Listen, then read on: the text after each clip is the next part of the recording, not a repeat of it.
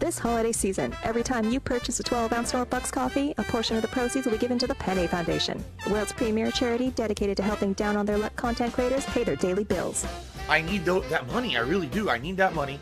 I need my bills, the electric bill, the internet bill. So stop by your local SnortBucks today and help send some Penny their way.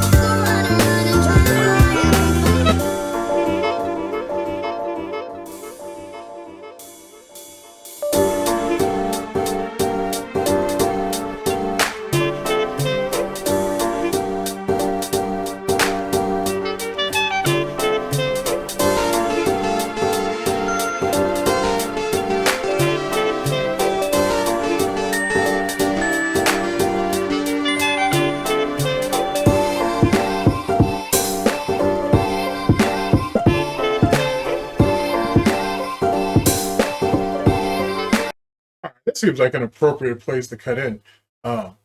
Still working on that smoother transition. Good afternoon, good morning, good evening. This is DSP News, the unreliable ones. Ladies and gentlemen, welcome back to the newsroom and welcome to the Goutopia News Network, your unreliable source for DSP News.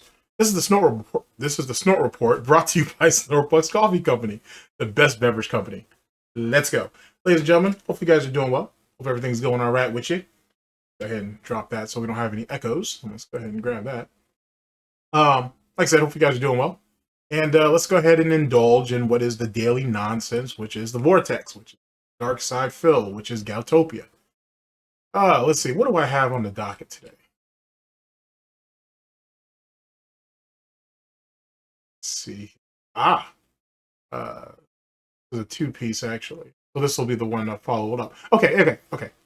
I mean, without ruining anything, okay? Without ruining anything.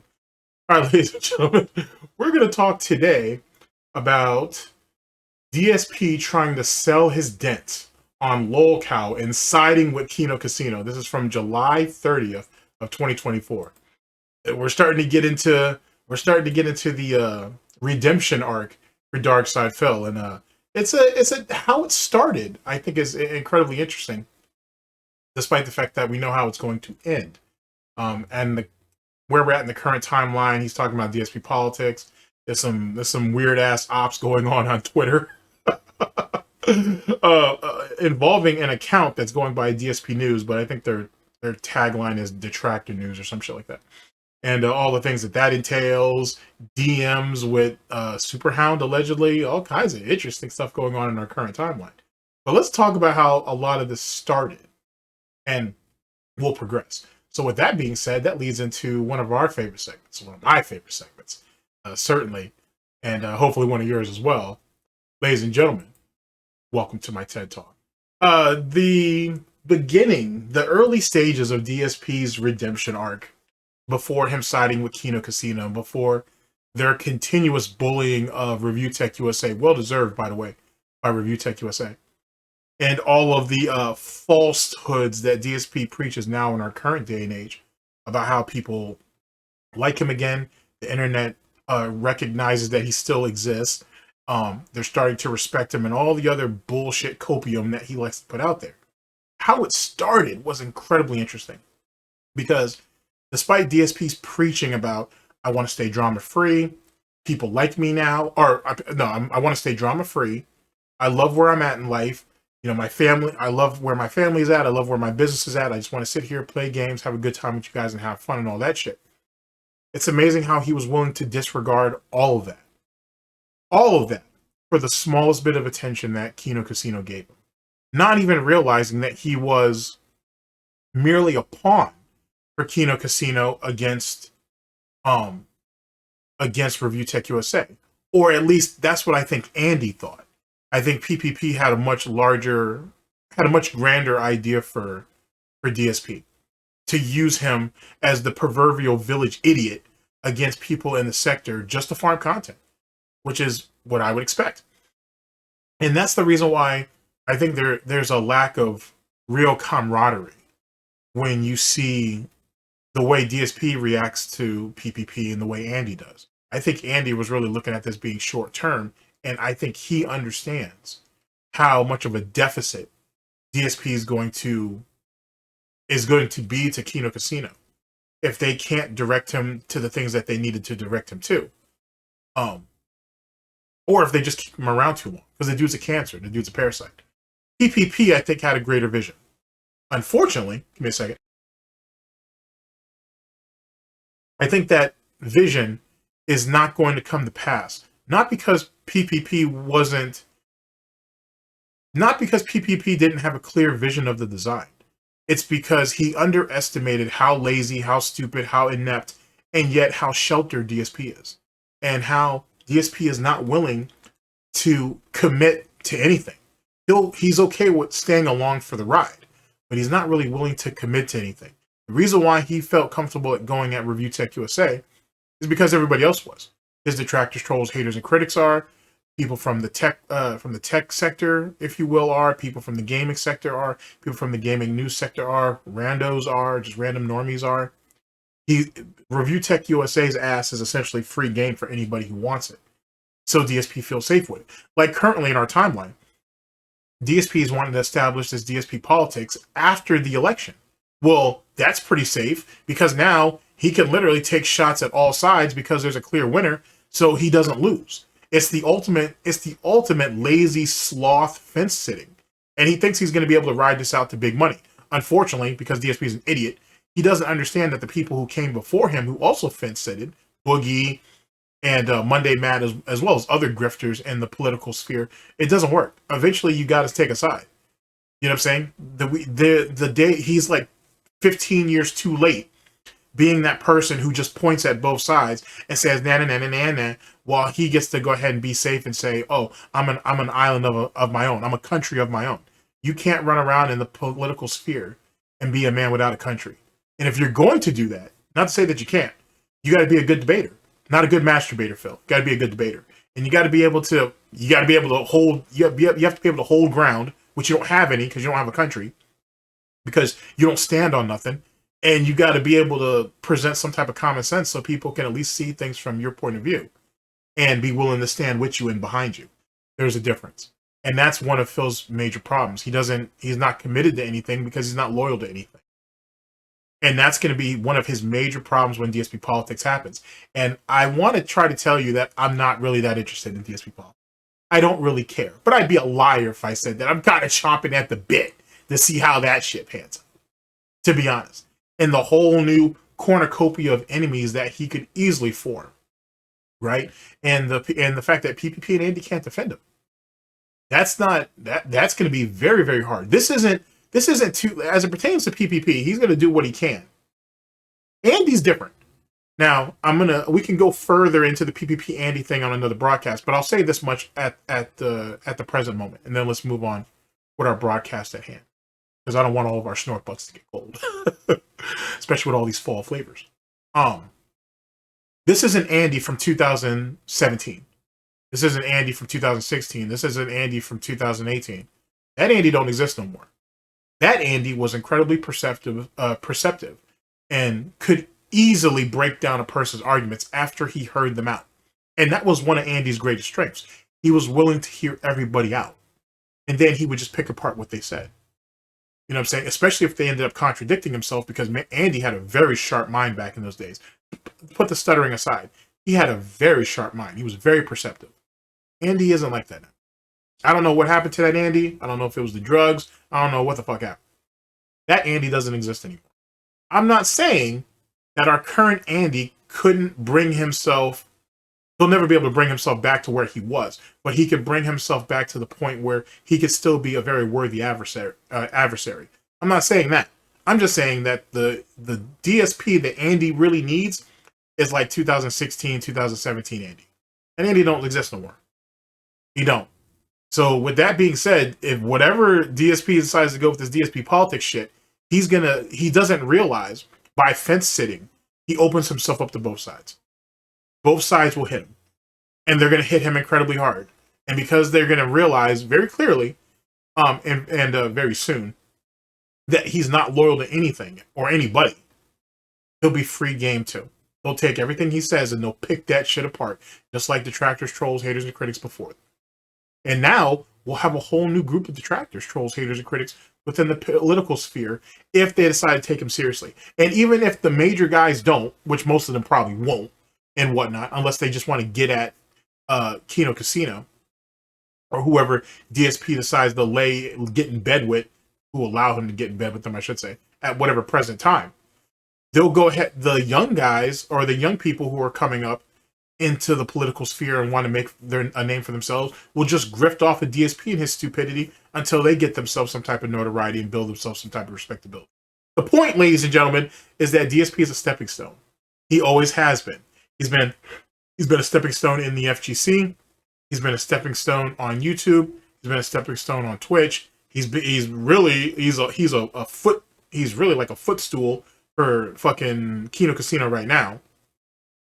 DSP is literally worthless. He's only there to be stepped on and to be stepped over.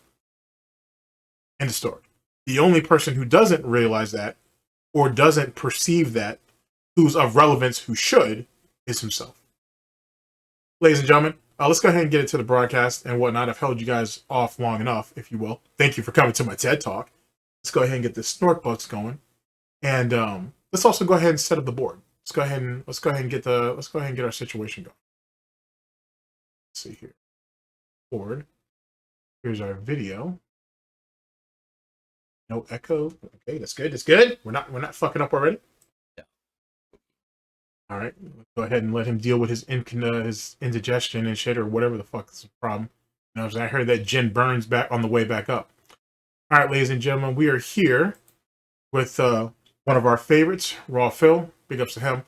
This is from July 30th of 2024. And this clip in particular, and that's what it is. That's a clip. Big ups to Diggs. Let's see here. It just says DSP tries selling the DENTS on lol cows and siding with Kino Casino. So strap in. Strap in. And here we go. Okay, excuse me. Whew. All right, ladies and gentlemen. Nice Nazi salute. This morning at 10 a.m., before I even started broadcasting, I received an incredibly... That's funny, actually, too. The irony of going ahead and giving off that Nazi salute when he announces that he's siding with Kino Casino. That's kind of funny. That's kind of hilarious. Especially as of late when he kind of denounced Kino Casino a little bit, being that they're allegedly they're white nationalists. Whatever. Funny stuff either way. All right, here we go. Okay, excuse me. Whew. All right, ladies and gentlemen, this morning at 10 a.m. before I even started broadcasting. Actually, now that I think about it, you know how I used to make, I still do, but how I make those jokes about the Gouty right and whatnot and the Gouty Gestapo and all that shit that I ain't fucking said over the years. Now, if he really gets into politics, dude, this shit, it kind of makes shit even more relevant. Like, DSP is going to show his ass in this because eventually he's going to be forced to once he sees that the fence sitting isn't as profitable as he thinks it is. But DSP is a dinosaur, and like I said, he should have did that 10, 15, 10, 12, 15 years ago, he should have done that shit. He's not going to be able to do that now. Because if that was the case, Monday Matt would still have a voice and all that bullshit. Instead of doing all that squawking on fucking Twitter that no one pays attention to. Anywho. I received an incredibly generous $100 tip. $100.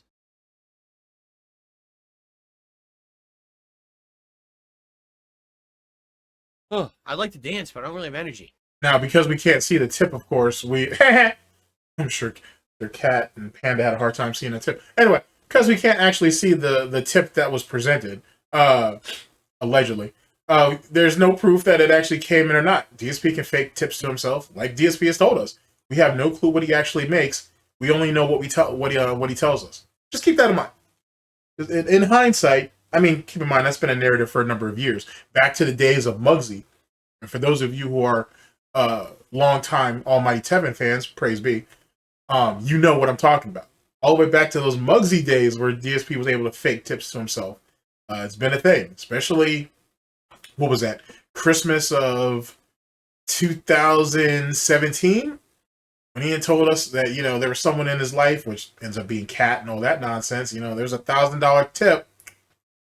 There's a $1,000 tip from Santa Claus. Everybody loves that one, right? Everybody loves that throwback. Oh, good times. Phantom tips from on Muggsy. Hate that. So let's recap. Let's start. Let's actually. Holy shit! Is this real? Huh. Well, if this is real, this is a hell of a way to start off today's stream, folks. I hope it's real. I didn't even start talking yet. I hope this is real. Did you guys see it? Did you guys see it? Or did it not pop up? Holy shit. Alright, so obviously I'm gonna tell you this. If this I don't know if this is we'll find out later today because I'll be able to check my PayPal and everything. Holy fuck. Ladies and gentlemen, according to my Muxie, I just received a $1,000 tip from Santa Claus. Wow. If this is legitimate, thank you. Really, thank you. If this is legitimate, I hope it is. I hope it's not some troll trying to commit fraud on PayPal with a credit card or whatever. But if that is legitimate, I mean, holy shit, is that going to help? Because I'm about to explain in this segment what happened to me this year and everything and how much that's going to help if that's legitimate. Thank you so much, whoever that was. Obviously, it's a Santa Claus, so they chose to do anonymous tip. So I don't know if I'll be able to even tell who it was. But anyway, their message is, here's Santa's present for you to help with your tax predicament. Rooting for another 10 years of great entertainment. Wishing you and all of your fans and viewers a Merry Christmas and the best for the new year. Wow. Wow. Well, if again, I hope it's legit, and if it is, thank you very, very, very, very, very, very, very, very, very, very much. Really. Holy crap, man. That's crazy. All right. Well. Wow. All right. Let's continue, folks. Wow. I hope that's real. Thank you to Captain DCW who just did 100-bit cheers and Merry Christmas, Phil. Sorry, guys, that I'm kind of stunned. I'm stunned. If that's real, that I'm really stunned right now. If that was real, because that, I mean, is going to help so much with this upcoming problem that I'm having with these taxes. You have no idea. Like, that might pay for half the taxes that I owe at the end of January. If I don't know what I owe yet, but it may like have the issue. So thank you. Thank you. Okay. All right. Let's talk about this year, folks. Holy shit, I'm going to be so distracted during this session. Seriously, I'm going to be so distracted. All right. So, ladies and gentlemen, 2017, what a year it was. First,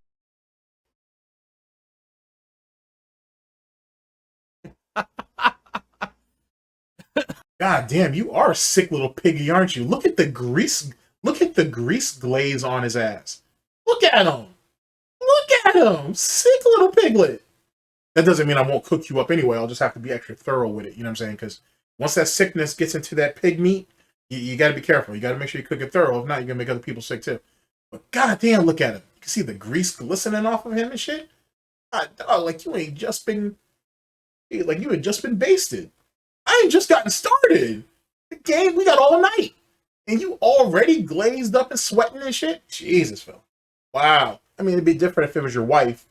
You know what I'm saying? That'd been a different situation. But Jesus Christ, Phil, I haven't even got started yet. Yikes. Hold on. My nose is running again. This is ridiculous. I can't even shout out stuff because my nose won't stop running. Oh my God.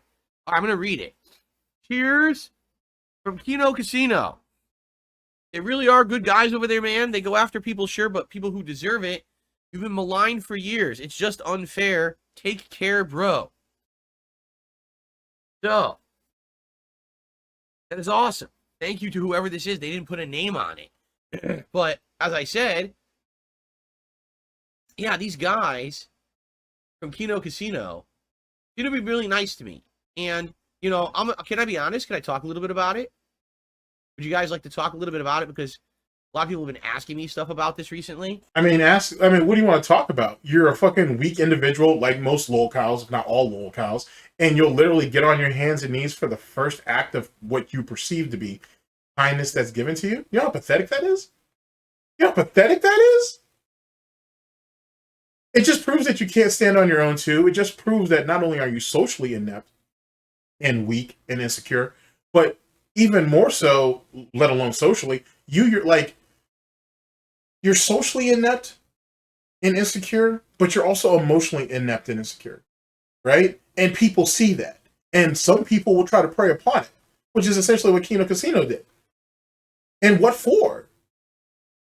Like all that false hype and bravado and all that kindness or whatever didn't teach you anything. Like, let's go ahead and play off the Kino Casino narrative. DSP is just misunderstood. He's bullied. He actually does have some entertaining. He's actually entertaining at times. He does make some decent points. There's just a bunch of fucking psychopath assholes who follow him around. And with that being said, there was a group of people that were willing to buy into that and support it, which took money out of Kino Casino's pocket, by the way. Let's not forget that. And DSP did nothing with it. He literally did the bare minimum with that. I'm not talking about you know what I'm saying, like the physical shit. I'm not talking about the materialistic shit. I'm talking about, did he actually learn anything from us? Did he learn that, hey, maybe I should actually try to be a better person? Hey, should I try to present myself in a better way? No, he didn't. Proof of that was the Craig interview. Not the side-scroll interview, the Craig interview. That essentially proved DSP was the piece of garbage that everybody said he was. And Kino Casino just, not insinuated, they kind of reinforced that behavior, the behavior that was always there. You know what I'm saying? That's why the whole Return of the King nonsense happened, or Return of the Queen, however you want to look at that. That's all it was. They intensified a feeling that he already had. He was a phony. He was a lie for years, trying to tell people that he changed when he really hadn't. And they gave him justifiable cause, what he was looking for anyway, to be the ass clown that he is. Now no one wants to really talk to him except for Kino Casino. Even they don't want to do it because he's a strain on their pockets. And their audience as a whole, to be honest. Their audience is tired of him too. So now he has to scramble and be a good puppet, you know what I'm saying? And do whatever he has to or whatever he can to appease PPP and Andy, because if they leave him, he's out here in these waters with nothing else.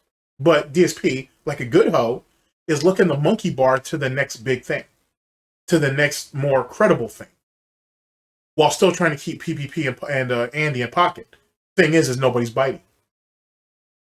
That's why he was so desperate to get Boogie and Wings on his podcast, whatever the fuck you want to call that, so he could try to build an alliance or try to realign himself, at least with them on the back burner. And then obviously he needs to get to a much larger audience. Mutahar would have been a good choice if it wasn't for the nonsense he's going through. Fucking Moist Critical would be a good choice if it wasn't for all the nonsense that he's going through. Aspen Gold would never take him seriously. Hassan or fucking Ethan Klein aren't going to talk to him. You know what I'm saying? Like, his options are limited because of where he's at. You're in this little niche ass community and you're never going to get out it. It's going to be from the snort to the grave. No one's ever going to take you seriously enough to get you up and out of here.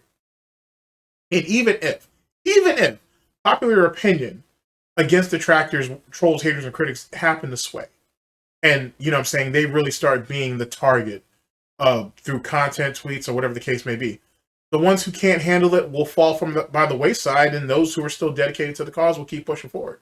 End story. And then a whole new crop will look to stand up on it. It's no different than any other time. Whether it's gay ops from the inside or gay ops from the outside, you know what I'm saying? Those who are looking to preserve what they've done and what this whole situation is, and are willing to push it forward for those who come later, will continue to do so. So DSP, with his current narrative about the internet loves me, you guys have lost, just give up, why don't you quit? Stop. You keep all that quitter copium talk to your fucking self. You keep that over there with the Snort Fort. You keep that with the DENTS, who can barely make their fucking bills, who can't afford to buy cars because they keep donating to you, who have multiple bankruptcies and shit, who are spending their fucking life savings and whatnot, spending money for their kids' braces and all that bullshit. You leave it for those lames. That's not going to work here. Because if that was the case, we'd have been boxed out a long time ago. So this is anonymous.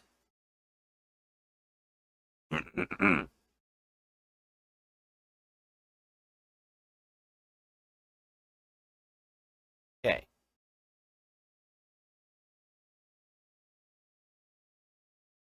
So basically, I think what's happening is it's pretty simple. All right. Over the years, there's been a group of people on the internet called lolcows. Okay. Typically, these are people who end up getting a group of haters, trolls, detractors, whatever you want to call them, who do everything in their power to mess with them, to elicit a response. Correct? That's really what it is. Lolcow culture is like, we're going to do stuff to mess with someone's life, to milk them, essentially, for content.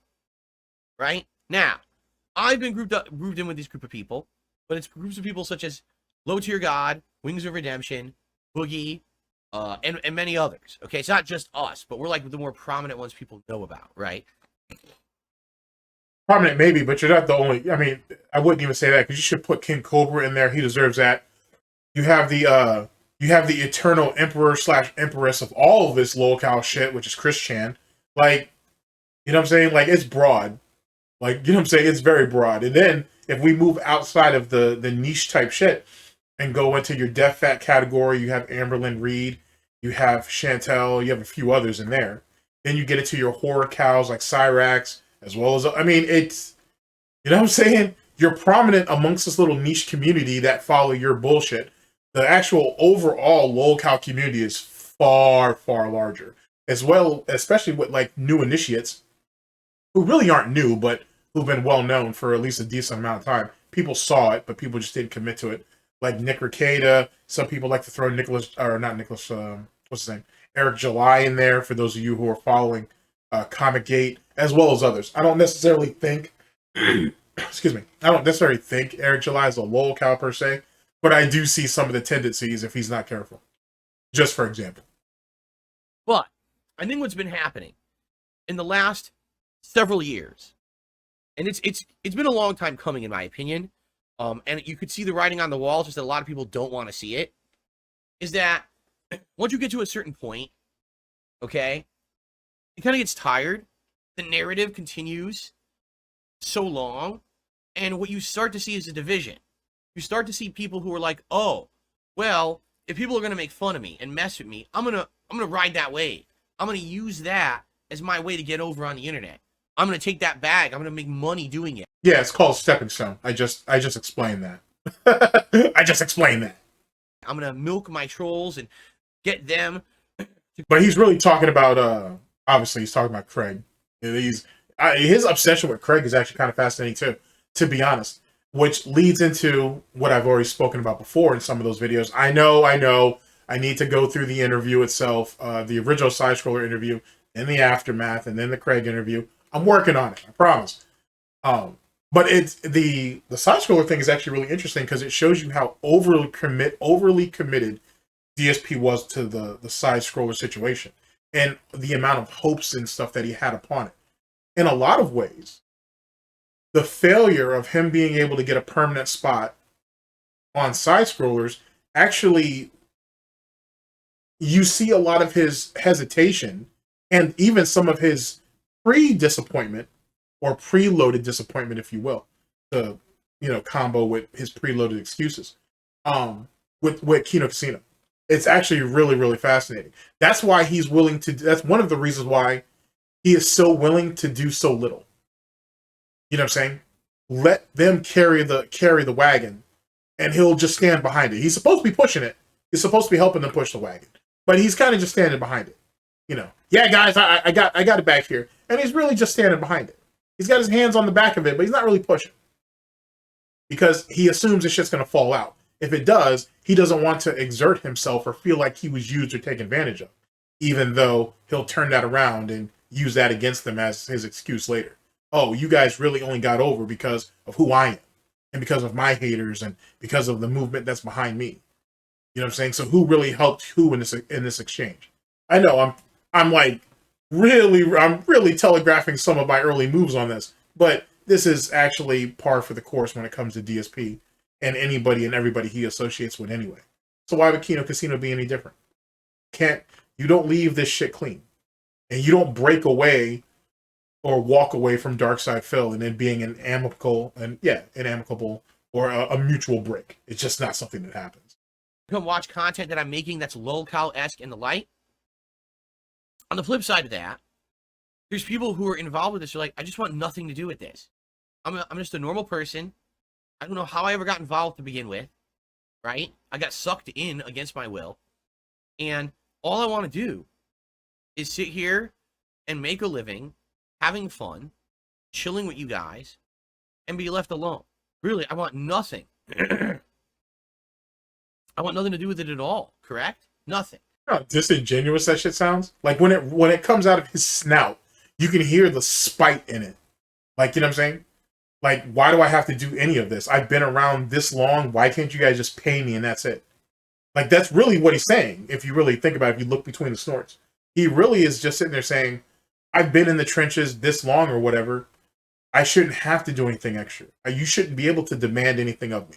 I should be able to show up, turn on this fucking lame ass stream and whatnot, play whatever the fuck I want, and you should just be supporting it. I shouldn't have to ask you. I shouldn't have to beg, because then these assholes are going to make fun of me, and that's going to hurt me and my wife, who's downstairs eating 3-day-old fucking leftover DoorDash, and so on and so forth, right? I shouldn't be criticized by you because I'm already being criticized by them, and theoretically that shouldn't happen because you guys should be out there on the front lines fighting for me anyway, like they used to do back in the day, until they woke the fuck up and realized that was futile, and most of them end up becoming detractors themselves, which is ironic in a lot of ways, honestly. But you see that behavior in a lot of low-cow communities, to be honest. So, the funny part about this is, it's gone two ways. Some of these lolcows went so far in one way that now they have the entire ire of the internet on them. Take a look at what's been going on with Boogie recently, right? I mean, that's his fault. I warned them. You can't be having your end-all be-all on the internet be that you're a lolcow and just continuously be involved with drama and over-the-top nonsense and doing it on purpose to make money. It's not going to turn out well for you, right? But he does what he wants to do. He doesn't listen to anyone. He makes the same mistakes over and over. And he ends up where he is right now, okay? For me, I've done everything I can to avoid it. And the thing is, if you follow me... Well, Boogie didn't have really too many options. He has already alienated most of his audience. The core audience, at least most of them, are still there, but they'll kind of deal with whatever he does with anyway as they slowly but surely dwindle away. Mainstream appeal's gone, to be honest. And he's burnt a lot of bridges with people that he used to be cool with. Keem was like literally the last lifeline he had. He didn't have any other choice. He didn't have any other options. Same thing with Wings of Redemption.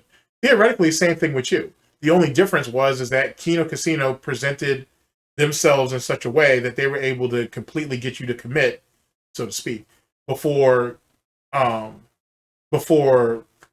fucking, what's his name, Keemstar could come up with a better thing, with a better option to sell you on, or a better deal to sell you on.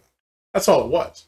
But truth be told, I wouldn't be surprised if this is a long con in some ways to prime. Kino Casino is priming DSP for his eventual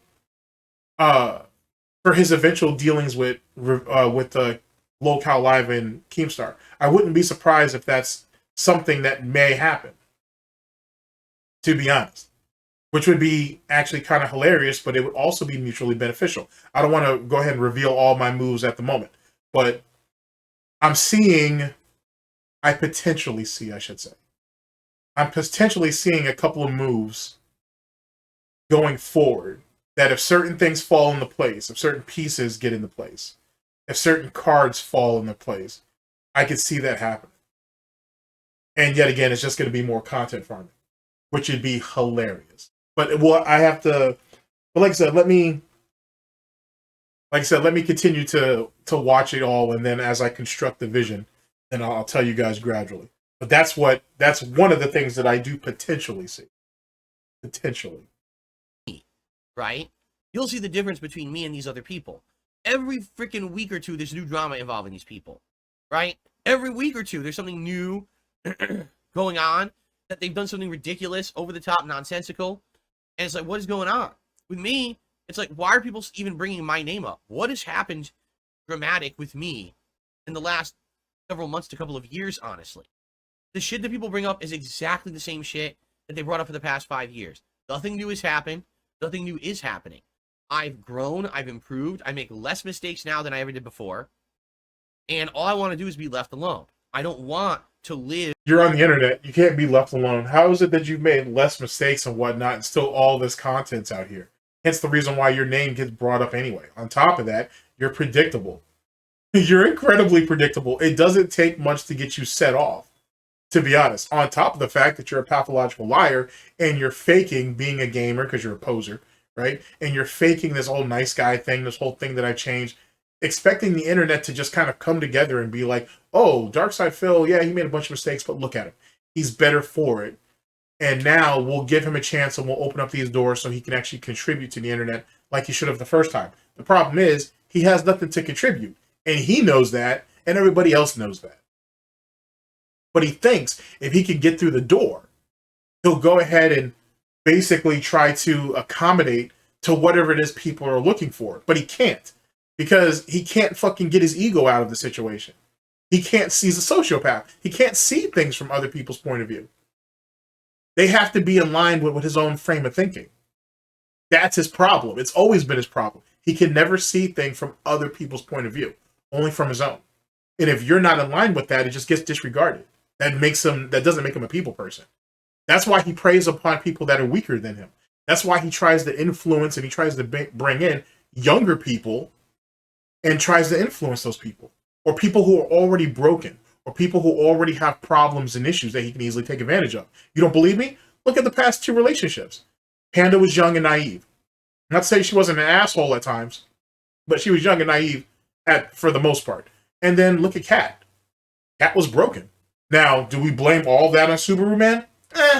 Not necessarily. It's problems that he was probably dealing with too, so she more than likely came into the relationship with that. But let's be honest, Cat's not the most stable individual. She didn't have the greatest upbringing, and she didn't really cope with it well. So she was, quote unquote, I'm sorry, but I'm not sorry, she was damaged goods long before he got her. Hence the reason why he went to get her. Hence the reason why he put all that time in, did all that begging to fly her out multiple times and shit like that, until he could finally entrap her into that situation. And then look at what 5 years with Darksydephil did to her. You can white knight for Cat all you want, but you know it's true. You know it's true. And she made a choice. She gave up her freedom and she gave up her independence for comfort and for consistency. Even if both of those things were to her own deficit. Like I said, you can white knight for her, you can say what you want for her, and I'll gladly listen to it. But the reality is the reality of it. Proof's in the pudding. Might want to put that away before Cat eats that too. As part of lolcow culture, I don't want to milk it. I don't want to make money off of it. I just want to make positive content for my audience, right? I want to be left alone. That's a far different attitude than the people who lean into it, right? For personal gain. So what's happened is a couple things. Number one, I think in the last few years, people have started to separate me from the other lolcows, especially when Keemstar was dying to have me on his stupid-ass podcast, and I refused. And I basically gave him the middle finger and said, fuck you, I want nothing to do with you or your content, ever. I'm not like you, okay? But you are like him, because you doing that just made Keemstar want to go after you even more. Because Keemstar is one of those people who's, especially, he's always been like this. But especially now, that he's in the position he's in financially and his reach socially and his influence and all that. When he wants something, he wants it. And if he can gather up his old enemies, especially if they can be useful, then that's what he's going to do. And Review Tech USA knows that too. That's why Review Tech USA keeps acting the way he's acting, because he's thinking one day Keem's going to offer him that 50 grand that he offered you, and Rich will go right for it. So any scruples or any of that bullshit that Review Tech USA tries to give you, nah, he's trying to build up that anticipation and his value, his demand, if you will, with Keem so high that Keem says, you know what, fuck DSP for the time being. What about you? How much would it take for you to get you on the show in a permanent sort of way? And trust me, if Keem offers Rich 50 grand, let's say, hell, I'd say 25 grand, and some partial ownership in this shit, Rich is gonna hop over there. Just true to form, he's gonna hop over there. If he can get, especially if he can get the little quirks or the little amenities that DSP would probably also want, Rich is gonna do it. And eventually, DSP may have no choice but to do it, but he won't have nearly as much leverage, so he won't get the money or any of the original offer that was presented to him originally, to be honest. But Keem, the point being, though, is Keem has a fetish about collecting his enemies. It's what he does. So when he couldn't get you to even listen to the offer, let alone, listen to it to completion, let alone actually getting you to sign on, he's like a fucking entitled kid with a shitload of money. Now it may not even really be useful to bring you on. At least that's the way I think. But he still wants to, because you said no. Who are you to say no to me? Nah, I'm gonna keep poking at you, because eventually you're gonna do what you want. Because there's no reason why you can't. There's no reason why you shouldn't. Just like how your dumbass did that exact same shit with LTG. The more LTG said no, I'm not interested, you can't afford me, fuck off, the more you kept pursuing it. Because it's that little kid type behavior about, he's a toy, I want that, you can't say I can't have that. Just like that Wolverine doll situation from all those years ago. There's a reason why DSP obsesses about LTG the way he does, as well as other things, but that's one of the main things. In the same way that he obsesses about, and he's still slighted about the side-scroller situation and having that position. Look at everything that I did to make you guys relevant or whatever. Who are you to tell me that I can't have that seat? I've earned that seat. And you should put me on there. And DSP still wants that too. It's all just childlike, petty behavior. But trust me, you're very much like Keem. He's just far more successful. I think a lot of people respected that. Said, wow, we thought... No one respected that, because you came across like the king of DENTS. Who the fuck turns $50,000 down in this day and age? As well as ownership of a show. As well as a cut of the profits of said show. You're retarded. And that's what people thought of you. No one respects you. You think that the Keemstar haters would champion you and you would be able to bring them in. Even they looked at you and thought, God damn, you really are as stupid as those fucking detractors and everything say you are. That's what it was. But see, you chose to ignore that on Twitter. That's what it was. But when none of that, but all of that barking and all that bullshit about Keemstar, leave me alone and all this bullshit, when that anti-Keemstar fucking money didn't come in, when that viewership didn't come in, he realized he screwed up. Because these idiots don't know how to pander to anybody. You know what I'm saying? These people don't know how to get people to follow their lead, except for the DENTS that are already doing so. There's a reason why for this. If this idiot actually talked to other people who weren't DENTS, right, who aren't followers and whatnot, maybe he would learn something. But he's too old. He's too set in his ways. Not to say that 42 is old, but he's far too set in his ways and whatnot to do anything else. That's why he's so dependent on everybody. But trust me, no one respected you, no one championed you for turning down Keemstar's money. Jesus Christ. What a pathetic thing to say. For sure. Someone, if Phil claims he's hard up on money sometimes, and we thought for sure he'd take the payday and he'd jump on there with the other clowns, right? But he didn't. I think that actually built up a lot of respect. It didn't. It made you sound stupid because you're running around here saying that you have a family. You put your ego before your family. That's what it was. And this is what I try to tell y'all. I try to tell you this for a long ass time. DSP, as greedy as he is, and trust me, he is. He's every bit of it. He'll put his ego ahead of money, and that's what he did with Keem, expecting a payoff later because he thinks he's so damn smart. Because he thinks he's so damn smart, and that money didn't come. So now what? Now he has to sit there and hold on to it because he's got nothing else. Because he sees all these different people mocking him and questioning his decision. Inside the fucking Snort fort, inside the fucking roach nest, which is his little community, if you want to call them that, the sea of DENTS, if you will, and then even outside of that. Outside of your fucking detractors, trolls, haters, and critics. Outside of the vortex as a whole amongst normies. It came across as a very stupid decision that people still clown him about even to this day. He know that, but DSP will lie to himself to make himself feel better to put one hoof in front of the other. Nothing has changed. So for all of these people out here who still want to say and whatnot, even though some of y'all have been rather quiet as of late, that this man has pride. One, he's no man, but that this pig has pride. I'm waiting, and I'll continue to wait, but I'm waiting. I'm waiting to see it. Because, yet again, you are very hard up for money. And that money right there is kind of life-changing money. On top of the other money that could come later. And you didn't think that your wife was worth that? You didn't think your quote-unquote family wasn't worth that? All for his own ego. Keep that in mind. In different communities for me. Not to say that these communities like me, but these are communities that used to group me in the worst of the worst. And I'm like, well, wait a minute. Actually sounds like he's actually not that bad anymore. Right? Now, on the flip side of this, what's happened over the years is those people who used to be my biggest critics, the people who used to be my milkers and milk me for content. I don't know how. Did you never hear the term milker before fucking Turkey Tom? Like, he's literally like a kid who learns a new word and tries as hard as he can to shoehold it into everything he can or whatnot to make himself feel smart. Like, it's such a weird type. Well, it's not a weird behavior. Like I said, you see that in children and whatnot. But we're supposed to take him seriously as a successful business and an accomplished businessman. All right, make that make sense. Have finally had the tables turned on them, right? All of a sudden, their closets cracked open and a giant pile of skeletons jumped out. And as the skeletons jumped out, people were like, wait a minute. Hold on a second. This is the person who used to rail on Phil every day for stuff, but look at all this dirty laundry that just spilled out. They're no better than him. In fact, they're... Well, that wasn't dirty laundry. It was skeletons, and all them skeletons in my closet just let you know how long those bodies been in there, be honest with you. Everybody has skeletons in their closet and whatnot. Just not everybody's as stupid as you to bring all that shit out there for attention. That's really what it comes down to.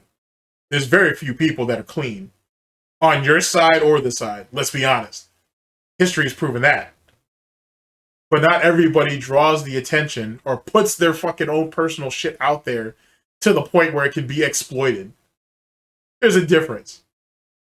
Like I said, this is a fucking heel program. There are no baby faces here. We're all a bunch of assholes and everything else that comes with that sit there are railing on a much bigger asshole. No one in this shit is clean. Get it straight. The time that's used doing this shit is time that could be productively used somewhere else. Let's be honest. But you have the right to choose to use your personal time any way you see fit. So if I want to sit down, you know what I'm saying, a couple hours a day and shit and laugh at your dumb ass and shit and then put it out there into the ether, it's my business to do so. If you want to go up there 6 days a week and beg for money and be mocked and ridiculed just so you can get your WWE champion fix, so you can get your next bottle, so you can do whatever the fuck you need to do to get your vice, to get you fucking suited up for the next day, that's on you. I'll say there's no real moral faggotry that's going on in this shit. It happens occasionally, but that shit's quickly dismissed. Everybody understands how this game is played. And most people understand the players that are on the board or who's at the table. Like, don't sit there and try to act like everybody's trying to play holiest of holies, because that don't work on either side of this. Worse than him, because they had all this, and I'll say it again. I personally feel the reason why there are people who full-time do this kind of, like, harsh drama content against people is because they're miserable. In real life, right? Like, take a look at someone. Why? Because your dumbass did this because you were miserable, jealous, envious, and a fucking loser compared to people on the West Coast? I mean, shit, compared to other people on the East Coast, to be honest. Like, is that how you really lump up your behavior? Oh, everybody does this certain thing because I felt this way when I was doing that certain thing. Everybody has their own motivations. Not everybody's like you. That's the reason why DSP has to keep saying hive mind and all this bullshit, because that's literally how he presents himself. That's literally how he acts. All he's doing is projecting, to be honest with you. And because he can't really figure people out. That's the reason why he's so intimidated by his detractors, trolls, haters, and critics. Because you have a bunch of different people who come at him in a bunch of different ways, for the most part, and he can't figure none of it out. And he can't just target one person. Because he tried to do that with SOK. I mean, he couldn't even really do that because there were so many of them. And whatever. That didn't work. So when they fell, he tried to go after Tevin. Couldn't do that. Tevin was way too respected, knew too much about him, was way too charismatic, and everything else that comes with, and he couldn't beat that, right? So he kind of tried to go with LSB, couldn't do that. He's kind of tried to go at Ann, that don't work. He, at least currently, he's trying to shoot at Duty to see if he can try to make something happen. It's not. He's trying to probably take shots at fucking Memology. That ain't gonna work. You know, whatever. He's gonna shoot at whoever it is that's the flavor of the day for him, and it's going to fall flat. It's not going to work. Unless he can pull some real dirt on a detractor. If he can pull some real dirt that a detractor was pulling gay ops on, I don't know, another group of detractors, for example. Unless he can come out with that with some real proof and some real evidence, you're not going to get anywhere with that. And even once you do, it won't matter. That person will get discarded, or they'll just keep doing it until everything falls apart around them, and this whole shit keeps going. It doesn't mean anything. This shit has gone on too long that you think you can find one head to cut off, and you think that the snake dies. You know what I'm saying? The Hydra, the Ouroboros, the fucking Orochimaru, whatever you want to call it. It doesn't work. You're just not going to be able to just cut one of them down, and that's it. It doesn't work that way anymore. It hasn't worked that way for a number of years. If anything, you could thank SOK for that. Like Review Tech USA, who, for the years and years and years of content that I put out, that's been positive content for my audience, he always has to be there to make fun of every little thing. You mean like that Pokemon Sun and Moon situation? Was it everything so positive then? Just asking. Because that was one of the major things he hit your ass for. Was everything all positive then? Nice. Okay, everyone. Well, now I hope you had fun. Being that I knew people were enjoying the playthrough, I decided to go a little extra long today. As you saw, I went a whole extra hour on stream, which I hope you appreciate. Quite honestly, let me take a look, because I have not looked at stream numbers all day. My God, the stream numbers were terrible. Wow, what happened? We never even... Hold on. I'm actually trying to go back here. Did we ever even get close to 400? We didn't, did we? At least from what I can see, I can't see the entire length of the stream, but from what I can see, which is back till around like 3 p.m., it looks like we barely even had 300 on stream. Wow. I don't know what's going on. Listen, here's the bottom line, and I'm tired of it now. No more excuses, all right? Because the bottom line is people are like, Phil's not engaged in his commentary, and Phil's commentary is boring, and that's why people don't want to watch the playthroughs of the streams. Bullshit. I'm loving this game. I'm voice acting. I'm engaged. I'm commentating on everything that's going on actively. Bullshit. I call massive bullshit on any idiot who says that about either the Watch Dogs 2, which I've been playing recently and really liking, or Pokemon. It's bullshit. I call complete and utter bullshit on anyone who's saying that I'm not engaged and I sound like I'm bored. I'm not. So I've had enough excuses. It just seems to me like people are fucking lazy and don't want to come out to the streams. I don't even know what else to say, you know? Jim Bob says that at one point we had around 350. Well, I mean, this is kind of ridiculous that I can't even get 400 people for a live stream anymore of new games. You know what I mean? It would be like new games. It's one thing if this were like an old game that I was playing, it was boring, and you know, it was an older game most people didn't care about. It's a brand new game. And I can't even get 400 people on stream. I mean, it's ridiculous. So, I don't know. Like, I'll be honest with everyone. I enjoyed the stream today. I had a lot of fun. I did. I had a lot of fun playing this today. But what is the point of doing all the setup for the live stream? Right now, we're at the end of the stream. I've got 230 people on stream. Why? You know, I'm confused. I don't get it. I just don't get it. But that's the thing. Now people, if I don't stream, people will complain. Why aren't I streaming? Well, because you didn't show up. That's why. If you showed up for the stream, I would bother with it, but it's ridiculous. I don't know. I don't get it. I mean, I'm really heavily considering not streaming this game anymore, you know? I don't know. I'm enjoying it. I had fun. I want to say thanks to those of you who were here for the stream, obviously. But, I mean, even you can see, I mean, it's black and white. It's black and white at this point that my daily live streams, people aren't turning up for them, you know?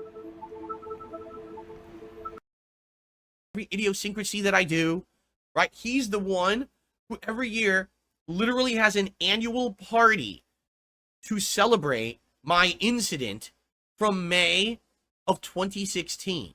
If it makes you feel better, he was view botting for those whatnot. So, you know, I mean, he view bots now. He's still view botting. You know what I'm saying? But it's funny how he used to go on stream, just on those regular nightly streams, 700, 900, 1,000, 1,200. It was funny how we used to be able to do that.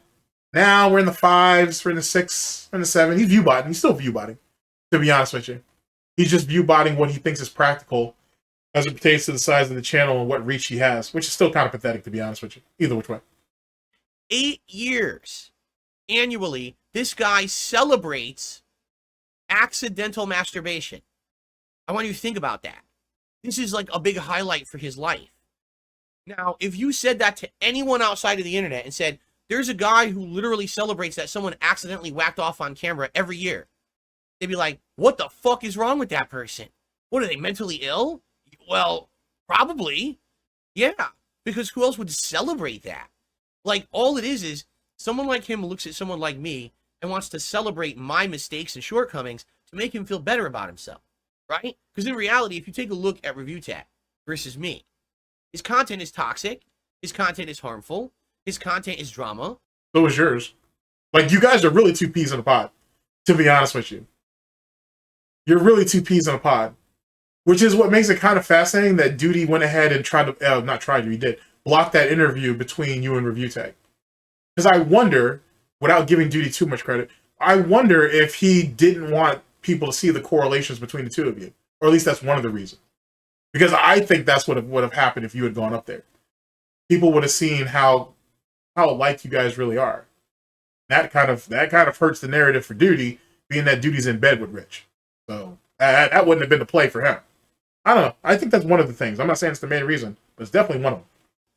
He has 1 million subs because he makes toxic, harmful drama content.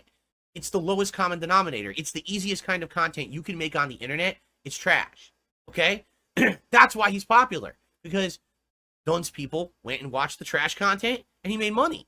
But in reality, if you take a look... I mean, but if the people that watch Rich are dunce, then who are the people that watch you? They're DENTS. So, I mean, D&D with this bullshit. It's really funny how he tries to paint people in his audience like they're these intellectual fucking superior people compared to all the other people who watch other people who he's jealous and envious of, and he's mad that he doesn't get the viewership they do. Right? But then he gets even more mad that none of those people will ever give him a shot after you ain't called them morons, you called them idiots, you called them mouth droolers because they chose a vector to get content that they enjoy, and it's not your shit. And he wonders why he can't grow in the grand scheme of things. He wonders why, especially now, that he can't pull interviews with no one, because no one want to talk to him. Because he ain't sat there and alienated himself in pretty much everything. Even once he gets into politics, there may be a few people he's going to run into who he ain't pissed off at one time or another, and he going to answer for it. And there's so much detractor content out there that you know how easy it's going to be for someone to dig up dirt on Phil? It's not going to take long. And now Phil's going to have to debate that because that's how politics works. It's not just whatever, it's not just what the issues are. It's not just about the policies. It's not just about your beliefs. It's about you. What kind of person are you? Why should people believe in you and believe in your views upon these different subjects, these different politics, these different issues? Phil hasn't figured that out yet. He will. He will. I guess PPP hasn't put him on game yet. But eventually that's what's going to happen. And we'll see how Phil does then. At him and his life. Now that these things are coming out, right? These things are being revealed about his life and things behind the scenes. This guy's fucking miserable, right? His family life fell apart. His business is falling apart. All his relationships have fallen apart. Wait, aren't you having family issues behind the scenes too? That you don't want to talk about? But you're having it. And you've come up on stream a few times feeling or reacting or in a certain type of mood that has affected the overall fucking... Great screenshot, by the way. That's overall affected the stream, and you pseudo gave an apology about it, but you have a lot of stuff going on. Everybody has problems. Everybody has issues. So let's not act like you're above that. I'm not here to fucking defend Rich. Fuck Rich. But I'm not here to defend his dumbass. But, you know, the truth is the truth. And so, his attacking me over the years was literally projecting his I'm better than you attitude on me, when in reality, my life was getting better behind the scenes, and his was falling apart. What, you mean stealing another man's horse and then begging for tip money so you could fly her back and forth? You're lucky, Phil, because back in the day, you used to hang people like you for that. Just saying. There's real repercussions for stealing another man's horse. Gotta tell you, if it wasn't for the fact that Subaru Man was probably going to send her to the glue factory anyway, there might have been some real consequences behind that, son. And whatnot. And I've seen Subaru Man's wedding pictures. I got to tell you, he I think he won. I think you may have done him a solid. I'm just saying. I think you may have done him a solid. You see? And that's why people like that act like that. You see? But he knew that if he focused on me being bad, the light would be off of him. Plus, he'd be feeling better about himself. But that wasn't true, because there were people on DSP. There was people on Review Tech's neck while he was clowning about you. Been like that for years. I'm one of them, and whatnot. So what made that any different? He was just another slab of meat on the table. That didn't change anything for most people. You were a nice distraction. You may have been a decent deflection, but please believe please believe you weren't a barrier. You were barely a deterrent. So let's keep that a buck. Right? And I think they're all like that. I'm sorry. It doesn't matter how many subs you have, how many views you have, and how much money you make. Are you happy? Right? Because I'm a firm believer that if you are happy, you would not be bringing down others around you. Okay, you want to speak on happiness? Okay, let's do that. I'll run that with you. I'll run the gambit. So, how happy are you with that gambling addiction? How happy are you with that alcoholism? How happy are you with those anger problems and shit that addicted the lying? How happy are you that you had a woman that you stole from another man? You brought her into your home. She couldn't have been no more than $110, $115 when she got there, and she pushing what, Roseanne fucking numbers at this point? How good do you feel about that shit? How good do we feel about that sick cat that's running around the house throwing up all over the place for different fucking reasons and shit? How do you feel about that nonsense? How good do you feel about fucking begging the internet for money every day, and then at the end of the week having to go to your parents, mainly your mother, and beg her for money? How do you feel about that? How do you feel about sending texts, different text messages and shit to John in the middle of the fucking night and he don't respond back? How do you feel about talking shit, all that hot shit about Howard, and you can't reach out to him either? How good do you feel looking at all the shit that's going on in the FGC right now? All these old heads that are coming back into the scene and being respected, being praised, are giving their thoughts and ideas and their opinions, and it's being widely accepted and whatnot, or it's at least being taken into consideration. And you can't get any of that. How do you feel that someone who's arguably could be considered worse than you in certain categories, LTG, is still valued and respected by more people in the FGC than you are? How do you feel being scared that you can't even go back home because you don't know what's waiting for you when you get there? Which is the reason why you never want to go back to Connecticut. Tell me how you feel that you're so scared you're barely willing to leave your house once a week. And that's even if you leave. All that grocery shits and all that bullshit? Nah, I think honestly you're doing all that from home. You paying your bills, you running errands or whatever? Nah, I'm pretty confident if you're really meeting up with whatever lawyer you're doing with, you're doing that over the phone. So outside of the Nazi haircuts that we're going to get and the soup bowl haircuts for Cat, we're not really making no moves. How does it feel to be a prisoner to your own fucking hubris or lack thereof? How does it feel to every time you step out of your house and someone looks at you a second or two longer than you're comfortable with, you automatically assume that's a detractor or a fan of a detractor? How do you feel about that? How do you feel being a prisoner to this bullshit that you looked at as your way out? Milk and honey, the gravy train that was going to last forever. How does it feel to be looked at and treated like the loser you are on the internet, just as you did in IRL before you actually made a name for yourself on the internet, for good or bad, mainly bad? How does that feel? How does it feel talking to a bunch of fucking mentally and physically disabled people and trying to convince them that not only that you're better than them, right? Not only that you're better than them, but you're worthy of their money, their support to prop you up so you can go ahead and try to convince them that you're better than all these other people that you're clearly not. People that are smarter than you, more charismatic, more knowledgeable, more determined, more open-minded.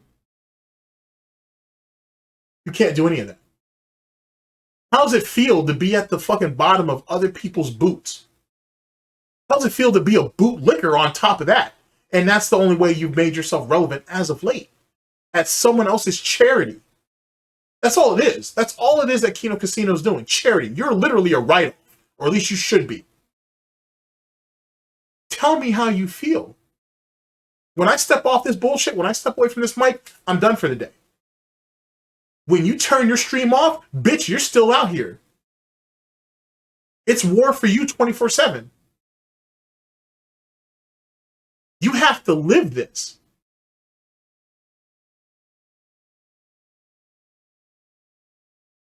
You just live here. Other people run shit here. How does that feel? You have no control over your life. Even when you close your eyes, there's someone out there that's dictating something to somebody else or to a group of somebody else who are painting the narrative about you, and you can't do nothing to fight that.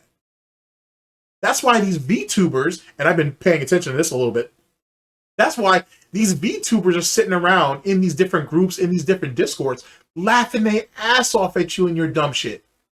And some of that shit hasn't even came out yet, but it will eventually. How do you feel about that? Even in the smallest, safest moments, which is supposed to be sleep for you, it's a detractor, troll, hater, or critic who occupies your thoughts, who occupies your mind. You don't know a moments of rest, a moment of peace. That was your fault. Tell me how that feels. I don't think about you when I go to bed. I don't think about you when I get up. You're another toy that I pick up and drop whenever the fuck I see fit. That's all you'll ever be. I'm committed, don't get me wrong. I'm committed to it. But that's all you are. That's all you'll ever be. For all those who take it a little further or whatever the case may be, it's on them. But even then, you don't own them. They own you. If not, it's just a mutual ownership, if anything else. But eventually they'll work that shit out. So tell me really, how's it feel, Phil? Tell me how's it feel. Tell me how Linda, matter of fact, one more thing and then we'll move on. Tell me how David and Linda feel. To know that their only spawn is looked at as an e-beggar, because you are an e-beggar, and will never produce any children to try to redeem them in their mistake. And that's it. Their line of the Burnell household dies with you. Unless they outlive you. Tell me how does it feel, Phil, that your only sense of accomplishment is when you see other more accomplished YouTubers either fail in some way, shape, or form or embarrass themselves or step away from the game so they can move on to bigger and better things. And you somehow take that as a win. You somehow feel redeemed, if you will, in your thoughts that these people were assholes, these people were useless, they were only there for your money and nothing else. Despite the fact that whether they slip and fell or they just chose to get off the ride on their own accord, they're still walking away with far more money and far more positive notoriety, right? And actual social real estate than you'll ever have. Tell me about that. Don't worry, I'll wait. You be so busy with content that makes you happy, with things in your life that make you happy, you wouldn't want to bring down others, right? That's my opinion anyway, and that's why I don't do it. I don't sit here crapping on people constantly. I'm only doing it when people bring it up or someone brings me into the situation. I don't sit here and crap on people constantly until, stop, already sound like a fucking child.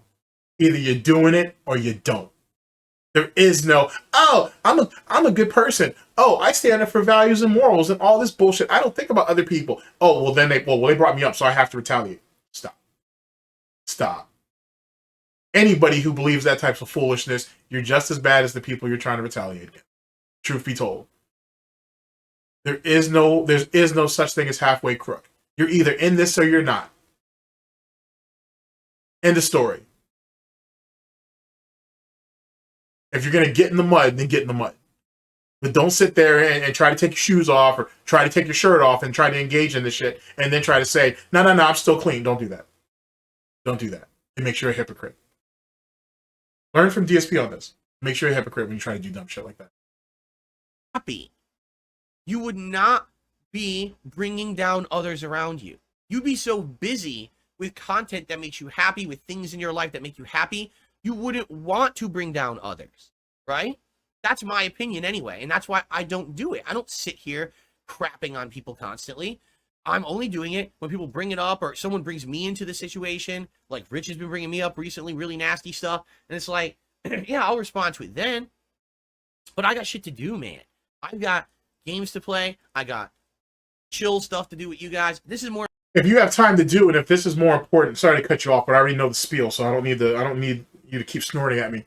If you're so above it, if you have stuff to do, if you don't have time for the nonsense, then why respond to Rich? Theoretically, you just gave him what he wanted. The same shit that you keep saying about fucking Lolcow Live. They keep poking at you, and they'll keep poking at you as long as you give them a response. I'm not going to give them a response. While literally giving them a response while you're saying all that. You have to be genuinely retarded. You have to be. There's no way that you can let that shit come out your goddamn snout and not see the hypocrisy in it. You're not people. And I tell this to people, and people dislike it when I say this.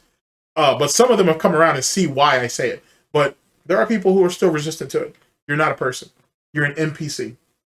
You're a poser. You're someone who tries to fit in where you try to get in where you fit in. You're not a person.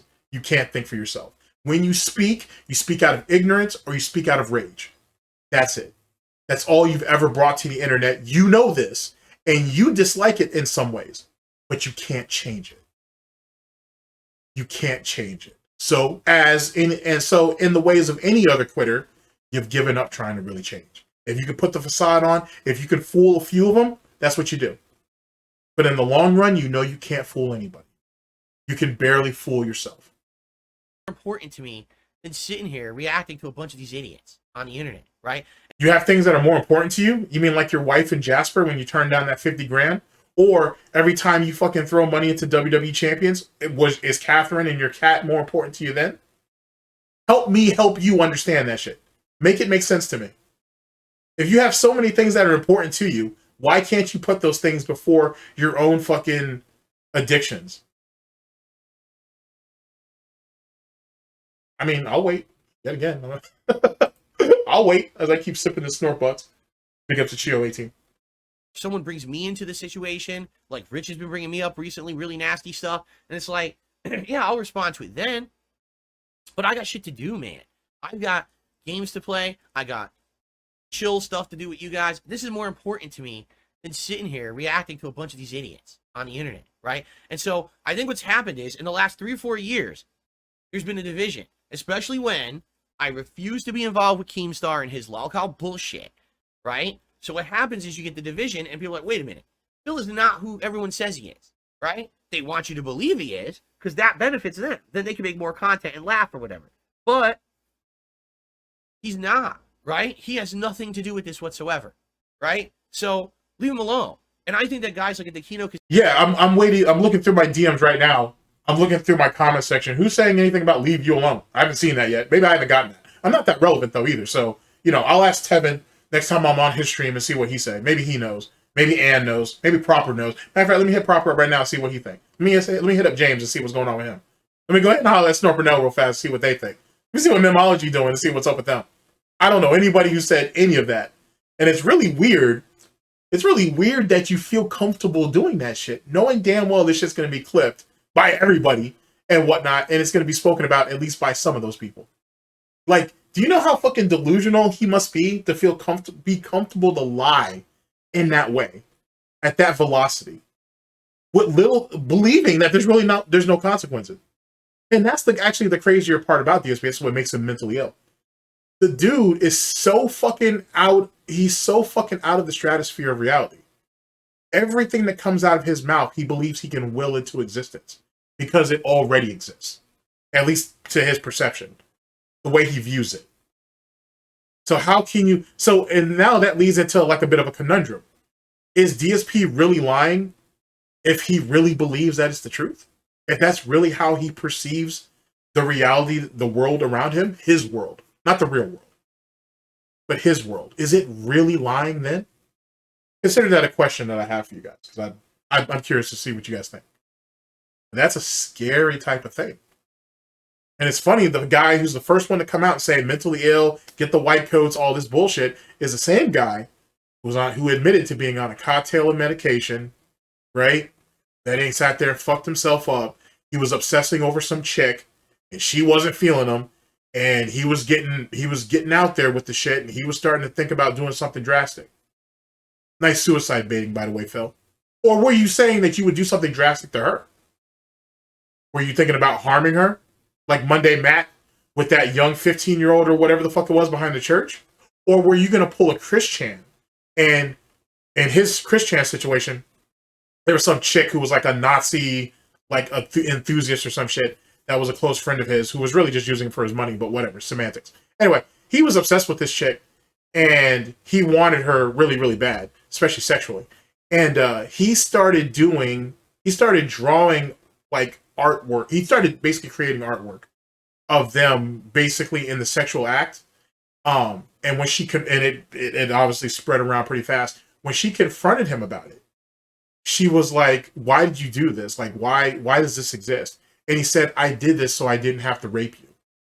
That's Chris Chan. That's real shit. You can actually find this story if you want to look it up. So if Chris Chan was willing to do that to keep him from fucking violating someone else, which is ironic because based off of that, look at what he ended up doing to fucking Barbara later on. Just something to think about. Don't read too much into that, but interesting correlation. But so if Chris Chan was willing to get desperate to do that shit, what the fuck was DSP willing to do back during when he was incredibly desperate and he was thinking about doing something drastic?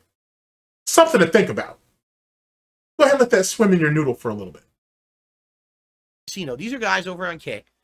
Yes, they react to content. There's drama content. I mean, they've been reacting to the big Mr. Beast situation that's been going on recently.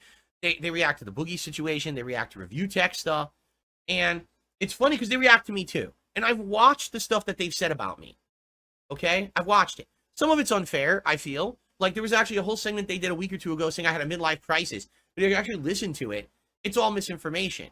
It's them having really incorrect notions about me.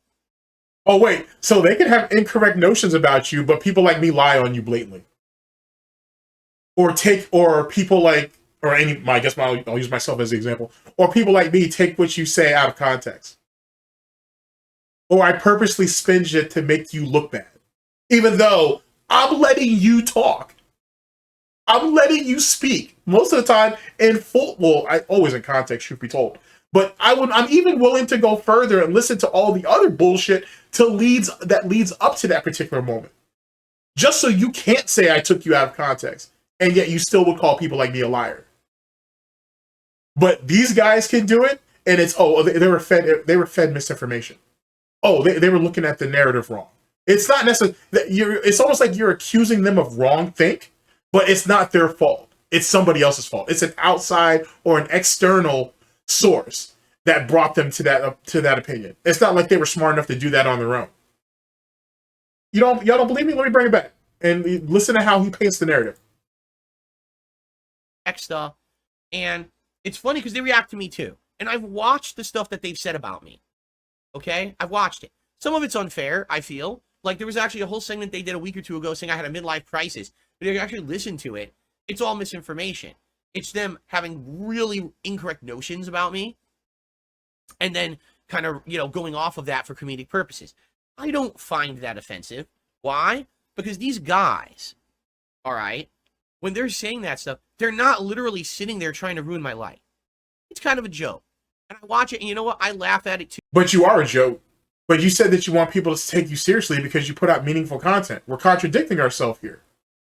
All right, let's continue. Let's continue. You know what I'm saying? I'll play with my food. Why not? Like, for example, the other day, they reviewed me reviewing the feed. Whoa. What was that weird? What's that weird-ass twitch you had in your right eye? What was that? Watch carefully, for those of you who choose to watch. Because these guys, all right, when they're saying that stuff, they're not literally sitting there trying to ruin my life. It's kind of a joke. And I watch it, and you know what? I laugh at it too. Like, for example, the other day, they reviewed me. What the hell was that? Is that like I'm at 12:25:36, so it's like at like 12:30, start at 12:32, or no, start at 12:25:32, I guess, and you'll see it. It's like a weird flutter. What the hell was that shit? Is that like another tick that you developed? Not that you don't already have enough tells that you're a liar, but what the... All right, let me not read too much into it unless he does it again, but that's a strange one.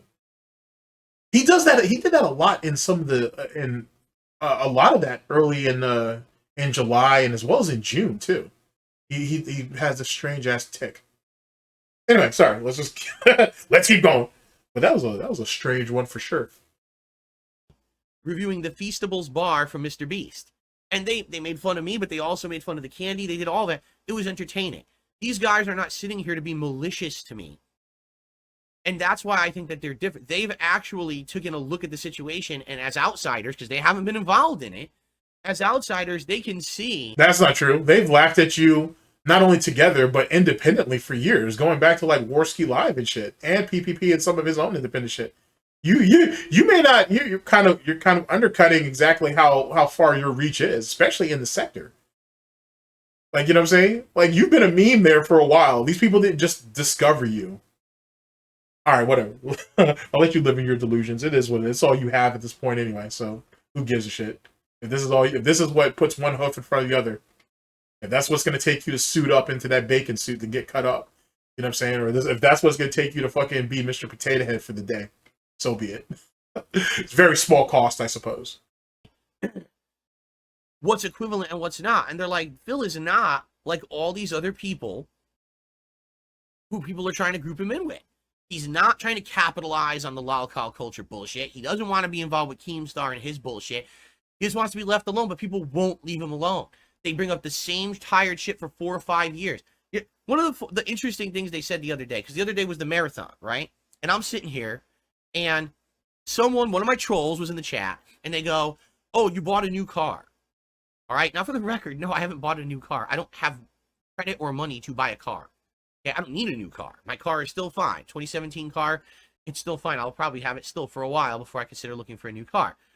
And I said, yeah, it won't be long until he gets credit. Then we see a new car because it's already imprinted in his head now. So keep that in mind. That was a nice bit of telegraphing on his part. No, I didn't get a new car. I don't know why you would even bring that up. Or like, I don't even understand. And the few people that were in the chat from Kino Casino, they all said it together. They said, who cares if you bought a new car? How is that your business? They all said it in unison, huh? Oh, you mean like back when, let me dig in, let me get into my lore back to this one. All right, they all sat there and said it in unison. What's a good example of that? War Dog Leader. So you mean like when War Dog Leader went into your stream back in the day, right? And you were sitting there bitching and complaining about how you don't have time to make meals for yourself and you don't have time to do this and you don't have time to do that. War Dog Leader gave you some really good advice. You know what I'm saying?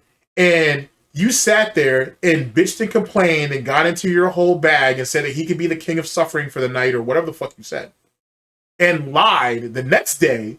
No, you lied that night. And you lied the next day and said, oh, the chat was like, why were you bringing this up? Why did you bring up your deceased brother? Why did you do this? Why did you do that? On top of the fact of DSP basically saying, oh, well, we don't know if you actually lost your brother or not. We have no proof of that. And that makes sense that a pathological liar would assume everybody around him who's trying to, quote unquote, get attention from him must be pathological liars too, right? Because Phil already told us earlier on that he was a miserable piece of shit and he used to treat people a certain way. So by that logic, everybody else who treats him like shit must be miserable pieces of shit themselves. So let's just go off that narrative. That helps me reinforce that too.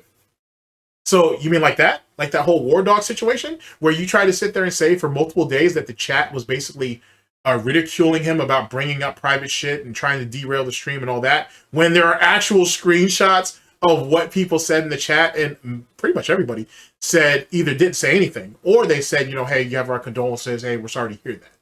But DSP spent multiple days lying, saying that, no, my chat was like, what the fuck, dude? Why are you doing this? Why are you bringing this up? Why are you derailing the chat? You mean like that, Phil? Do people really need to go back and find the chat from the Kino Casino thing to try to see if that's true? I'm not saying I'm going to do it, but I'm just saying, is that something that needs to happen? Being that DSP has such a rich history, a rather vibrant history of fucking lying about what other people say. I'm just asking.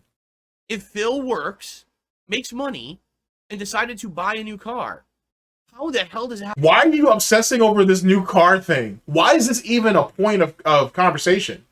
Why are you trying to make this bigger than what it is? And what point are you trying to make? Because whatever that point is, make it. If not, shut the fuck up. Really. It's because of nonsense like this that makes people want to sit there and hop that back fence and see what's actually parked outside the Snort Fort. And you know that. Oh boy. Have to do anything with you. Why would you ask on his stream? Why would you be in his personal shit? Like, what are you talking about? And the person immediately was like, oh shit, and got thrown the fuck out, and that was it. And I was like, wow. These people act. Wait, were you a mod for Kino Casino at this time? I think he's a mod now. But were you a mod for Kino Casino back then? Because the way he's trying to paint the narrative is that the chat turned against this person, and then someone basically banned them from the chat. But Kino Casino themselves wouldn't do that. So I'm wondering, was DSP a mod at this particular time on their streams? And he was the one that booted them from that chat. I'm asking. Not making a statement. I'm just asking a question.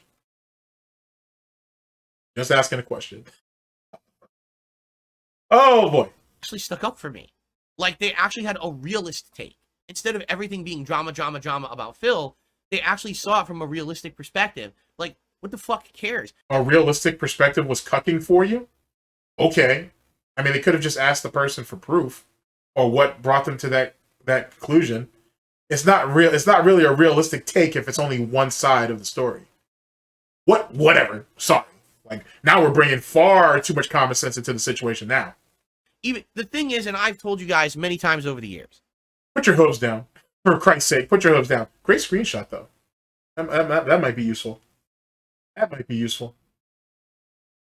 All the shit that's said about me usually is based on a nugget of truth that then gets extrapolated into a world of bullshit. You mean like how you sat there and extrapolated this whole dumb shit about someone asked if you had a second car or not, and you try to turn it into this big thing to make a point that you didn't actually make? You mean like that? I can do this all day, Phil. I can do this all day. Right? Have I ever played mobile games? Yes. Have I spent money on mobile games?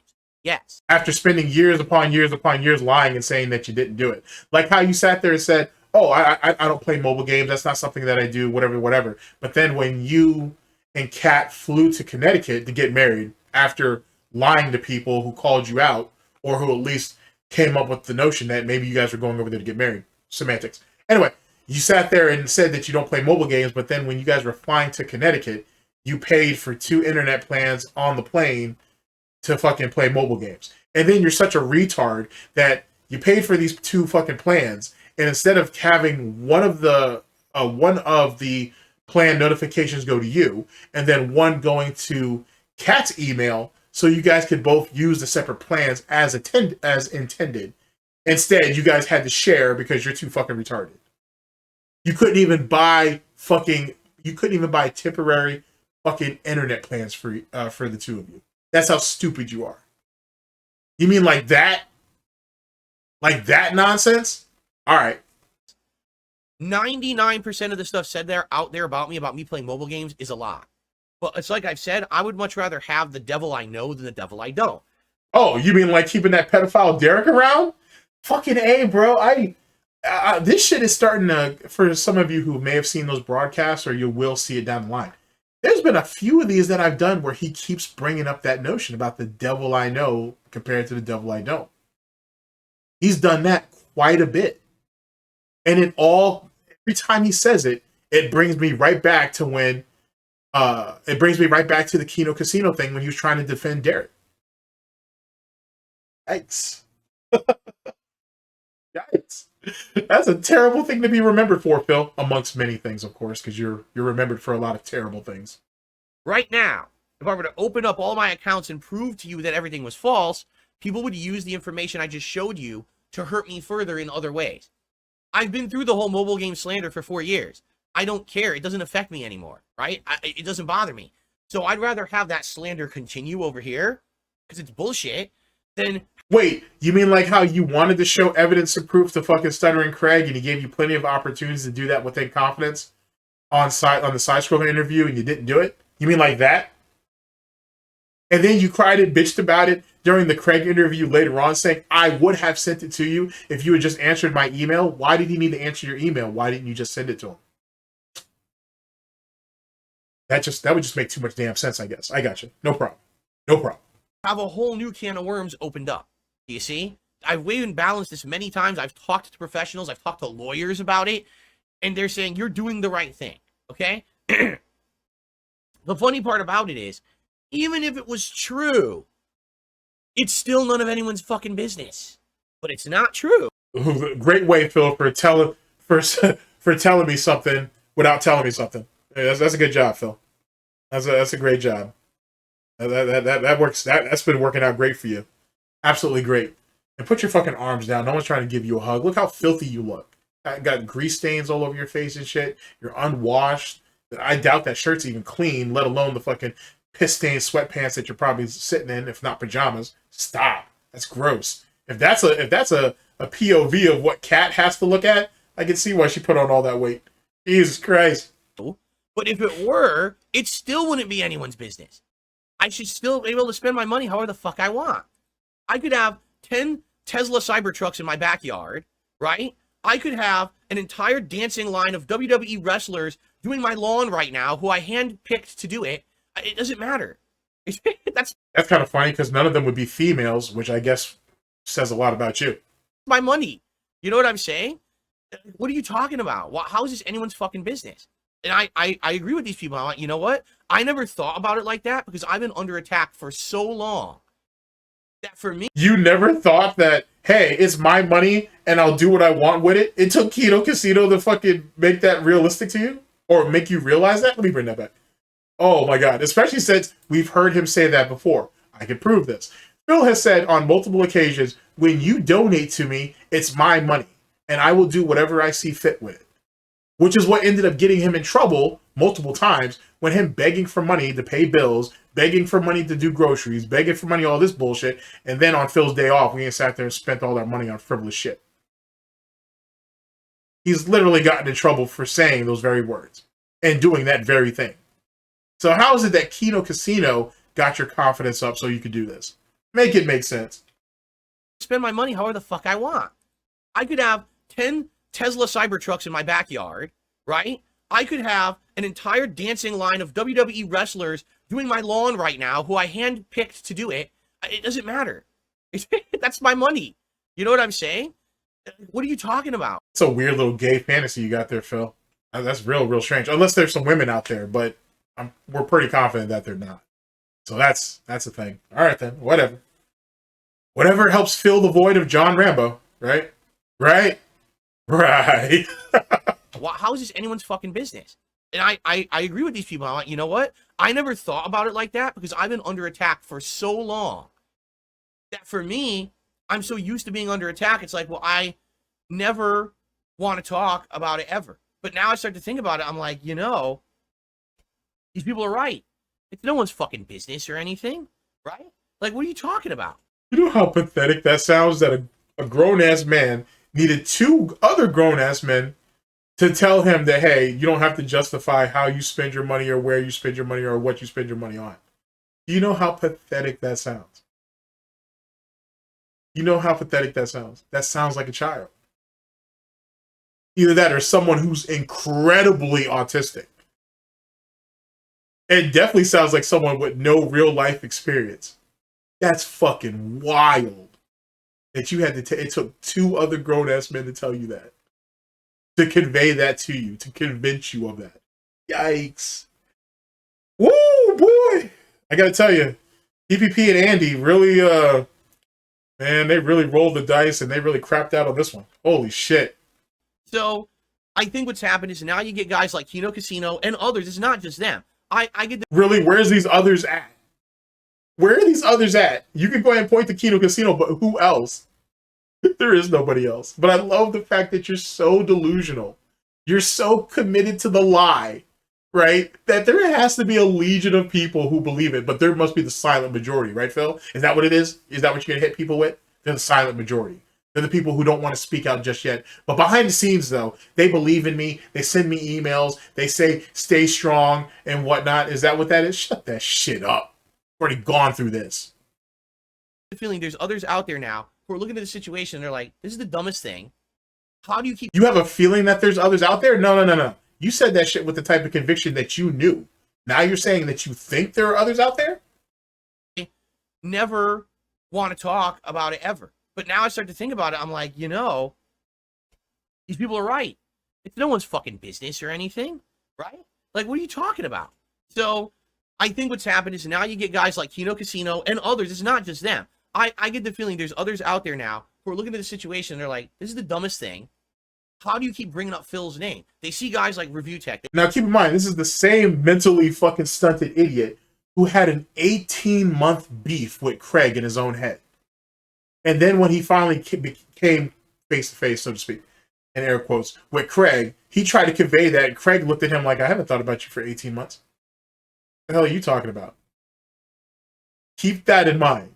Here you go. Let me say my piece too. All right. Sure. Well, it'll be quick. I promise. Yeah. This is it. This is the end. There's no more feud between you and me. Do you agree? That's it. We're done. We can stop going at each other's throats. Phil, I haven't had a feud with you for 18 months, man. Like, That's fine. Okay, whatever you say, monetize the haters, but you don't have a feud with me. You want me to play Street Fighter with you. You don't have a feud with me. You want me back as a guest on your anniversary show because you know it's going to bring you hype and attention from my detractors, but you don't have a feud with me. Okay? But okay, fair enough. You don't have a feud, but we're agreeing to this now. It's over, right? We're done. Yeah, We're good. It's over. Yeah. Okay. So, and you were asking me now, I see guys like Keemstar who can't keep my name out of their mouths. And they're like, why do they keep bringing up Phil? Honestly, because they're so upset with the fact that I'm still here. I'm not involved with their bullshit drama circles, but I still make a living and I'm still successful. I'm fulfilled in my life. Happy. They can't stand that. You understand? Because their whole thing is misery, bringing down others for personal gain. And they can't bring me down. So they hate. You're at the lowest that you've ever been, Phil. You're resorted to YouTube because you have nothing else. You can't go to Twitch. You can't get a partnership on Twitch. You're struggling to try to get some type of notoriety, let alone some type of benefits from Kick. You can't get sponsorships. You can't get endorsements. You just cried not too long ago, about being able to do collabs or interviews. Come on, Phil. This shit's starting to look like a strip club and shit. And every time I come around this bitch, I just got to get my dick sucked. Stop. I've had enough. I haven't, but I've had enough. Stop. Jesus Christ. And you wonder why there are so many new detractors that keep popping up and shit. Anybody can do this. Holy shit. This is sad. Stop. Stop. You're embarrassing yourself. Well, you're always embarrassing yourself, but stop. Or at least try a little harder. You know what I'm saying? Don't be like Officer Sanders and shit and just have limp dick in your mouth because you have no clue what you're doing. Try. For the love of God, Phil, try. At least. Try to act like you're putting some effort in. Make an attempt for once in your fucking life and shit. You know what I'm saying? But then again, you know, Linda failed because she didn't swallow, so I guess I can only expect so much from you, so womp womp. Hate me because of that, right? Casino guys have been very nice to me, all right, in the last week, and I've only spoken with them a couple of times, and we And that's all it took? That's all it took. Them being nice to you for a week to get your confidence up and come to the realization that I can spend whatever the fuck I want, or I can do whatever the fuck with my fucking money. That's all it took? Being nice to you for a week? Holy shit. Oh shit. And so yet again, for those of you out there that continue to say that Phil has pride, I'm still waiting. I just want to let you know. I'm still waiting. We've had some really nice conversations, I'll just say that. And I don't want to commit to anything because I'm not going to. I refuse to. But the way I see it is, you take it slow. Obviously, when you're involved with a new group of people, you want to be sure that the best interests on both sides are there. You want to take it slow? You want to make sure the best interests were there? You mean like with Kat? You started talking to Kat June 1st of 2017, though I argue that you were talking to her before that. That was just the first time you publicly talked to her on Twitter. You talked to her June 1st. You were already talking about her moving in by August. You were already having her come across country in, what was that, October? She helped you pick out the Halloween, your Halloween costume. I don't know if she was there in November. She might have been, but she was definitely there in December before Christmas. She helped decorate your Christmas tree. She was there at least 3 times between June of 2017 and December and the end of December of 2017. Did you take it slow then? And then she moved in basically on Valentine's Day of 2018. Was that you taking it slow then? And then you married her when? You married her fucking April 10th of 2019? Was that you taking it slow? With a person that you didn't even know. You hadn't even talked. Oh man, I'm getting into my lore shit here. You didn't even talk to that chick on the phone in the whole time that you had correspondence with her. You really only spoke to her, according to your own words, of course, when she moved in, when she came to first come out and visit you. Sorry, let's reword that. I'm sorry. You only spoke to her when she finally came out to visit you the first time. And you were the one who said that because, big ups to James Lesser for this one, because when it came to the line app situation, god damn, I'm getting in my bag. When it came to the line app situation for WWE champions, you said it wasn't you, and you said there was nothing that could prove that. But then you admitted that your number hadn't changed. If someone basically brought up John Rambo, you said you didn't have to change your number, or John, you don't have to reach out to John. John needs to reach out to you because your number didn't change. James Lesser went ahead and confirmed that the Line app account was yours because it was linked to your phone number. The same phone number that you said you never changed, and that's why John had to reach out to you and not the other way around. Oh boy! I ain't sat there and got into that shit. You saw how I comboed that, Phil? Like a real combo. You know what I'm saying? Look at all that shit. You know what I'm saying? Have it your way in this bitch. What the fuck? Well, have it my way, really. But goddamn, Phil, I ain't hit you with all of that shit.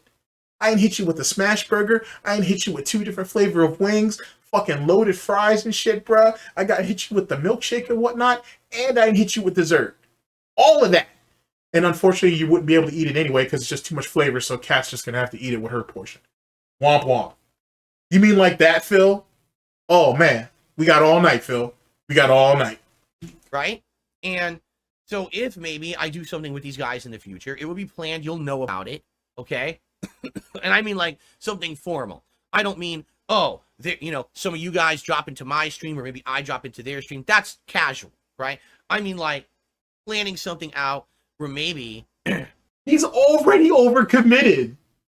Like, listen to, like, literally listen to him. He's already overcommitted to it. Here, let me bring that back. He's already overcommitted, which is funny because he did the exact same thing with his hopes and expectations with side scrollers leading up to that side scroller interview. He's sitting here trying to tell you that he's not committed, yet he's completely and utterly overcommitted. What the fuck, Phil? What the fuck, Phil? I don't even think you've spread your cheeks for them cats yet. And you already waiting for you're already expecting a wedding ring? You're already ready to move in? Or expected to move in, let's say that. What the fuck, Phil? Calm down, bitch. Wow, the Canadians haven't even gotten their dick wet. You're already waiting for them to put a ring on it? God damn, Phil. Been very nice to me. All right, in the last week, and I've only spoken with them a couple of times. Jesus Christ. And we've had some really nice conversations. I'll just say that. And I don't want to commit to anything because I'm not going to. I refuse to. But the way I see it is, you know, you take it slow. Obviously, when you're involved with a new group of people, you want to be sure that the best interests on both sides are there, right? And so if maybe... So, Phil, what are you bringing to this relationship, if you don't mind me asking? Sorry, ladies and gentlemen, that's how he's describing it. He's describing it as a relationship. So what does he bring into set relationship? Something to think about. I do something with these guys in the future. It will be planned. You'll know about it, okay? And I mean, like, something formal. I don't mean, oh, you know, some of you guys drop into my stream or maybe I drop into their stream. That's casual, right? I mean, like, planning something out where maybe we'll actually work together. Oh, Phil wants commitment. Phil wants commitment. He doesn't want just Netflix and chill every once in a while. He wants an actual ring on it. Phil! Holy shit, I missed a lot. God damn, Phil. You know how many months of SnortBucks material I can go back over now? And etymology material? Oh, Phil. Boy, you about to make this an interesting end of the year. And if there's even more gems in 2000 in our current year, 2024, boy, in 2025, y'all may still have to eat some 2024 just because. Holy shit. On something, you know, in a especially since I'm so reference heavy. So, you know, it is what it is on that. Yeah, for those of you who know, you know. capacity. Let's plan it together. Let's work on it together. Let's make sure that it works and stuff. And we'll work that out, right? There's a possibility we might do something over the summer. I don't know, right? But at the same time, I want to be sure that it's the best. The fuck? Oh, this is part of the actual recording. Is that on? No, Dark Dave Mirrors is still going. I mean, our Raw Phil's still going. Oh shit, that's on his end. That's hilarious. What the fuck, Phil? See, that's what happens when you overcommit to a relationship. It's not even a relationship. That's what happens. See, sometimes they got to put your ass on pause. That's what happened. What the fuck is wrong with you? Sitting there overcommitting like that. Talking about you want a ring and shit. You already making long-term plans. I'll tell everyone in chat, FYI. You already making long-term plans. Oh, Phil.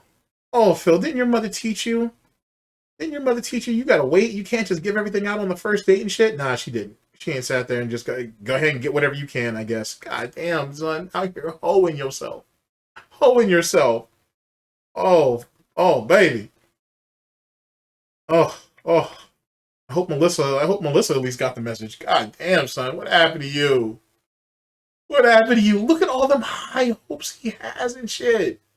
Dude, they were nice to you for a week and Phil already looking to drop them fucking piss-stained pajamas for them. God damn, Phil. Oh, Felicia. Bye, Felicia. Bye, Felicia. I'm having a blip in my internet. Okay, it's coming back now. There we go. It's back now. Okay, so with the side scrollers thing, the idea was I was going to go on their show and be a guest and have fun. I told y'all. I'm going to bring this whole segment back, but I told y'all.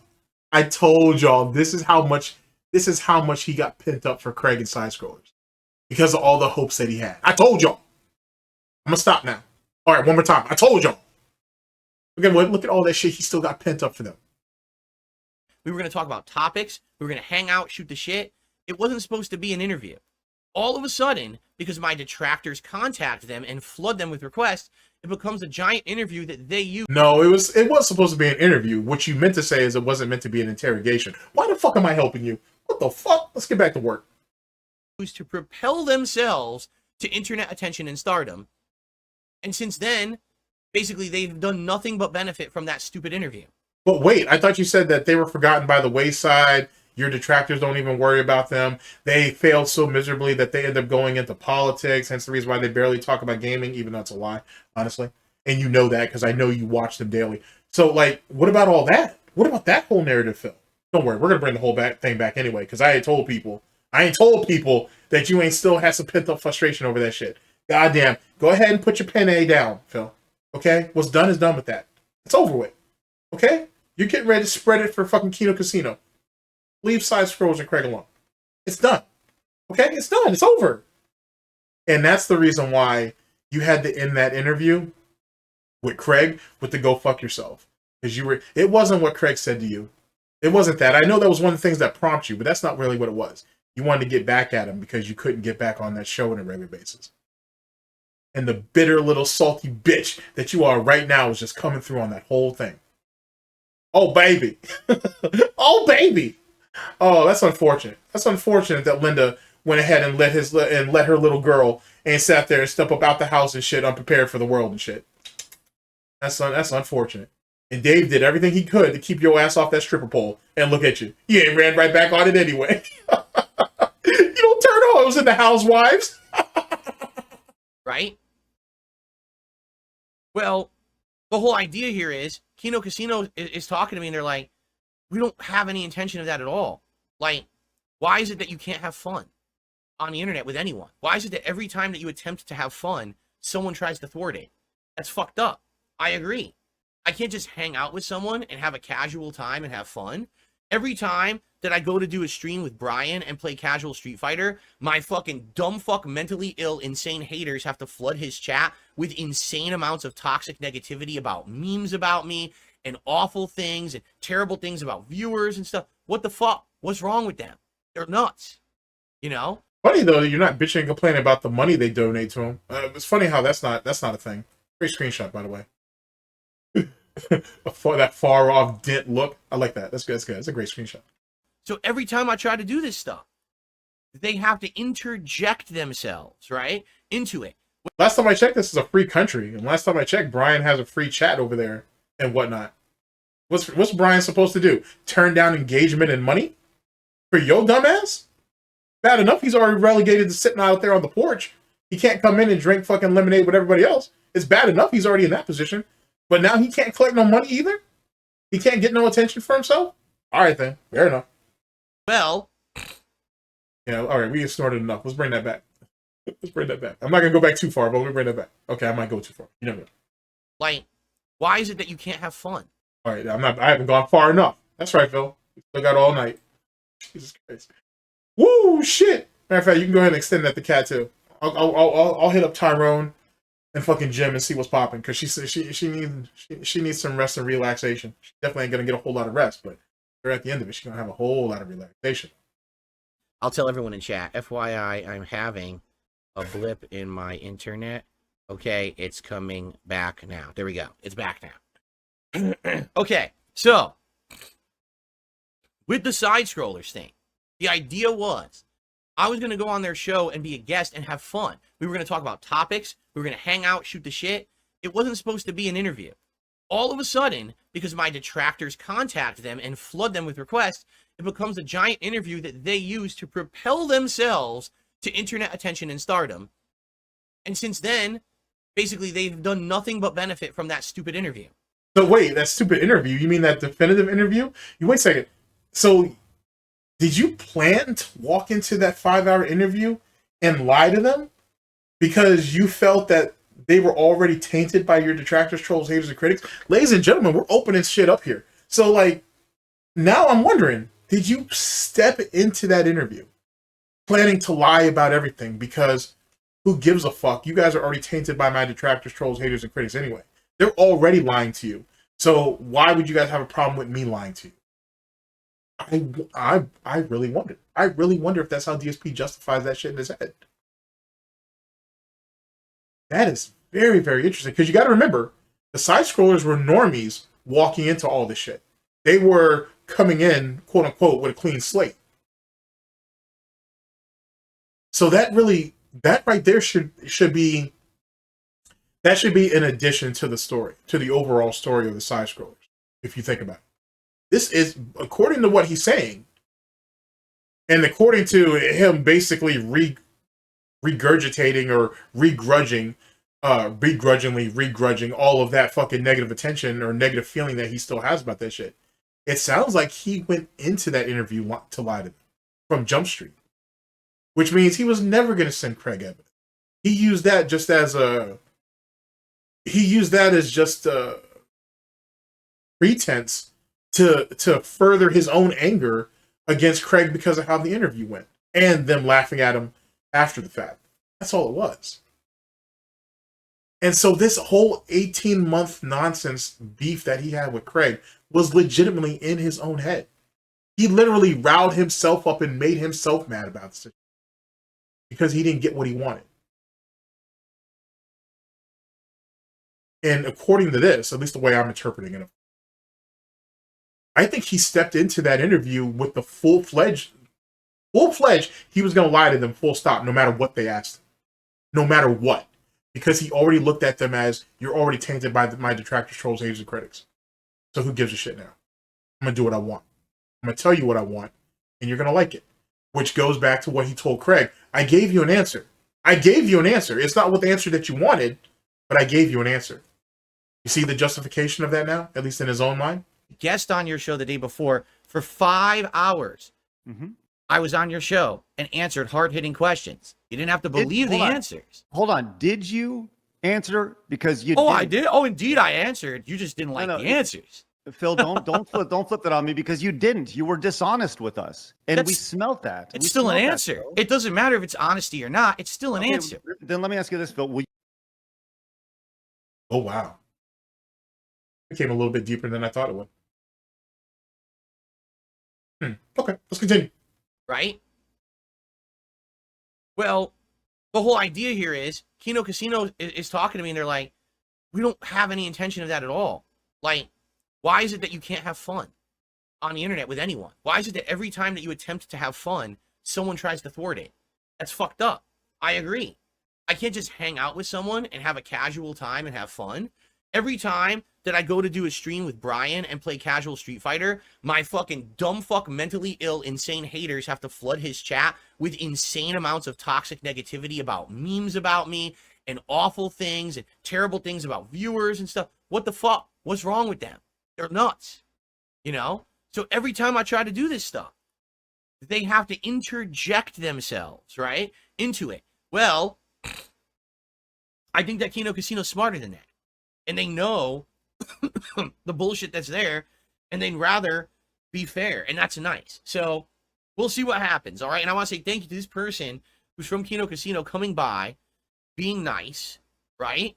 So nice. I mean, what $100 tip is crazy. I mean, I didn't even know about these guys until like a week and a half ago, 2 weeks ago. Someone had mentioned them in chat, saying that they were talking about me, and then I found that clip where they were referencing Rich, and basically, you know, I referenced that clip then, and then we kind of gone back and forth for like the last week. So enemy of my enemy is my friend type shit, basically. And he's trying, and now he wants to turn it into something more. Okay, Phil. All right, whatever, Phil. Listen, so far, I've seen absolutely nothing but positivity from these guys, right? And by the way, rest assured, I'm going to be careful because I've told you guys, I'm going to be careful with this community. I care about all you guys who come to my content and watch it every day. I want to make sure that anything that I get involved with, it's not going to negatively affect this community in any way. That's more important. That's shitty. Okay, I mean, all of this has been really shitty up to this point, but this is pretty shitty. So now, this fucking retard is trying to overcommit to a relationship that's not even a relationship. It doesn't even exist. It doesn't even exist. Anyway, but he's overcommitting to this shit. Now he's trying to, as the title said, big ups the fucking digs. Now he's trying to get them to commit to it, right? Because he's already fully committed. Now he's trying to get the audience to be invested and committed to it, but he's also trying to say, I'm still trying to look out for your guys' best interest. You know what I'm saying? I don't want any of our hearts to be broken. I don't want any of our feels to be hurt. I'm still trying to look out for us, despite the fact that he's full blown into this shit. He's waiting for PPP and Andy to put a ring on it. That's sick. And see, but yet again, that right there is all the makings of a lolcow. Because Chantel is like that too, or Chantel. She's a foodie beauty. She's like that too. That's why her ass is all the way in the Middle East right now. She like that too. That's why she ain't sided with racists against Charlie Gold. That's why she did that too. That's why she ain't sided with racists when she went at fucking Frenchie over that Jewish thing. That's why she did that too. Because someone showed her a little bit of kindness and went at someone that she didn't like. And now look at her. Sweating at 500 pounds in the fucking Middle East. Dying. Legitimately dying. Literally dying. Going through organ failure and all this other shit. She at least shows the signs for it. But she got the nerve to sit there and say that, oh, well, French Fry Girl's mom, she's worm food. Why should I give a fuck about her? I hope she ends up like her mother. That's lolcow shit. For those of you who know, you know.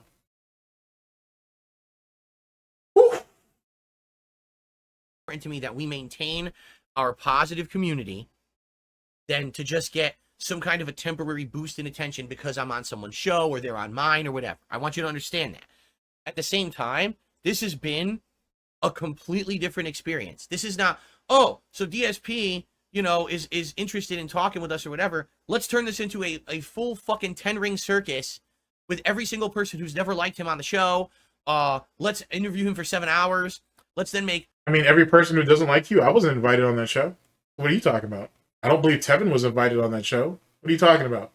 I don't remember really most detractors being up there, to be honest. It was just Keem, and it's a Gundam in audio form. You know what I'm saying? But he wasn't actually up there. You can't put that... You know what? You so damn petty. You so damn petty. Weeks and weeks of content after the fact to milk it and his haters. You know, it's like, what? That's what gets me, is like, how do people not understand the difference between all I wanted to do was be a guest on Side Scrollers? They turned that into an unlimited time interview, which I agreed to. And then after giving them that time and respect, they then went on weeks of milking negativity against me and taking money away from my haters who were so dumb they paid them to shit on me for weeks. And then after the fact of telling me, it's off, you can't be a guest on our show, we don't trust you, fuck off. When the gravy train dried up, then they tried to contact me. Oh, can we play Street Fighter together? Would you like to appear on the show? No, fuck you. What are you, crazy? You treated me like dirt. Why on earth would I come back to your content? You'd have to be an idiot. See, this proves what I said about what he did to Stuttering Craig at the end. He was always planning on setting him up and whatnot.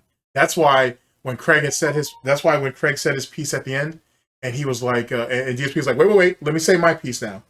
And he went through his little spiel, and then he was like, so, you know, the invitation's out there, right? I can go on the show, and we can talk and everything. That's still available to me. Craig's like, yeah, sure, okay. Go fuck, nah, I don't think so. Go fuck yourself. DSP was planning that. Not just with your audience, but with yourself about the situation. I appreciate your time today, Phil. I got some dad duties I got to get done. Thank you guys very much for your time. All right. Now, hold on. Before you go, let me say my piece too. All right. Sure. It'll be quick. I promise. Yeah. This is it. This is the end. There's no more feud between you and me. Do you agree? That's it. We're done. We can stop going at each other's throats. Phil, I haven't had a feud with you for 18 months, man. That's fine. Okay, whatever you say, monetize the haters, but you don't have a feud with me. You want me to play Street Fighter with you. You don't have a feud with me. You want me back as a guest on your anniversary show because you know it's going to bring you hype and attention from my detractors, but you don't have a feud with me. Okay? But okay, fair enough. You don't have a feud, but we're agreeing to this now. It's over, right? We're done. Yeah, we're good. It's over. Yeah. Okay. So, and you were asking me now, a year and a half later, will I be a guest on your show? Which was what originally was agreed to, correct? Like, that's what you're saying. It was originally, that was the agreement. We were going to do the interview.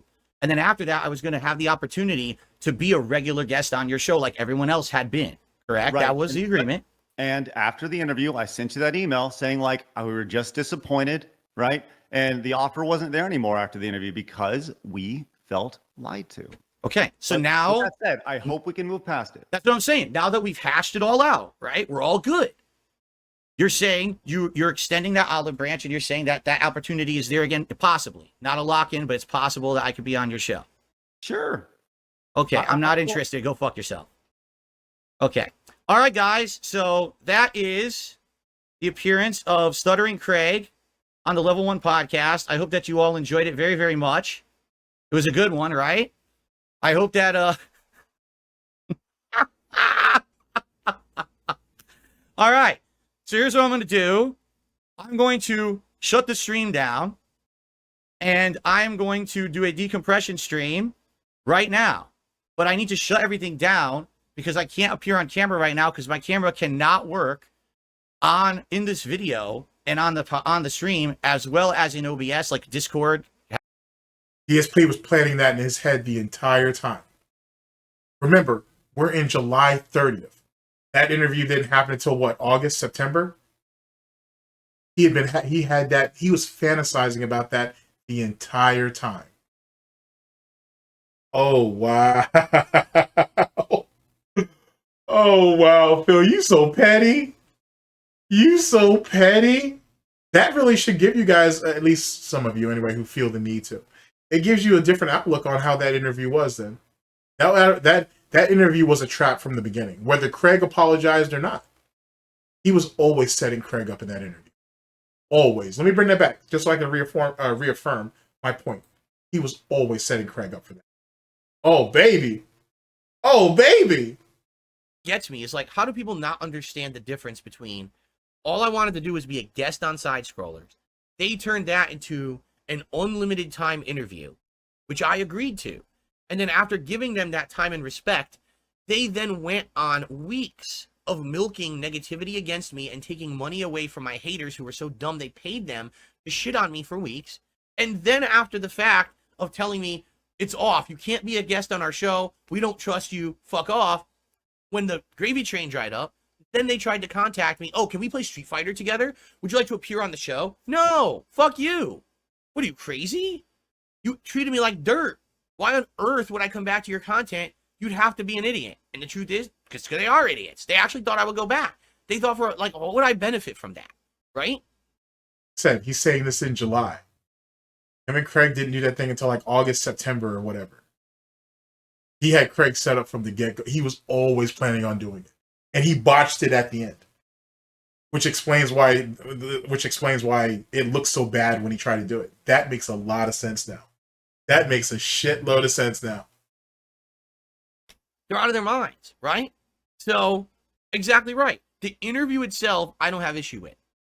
Because I knew, again, the devil I know versus the devil I don't. I'd rather deal with the devil I know. So if everyone doesn't believe me about mobile game spending and bullshit, I don't care. It doesn't affect me. I've already been through it for 4 or 5 years. I'm okay with it. I'm not going to reveal all my personal information to the internet and then have people all over all my accounts and all my shit. You know what I'm saying? And then it just hurts me and my family. But yet again, you could have sent it to Craig in confidence and he gave you that opportunity. You said you would if Craig would have answered you back. But right here, you're sitting here saying that you're basically saying that you would have never have done it because you didn't want to expose yourself or your family. Though I don't understand how your addiction really exposes your family because your family's already fucked up as it is. Whatever. Okay. However you've rationalized it in your own fucking head. I'm not stupid. Lawyer. You're very stupid. You're very fucking stupid. Let me give an example of how fucking stupid you are. How is it that you had $9,000 taken from you over the span of 3 months and you didn't notice it? How was that a thing? If that's not stupidity, what is? And yet you were still begging for money at that time, which leads me to this very interesting premise. It's really a question more than a premise, but how broke were you if $9,000 was able to be stolen from you over the span of 3 months and you didn't notice? If $3,000 could be taken from you each and every month over the span of 3 months and you didn't notice, how broke were you? How much of a need of money were you really in? And now that I think about it, how much is Linda sending you each and every week?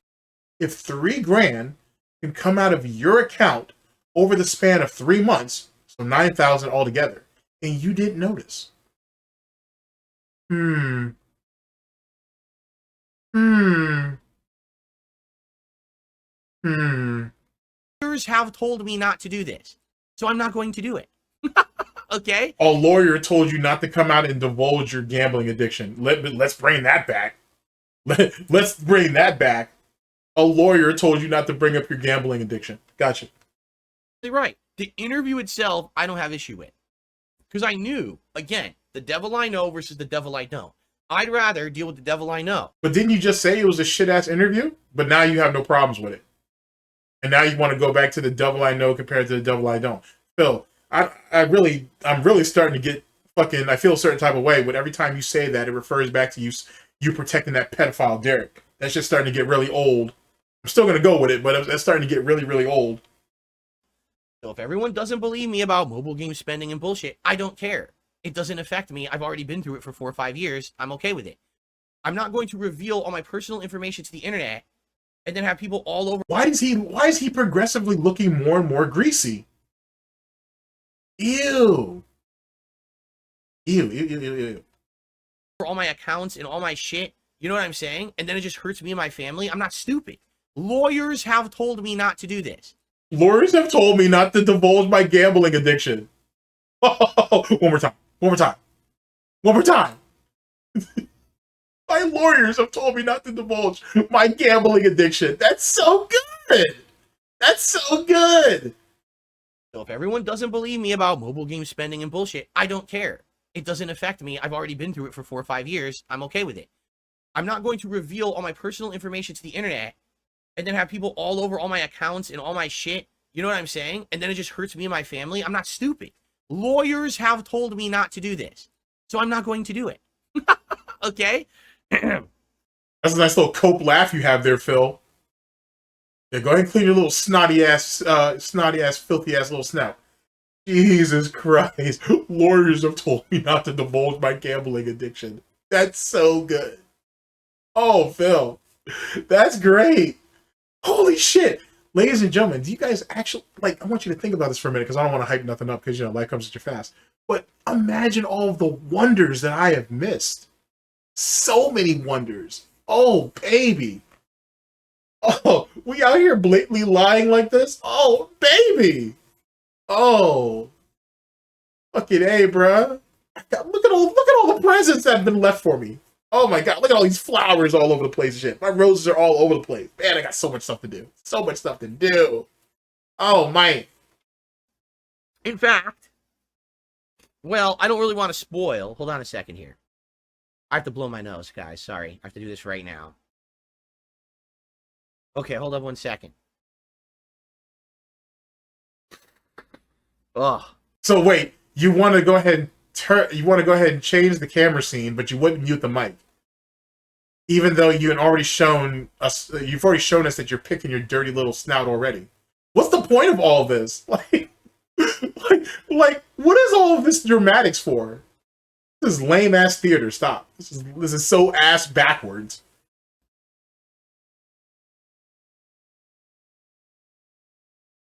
Oh my god. Ew.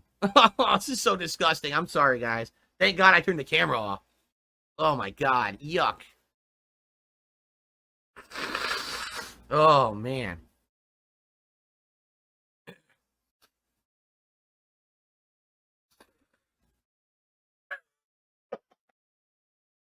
I'm not muting it because then you have dead air. Oh, Would you rather man. have dead air? That's funny. Right? Jesus Christ. Oh.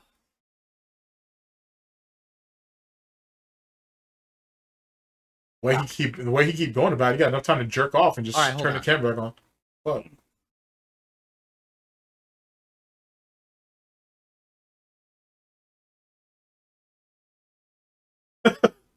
Oh man. Quality content. Okay. Oh man. Jade, we all missed you, man. We all did. You're a great guy, and you're fun to be with, and you have a good. Really? Didn't Derek get that exact same thing? Oh, shh. Sorry, I just slapped him like literally 2 minutes ago. Let me give him a chance to recover first before I slap his ass again. What the fuck? Jesus Christ, bro. Literally the definition of the Special Olympics over there. What the hell? Commentary here in the chat and everything. We missed you when you were out, man. We're glad to have you back. Thanks for coming back, and I hope you feel better as soon as possible. Okay. Let's continue. Okay. What I was saying was, I don't want to spoil this as a topic of discussion or anything, but FYI, I have offered certain people to tell them the entire story of everything going on. Sure you have. No, you haven't. Shut that shit up. Shut that shit up.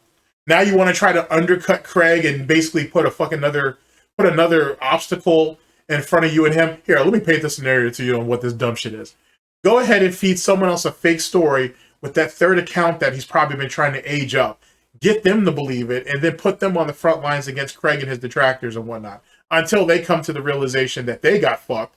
The detractors basically take them in as a refugee because you got played. Craig brings them up there. The person drops all the DMs and shit on how they were lied to and a whole scenario around that shit, and then whoop, right back on DSP again. You want an example of that? I can do that. Look at what happened when Jay had that fallout with Review Tech USA, and DSP was desperate to get fucking Jay on his show and shit to talk it out and to basically slander fucking Review Tech, even though Jay really did want to talk to him, but he wanted to talk to him about games and shit like that. DSP didn't want none of that bullshit because DSP don't care about none of that bullshit.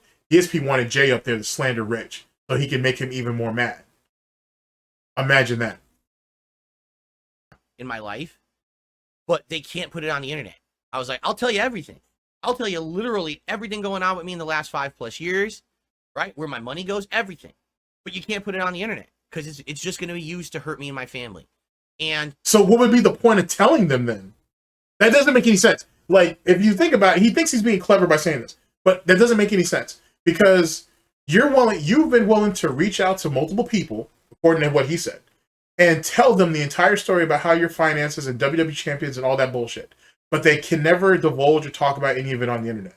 So what's the point? You think they're just going to stop talking? You think they're going to defend you? If they're going to defend you, how are they going to do it without any type of frame of reference, without any receipts, without any proof?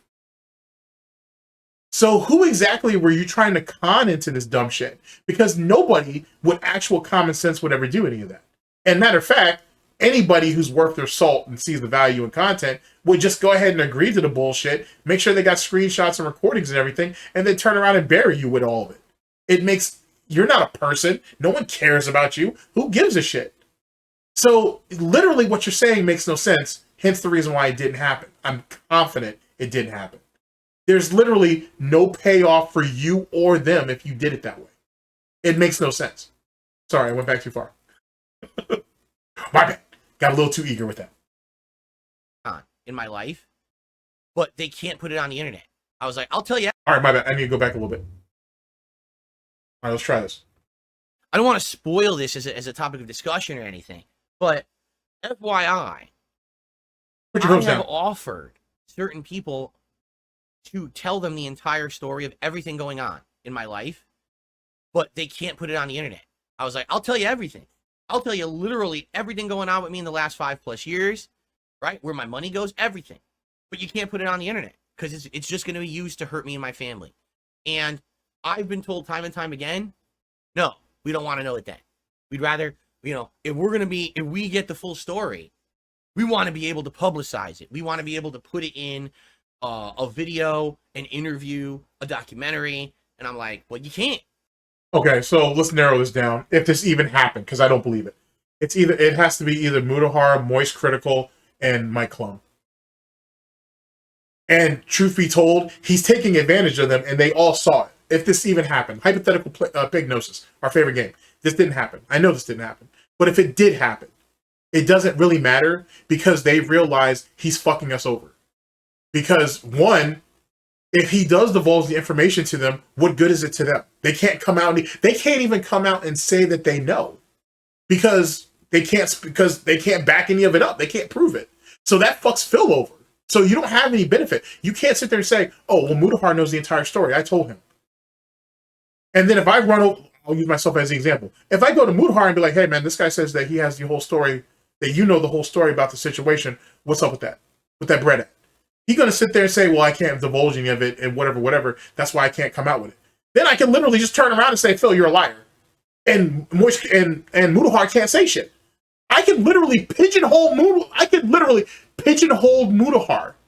through you Because literally, if he has the information, but if he says he can't divulge it because he told you, I can literally use Mutahar against you. Well, Mutahar said that you didn't tell him anything. He said he doesn't know. He says he doesn't know what you're talking about. Now Mutahar has to come out and either call me a liar, which if he does, that means he has to divulge the information because it's the only way to prove it. If not, I can literally keep slandering him, quote unquote, all I want, and he can't do anything. If anything, it would be best if he just kept his mouth shut. And I don't even have to word it that way and say, oh, well, Mutahar said that you were lying. I can literally go to Mutahar and say he never said anything. He says he doesn't know what you're talking about. He says he doesn't know anything. Then I can just go back to you and be like, oh, well, you're a liar, Phil. Yada, yada, yada, yada. And then what are you going to do? Are you going to put pressure on Mutahar? You can't. Because if you put pressure on Mutahar, the only way Mutahar is going to sit there and tell you, well, hey, Phil, him and everybody else who's been approaching me about this, what do you want me to tell them? I can't tell them anything because you asked me not to. So unless you want me to divulge the information to prove it, I can't do anything. I can literally, I have Mutahar by the fucking curry. I literally have that dude by the curry. And shit, he can't do anything. He has to sit there and take it unless you basically, and which only forces you into a bad spot. So now I got your snout and I have his curry recipe. So basically, I'm either going to turn that shit into fucking some delicious pork curry, or you guys are going to sit there and take the onslaught until someone breaks. Time is literally on my side, but it's not on either one of yours. And how much loyalty do you think Mutahar is going to have for you? Especially if enough attention's built up. And though this is just a small niche community, it's a small niche community that he somewhat enjoys. Or at least certain content creators within it. I don't think he's going to sit around and let people make content on him forever with that bullshit. So then what? And he could ignore it, which is fine because that only further makes you look like a liar. I can apply that same sentiment to fucking Moist Critical. I can do the same thing to Mike Clone. You literally use their silence against you. And if that's just something I've just come up with, just imagine what someone else could do. Some pork curry would actually be really good right now that I think about it. Sounds actually really fucking delicious, actually. God damn, that actually sounds pretty good.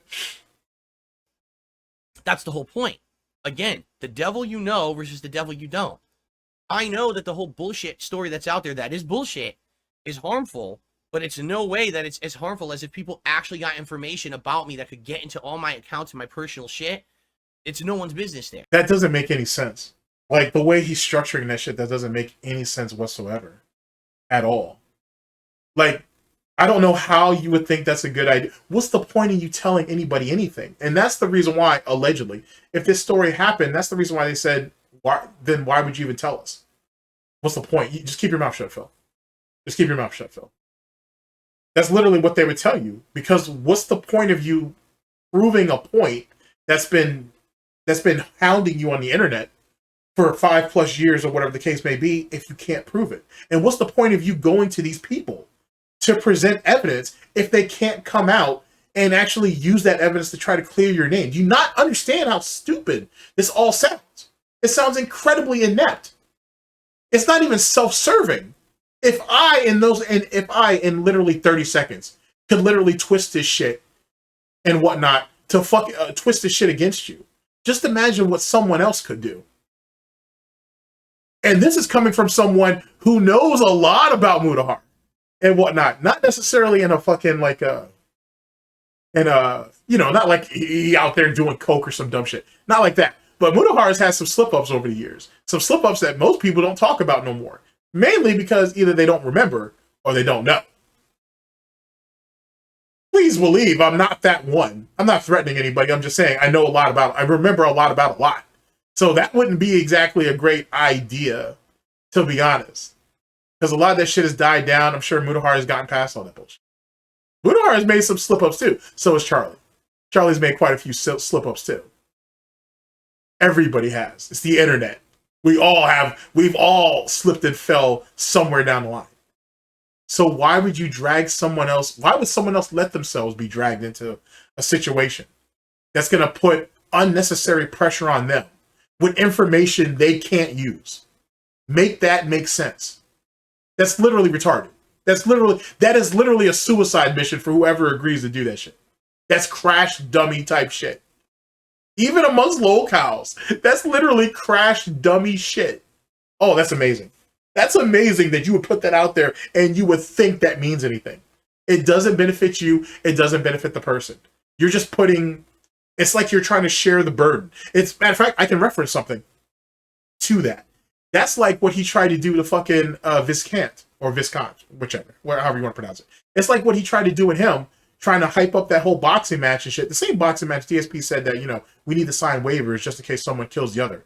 And then he sat there behind the scenes and told Viscant or Viscant that, hey, when we actually get ready to square up, let's just turn around to the crowd and do DX chops to him. Sometime between 2005 and 2006, Phil had been talking a lot of trash over the internet to Viscant, legendary West Coast Marvel and Street Fighter player who still plays today. He had been doing so for months, but Viscant finally had enough and challenged Phil to a money match at that year's EVO. Viscant was confident Phil wouldn't accept his challenge, knowing very well that he could beat Phil at any game they played. Phil did his best to squirrel his way out of the challenge and jokingly asked that they fight in real life instead, presumably believing that Viscant wouldn't accept. Phil actually challenged Viscant to a fistfight at EVO. However, what Phil didn't expect was that Viscant would actually accept. And unbeknownst to Phil, Viscant had extensive experience in combat, having probably been in more gym fights in the past 2 months than Phil had been in his entire life. Over the next few months, Phil continued to organize the fight, hoping that Viscant would end up backing down from the challenge. They even organized the signing of documents, releasing them from liability in the event of serious injury. And genuine debate was had regarding who would serve as a referee, and whether or not there would be a weight limit. Viscant would later write that it sounds like a total farce, except I can assure you that it was 100% serious, which makes us both look like total, complete fucking idiots. Leading up to EVO, Phil learned from West Coast players visiting an East Coast tournament that Viscant was dead set on seeing the fight through, and he was informed of Viscant's fighting experience. Phil was rather shook, learning that he may have to actually fight Viscant. He messaged Viscant asking to call the fight off, and proposed that they, quote, pretend like we're going to fight, and then when a whole crowd is around us, we both do DX crotch chops to the crowd. It'll be such a goof. Viscant initially refused, genuinely wanting to fight Phil, but he would later agree to just drop it. Afterwards, there was little animosity between the two. Many people disliked Phil in the FGC, and as a result, he was routinely confronted by people he shit-talked online. Despite his repeated claims of superiority over other players, he almost never backed them up. One of the more memorable examples was when Jaha, a West Coast player and former Marine, confronted Phil with some friends at EVO 2002. To many witnesses, it seemed as if they were on the verge of attacking him before Viscant stepped in to defuse the situation. And, That's what that is. He's trying to he was basically trying to put the burden of responsibility on someone else and then expecting them to eat it. And that's how he was going to scurry away from it. So essentially, he was trying to put them in a position where they would have to try to fight for him in some way, shape, or form. Now, this might be me giving DSP too much credit, which it probably is, because DSP doesn't exhibit enough intelligence or even enough savvy to be cunning. And if it is, it's very low cunning. So even then, I might be giving him too much credit. But the way he's structuring it is literally crash dummy shit. He was trying to set that person up, or persons up. And this is, keep in mind, this is all hypothetical. This is even if this shit even happened, which I'm confident it didn't. So this is just me digging into my own imagination a little too much. But it's fun. So it is what it is. you understand? So, then fair enough. Everyone hate me for the dumb shit. If you're that dumb, and you hate someone for fabricated stuff like that, then go for it and hate on me. You know what I'm saying? But it's just, 100% that's the case, is people just want to get a story to run with for popularity on the internet. They don't actually care about the truth. If they did, someone would have accepted that. You know what I mean? So at this point, I'm done offering. I'm not going to offer nobody nothing. Wait. Sorry. I offered that to. Sorry. I had to take a note on something. Wait a second. I want to go back to where he said no one cares about the truth, because if they did, they would just take it right then and there. That harkens. Let me hear it again first, and then I'll let you know what that harkens back to. It is bullshit. Is harmful, but it's in no way that it's as harmful as if people actually got information about me that could get into all my accounts and my personal shit. Yeah. It's no one's business there. You understand? Sure. Yeah, whatever. So, then fair enough. Everyone hate me for the dumb shit. If you're that dumb and you hate someone for fabricated stuff like that, then go for it and hate on me. You know what I'm saying? But it's just, 100% that's the case, is people just want to get a story to run with for popularity on the internet. You know, they don't actually care about the truth. If they did, someone would have accepted that. You know what I mean? That harkens back, ladies and gentlemen, to the whole thing about it doesn't matter. It doesn't matter if I lied or not. Or no, it doesn't matter if it's the truth or not. An answer is an answer. That's what that means. That's literally what he's referring to. These people are already lying on me, so on and so forth. What's one more lie on the pile? An answer is an answer, and you can choose to accept that or not. So it doesn't matter if it's a lie or not. An answer is an answer. That's what that means. Let me bring it back for you one more time. That's why I almost let that slide. Oh shit! I almost let that slide. Oh boy! Holy fuck! It's as harmful as if people actually got information about me that could get into all my accounts and my personal shit. It's no one's business there. You understand?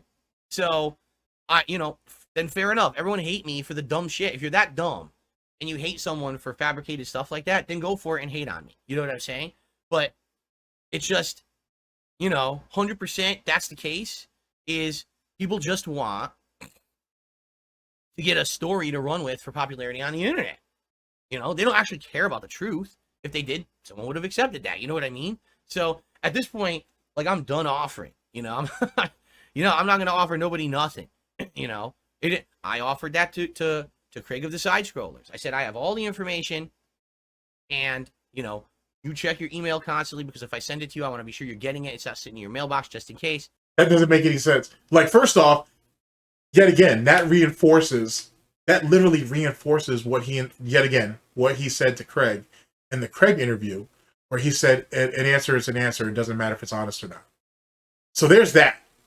And then comboing that with him saying, oh, I wanted to give Craig the information. I wanted to see if he would check his email or not. But you literally were in email correspondence with him every day, pretty much, up until that point. Craig said that you and him talked by email at least every 24 hours, give or take. So why would that one time you would send a quote-unquote test email to him before sending him the actual information? Holy shit! God damn it, Phil. And ladies and gentlemen, this is why. This is literally why I came up with the fucking slogan for this. You give DSP enough rope and he'll hang himself.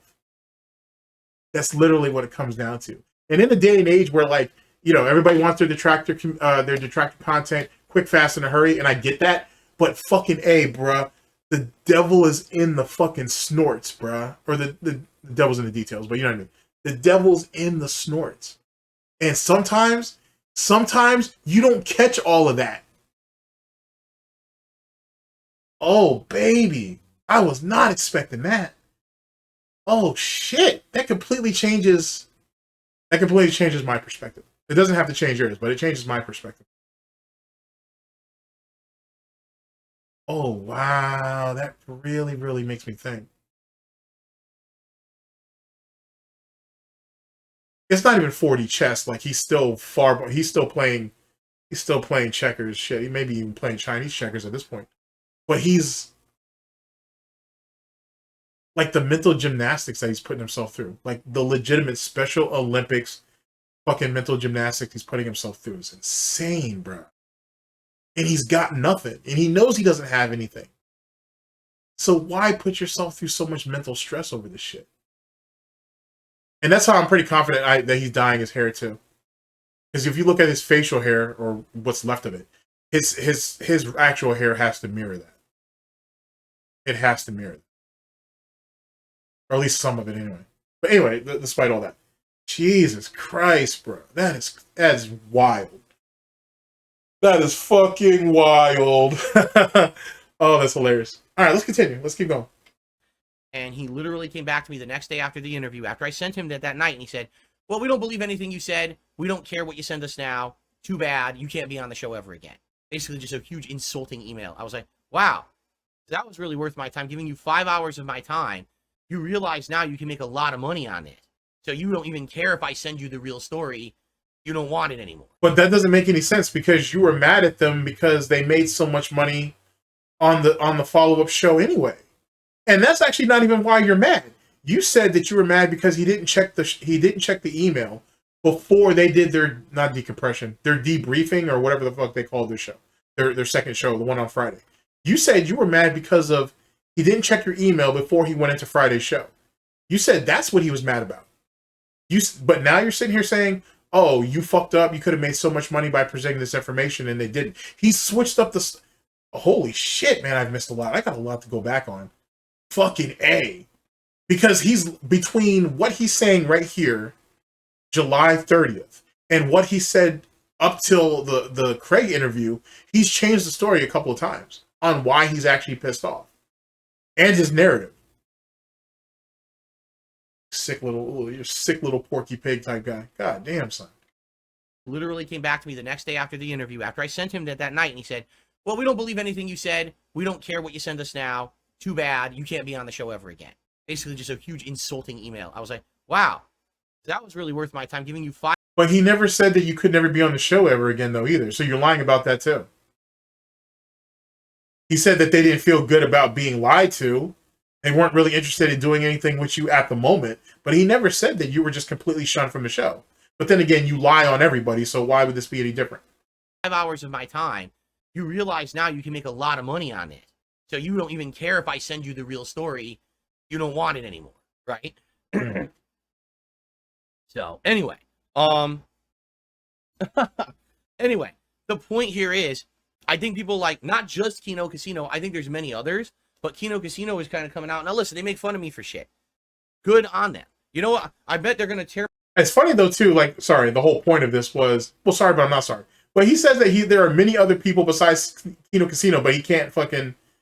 He can't basically name any of them nor prove it. And then he gave us what is clearly a cockamamie story about he was willing to offer this information to other parties, but they couldn't divulge it on the internet. That's absolute bullshit. Because even if it is true, and a big if, that's literally crash dummy shit. No one's going to be dumb enough to fall for that at all.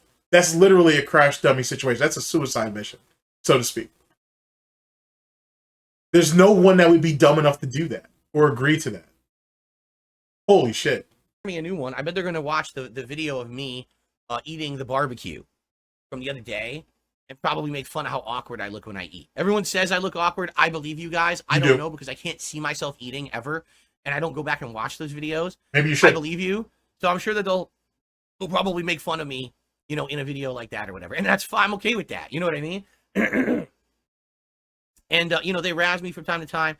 But the fact that they're being nice to me is a change. I literally can't tell you of another content creator that hasn't been like, that has been nice like that to me. You know? You know how sad that sounds? What, like, I mean, like I said, he had already prostituted himself out to Kino Casino already and shit. But now he's basically trying to reinforce the sucker for love type shit. Do you know how sad that sounds? Yeah, I'm gonna bring it back just so you guys can catch that. You know how sad and pathetic that sounds. That actually sounds pathetic. If I had a soul, or at least if I had a little bit more than what I have now, I might have actually pitied him there, but I don't. So no worries there. But that is really pathetic. That's really pathetic if you think about it. You can literally move walls. Fuck that. You can actually move rooms in the fucking Snort fort if you show this idiot what he perceives, I should say, any type of act of kindness. You know just fundamentally how pathetic that sounds. Like, you know how fundamentally disgusting that sounds. Oh, man. Yet again, I think this is the third call because I'm about to pass out SnortBucks for the third time. This is apparently a longer one than I was expecting, but you know me, I'm long-winded. So I'm about to go ahead and serve up SnortBucks again. Where's the pride at? Someone help me. Help me find where this pride is at. If any of y'all actually see it, please help me. Point it out. I would very much appreciate it. Because there's nothing against you, personally. Just show me where the pride is. Please. Help me. Help me. I'll wait. Probably make fun of how awkward I look when I eat. Everyone says I look awkward. I believe you guys. I don't know because I can't see myself eating ever. and I don't go back and watch those videos. Maybe you should, but you're a fucking weirdo and you know how awkward you eat, and that's why you don't want to do it. Jesus Christ, you're so easy. Thank you for telegraphing that for me. I believe you, so I'm sure that they'll probably make fun of me, you know, in a video like that or whatever, and that's fine. I'm okay with that. You know what I mean? And you know, they razz me from time to time, but the fact that they're being nice. Actually, that's kind of crazy. Let me bring that back real fast. But that's actually kind of crazy if you think about it. If you think the logic behind it. This idiot is so self-conscious that he can't sit there and watch his own videos of people making or of people saying that he looks awkward or weird while he eats. But yet he can sit there and watch all the detractor content that's out there that makes fun of him for all the other dumb shit he does. Make that make sense. We're so insecure and self-conscious that we can't watch our own videos of us eating to see where the memes come from, if you will, as it pertains to that. But he can watch almost every detractor video under the sun to see and listen to what everybody wants to nitpick him about or what they make fun of him about that basically breathes life into these other detractor memes. Yeah, that makes a lot of sense. You really think about it. That's completely and utterly DSP logic. Shit. I believe you guys. I don't know because I can't see myself eating ever, and I don't go back and watch those videos. I believe you, so I'm sure that they'll probably make fun of me, you know, in a video like that or whatever, and that's fine. I'm okay with that. You know what I mean? And you know, they razz me from time to time, but the fact that they're being nice to me is a change. I literally couldn't tell you of another content creator that has been nice like that to me, you know. So it's a little bit of a different situation, you know. You know how sad that, like I said, it's sad as hell, but do you know how bad I kind of feel for Kino Casino that they're willing to take on this burden? You literally have this mentally deficient, mentally stunted, emotionally stunted individual that you guys are now babysitting.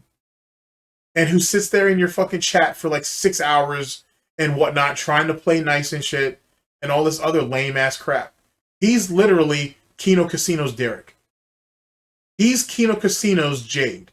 He's Kino Casino's Madara's God or whatever, you know, the dude with the dent in his head. I think that's Madara. Or Madara. I mean, you can pronounce it either way. Whatever. That's what he's been relegated to. He's literally a dent for somebody else. And he's only acting that way because that's the only type of behavior he sees amongst his own audience. Do you see how vicious that cycle is?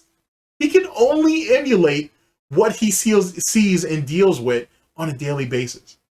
He's not even a person. This is what I'm trying to tell you guys. He's not even a person. He's an NPC. He copies everything. He's not a real person. He doesn't have a personality. He's a shell. He's literally nothing. That's why he is so voracious with fucking with copying every little thing that other people say. That's why he kept regurgitating the whole milking line from fucking Turkey Tom. That's why he tries to copy everything that PPP and Andy do. That's why he has all those weird quirks, or he takes on the different traits from different people that he was involved with. Panda, John, Howard, their laughs, their mannerisms, and all that bullshit. He's not a person. He's not. I promise you he's not. He's not a person. He's a thing that infects and moves. Or infects and consumes. That's all he is. That's all he is. Now, you can go to your favorite detractor's favorite detractor, and they can try to humanize him and all that. God bless him on that bullshit. But I promise you, he's not a person. He's a shell. He's a shell. And he's just waiting for other people to fill him up. He's waiting for other people to give him meaning, to give him value, and in a lot of ways, to give him purpose. So, anyway, I eat on the side of my mouth, just like I talk on the side of my mouth at times. Yeah, I don't know why I do that. Well, yeah, because you lie so goddamn much that you're always talking out of both sides of your fucking mouth or your fucking snout. So yeah, that makes a lot of sense, actually. I don't know why, but I do, I think, right? On top of the fact that you're slack-jawed, which probably came from a stroke or something and whatnot, people are still trying to prove that. It really just comes down to if you could find the timeline where he took a period of time off and you can show what he looked like before that and afterwards. And you would have to probably go back some years for that. Because even I've gone back and and actually looked it all up. I won't say exactly what the time period is because I don't want to waste anybody else's time. I'll spend my own time on that. But yeah, you're gonna have to dig deep for that. But it's definitely been in the last like 6 or 7 years for sure. Just a mannerism. Who knows? It could be a health thing. Who knows? I don't know. Oh wait, did you just telegraph a health thing? That might be good. Give me a second. That might actually be worth something. At least to me, anyway. Me, you know, in a video like that or whatever. And that's fine. I'm okay with that. You know what I mean? And, you know, they razz me from time to time. But the fact that they're being nice to me is a change. I literally can't tell you of another content creator that hasn't been like, that has been nice like that to me. You know? So it's a little bit of a different situation, you know? So, anyway. I eat on the side of my mouth. Just like I talk on the side of my mouth at times. Yeah, I don't know why I do that. I don't know why, but I do, I think, right? Just a mannerism. Who knows? It could be a health thing. Who knows? I don't know. Okay. So anyway, we're going to have rewards, but obviously we got to continue on with the show and end it, and then we can figure out what the rewards will be for the actual stream, okay? Oh, man. I received a $2.51 tip. Oh, hold on.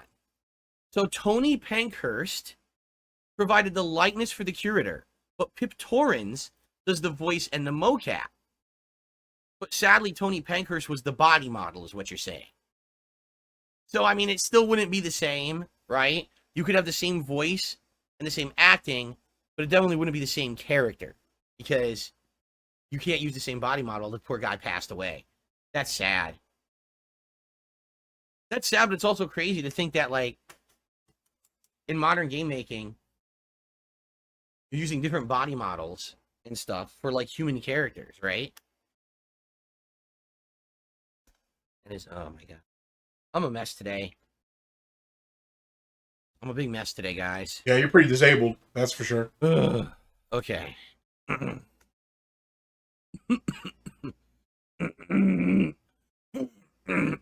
can't mute a mic, huh? Okay. Continuing on.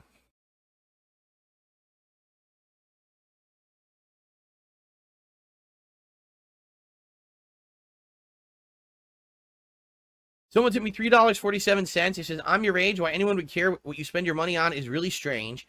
You should be allowed to do whatever you want. I don't like how they hate on your wife. It's awful. No one's perfect.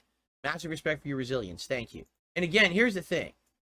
I can What resilience? Because he gets up and does this every day? He doesn't have a choice. That's not being resilient. He just has no choice. He has no other option. understand. If I was on stream literally every day, running some kind of a crazy... And when you don't have any choices, you have to take a chance. He's too scared to do that. He would rather be humiliated daily. He would rather be humiliated daily than actually do something that could actually get himself out and actually get him into another field or another job, quote unquote, and actually make himself some money and actually learn something. Yet again, he keeps telling you the devil he knows, right? He would rather sit there and harbor pedophiles, right? Instead of letting the detractors get a win. Letting the detractors be right, as if we weren't already right. So there is no resilience there. He does it because he don't have a choice. He would rather burn in hell, right, than repent for anything. Because he's already been down there long enough and he's already comfortable with it. And he doesn't know what's on the other side of the fence. Well, even if people say that it's better for him, he still won't do it. He's content with where he's at. Marathon. Saying, guys, today I need $1,000. Please. I'm gonna lose my house. I'm gonna lose everything. That's something that you've said before. So I don't know why you think you're joking around with that. That's something you've actually said. My family's gonna leave me. We're all sick. We're all dying. You've said that too. You said that if you don't come up with this money and if people don't support you, that you and Panda, or not you and Panda, I'm sorry, that, well, you've kind of mentioned something with Panda, but let's disregard that. that you and Kat wouldn't be able to have this life that you built for with each other. And then if you had to downgrade to an apartment, you wouldn't be able to record, you wouldn't be able to have, you wouldn't be able to set up, you wouldn't be able to have your studio, you wouldn't be able to have any of that set up. You said that too. Please send me $1,000. Right? Now, admittedly, years and years ago, during my bankruptcy years, right, I actually had no money. No, you said it before that. Actually, it predates bankruptcy. So, which is the reason why he's looking off to the side, because you know he's lying. Like, everything was going to payments just to pay off things, and I was down to the wire with everything. And there were a couple times at my weakest where I did marathon streams where I actually was fundraising, and that money was going to the important stuff. But that's not true either, because when you admitted that you do play WWE champions, and you did admit that, hey, when I was doing those fundraisers, when I was asking for money to help me out with all these things, some of it was misappropriated to WWE champions. Man, come on, bro. You're making this shit too easy, dog. Like, what the fuck? You're making this shit too easy. You can't sit there and lie for years on end and not think that people aren't going to pay attention to the shit. I don't like how they hate on your wife. It's awful. No one's perfect. Massive respect for your resilience. Thank you. And again, here's the thing.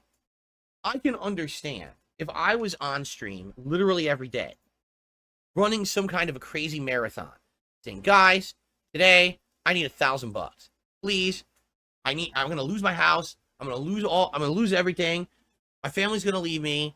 We're all sick. We're all dying. Please send me $1,000. Right? I can actually call you out on that too. You're the one who said that, hey, my parents are sick and dying.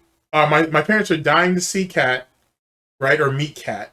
They're not in the best health and whatnot. So, you know, this trip is really for us to have them meet Kat because we don't know when's the next time we'll be able to see them again. You've literally said that too. Oh, man. Okay. All right, man. All right. All right. Now, admittedly, years and years ago, during my bankruptcy years, right, I actually had no money. Like, everything was going to payments just to pay off things, and I was down to the wire with everything. And there were a couple times at my weakest where I did marathon streams where I actually was fundraising, and that money was going to the important stuff, okay? Oh, it was a weakness for you to come out and beg for money? It was a weakness for you to do marathons and shit to save the house? That was your weakest. That would imply that you have pride, though. So instead of actually coming out here and quote-unquote working for the money, you had to come out here and do marathons and beg for the money. And that's what you consider your weakest moments. Or a weak point for you. Or a low point for you, I suppose. How does an e-beggar who ain't spent the better part of 14, 15 years only begging find that to be his weakest point? Make that make sense. If you haven't noticed, I don't do that anymore. It's been many, many years since I did any kind of a crazy fundraiser. In fact... No, you just make them pay for it on the front end. You make them pay for an extended period of time to be able to do the marathon, to be able to do the special event, to do whatever. You make them pay on the front end, and then you expect to be paid for, or compensated during the said event. Just because you change the con up doesn't mean it's still not a con. Just because you e-beg in a slightly different way still doesn't mean it's not e-begging. Oh, Phil.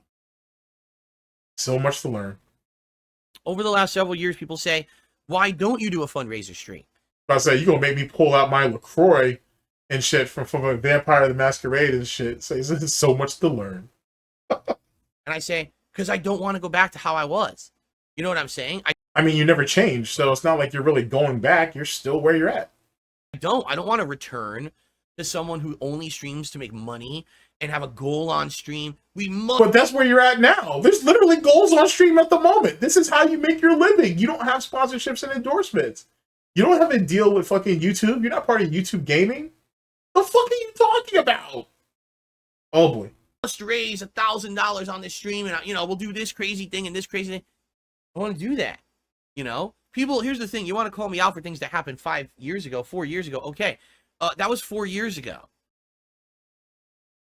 So you're okay with being called out for stuff that happened years ago because it was years ago, and you allegedly don't do it anymore. which goes back to another theory I've talked about publicly about why he didn't mind showing his fucking cell phone for WWE champions or whatever, because the shit was already out there. He knew he was dead to rights. He just put it out there. I think recently he said he even did it on purpose as bait or some shit. I don't know if he did that on Kino Casino or not, but I told ProleteR about that a while ago, and ProleteR was like, nah, he wouldn't do that. It wasn't the case. Yeah, it was the case. I honestly think it was. We can agree to disagree, but I honestly think DSP did that shit on purpose. That shit was bait. Anyway, but so you're really going to go with the narrative because it happened years ago. It doesn't mean anything. Even though you're exhibiting the same behavior now, just because you don't see it or you don't want to see it, doesn't mean that's not how it's perceived. Nothing's changed. You think you're really grown up or mature just because you fucking have a button-down shirt now? No, you're still the same dent and those same unwashed graphic tees and shit. Nothing's changed. Nothing's changed. You're still a fucking lame and you always will be. Doesn't mean anything. You can't sit there and use time to go ahead and absolve yourself of different responsibilities. Because if that was the case, why didn't you give that benefit of the doubt to Pro Jared? Why don't you give that benefit of the doubt to Blip.tv, to Machinima, to Curse, to Twitch?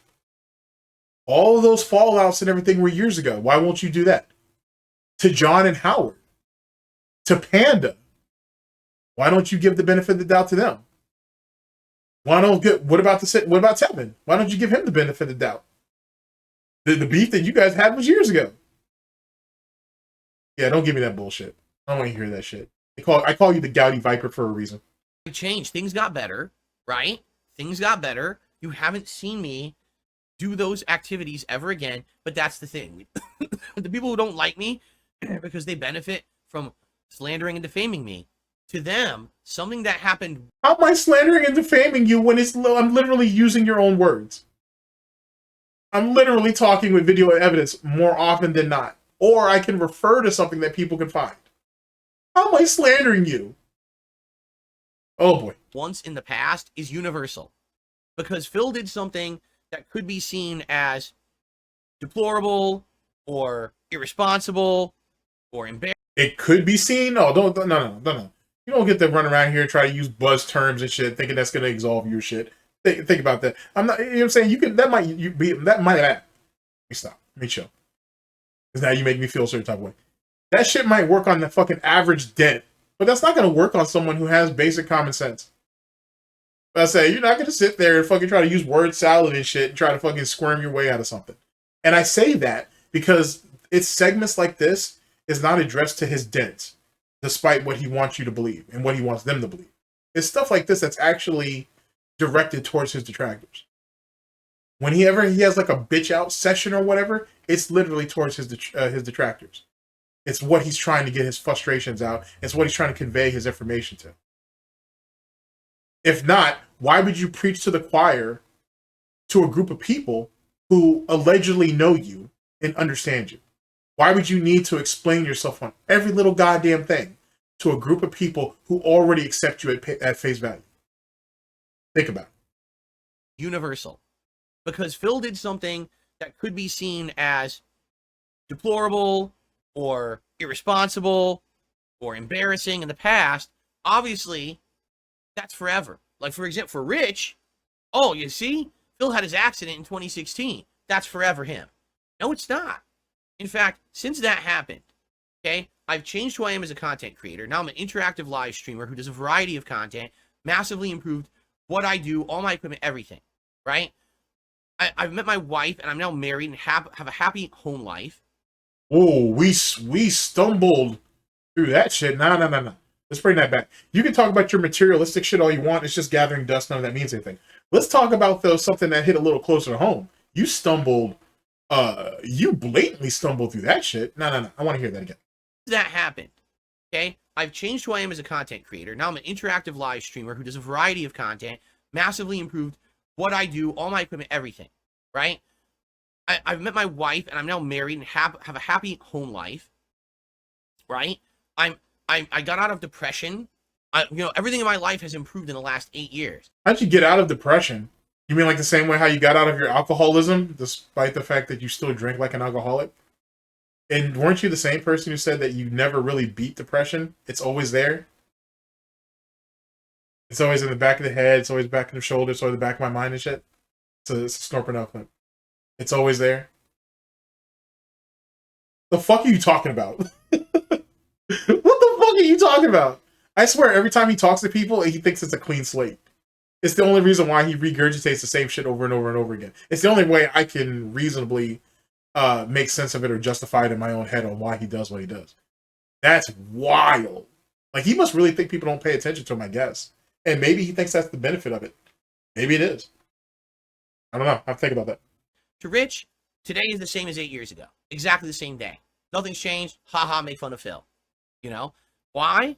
I mean, you're fundamentally worse than you were back then. And you were a real piece of shit back then. But don't get that twisted. Because that's his life. You understand? That's his life. He's stuck in a rut.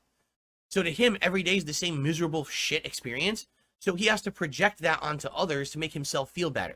That's true, actually, as it pertains to Rich's situation. But then again, he's no different than you. You're two peas in a pod. That's the only reason why you were able to accurately, basically, come to that conclusion. Rich is a piece of shit because when you look at Rich, you see yourself. And Rich is a piece of shit because when he looks at you, he sees himself. That's what it is. And even all those times where people had ragged on Rich and he tried to reach out to you or he tried to put it out there for you guys to team up, it wouldn't matter.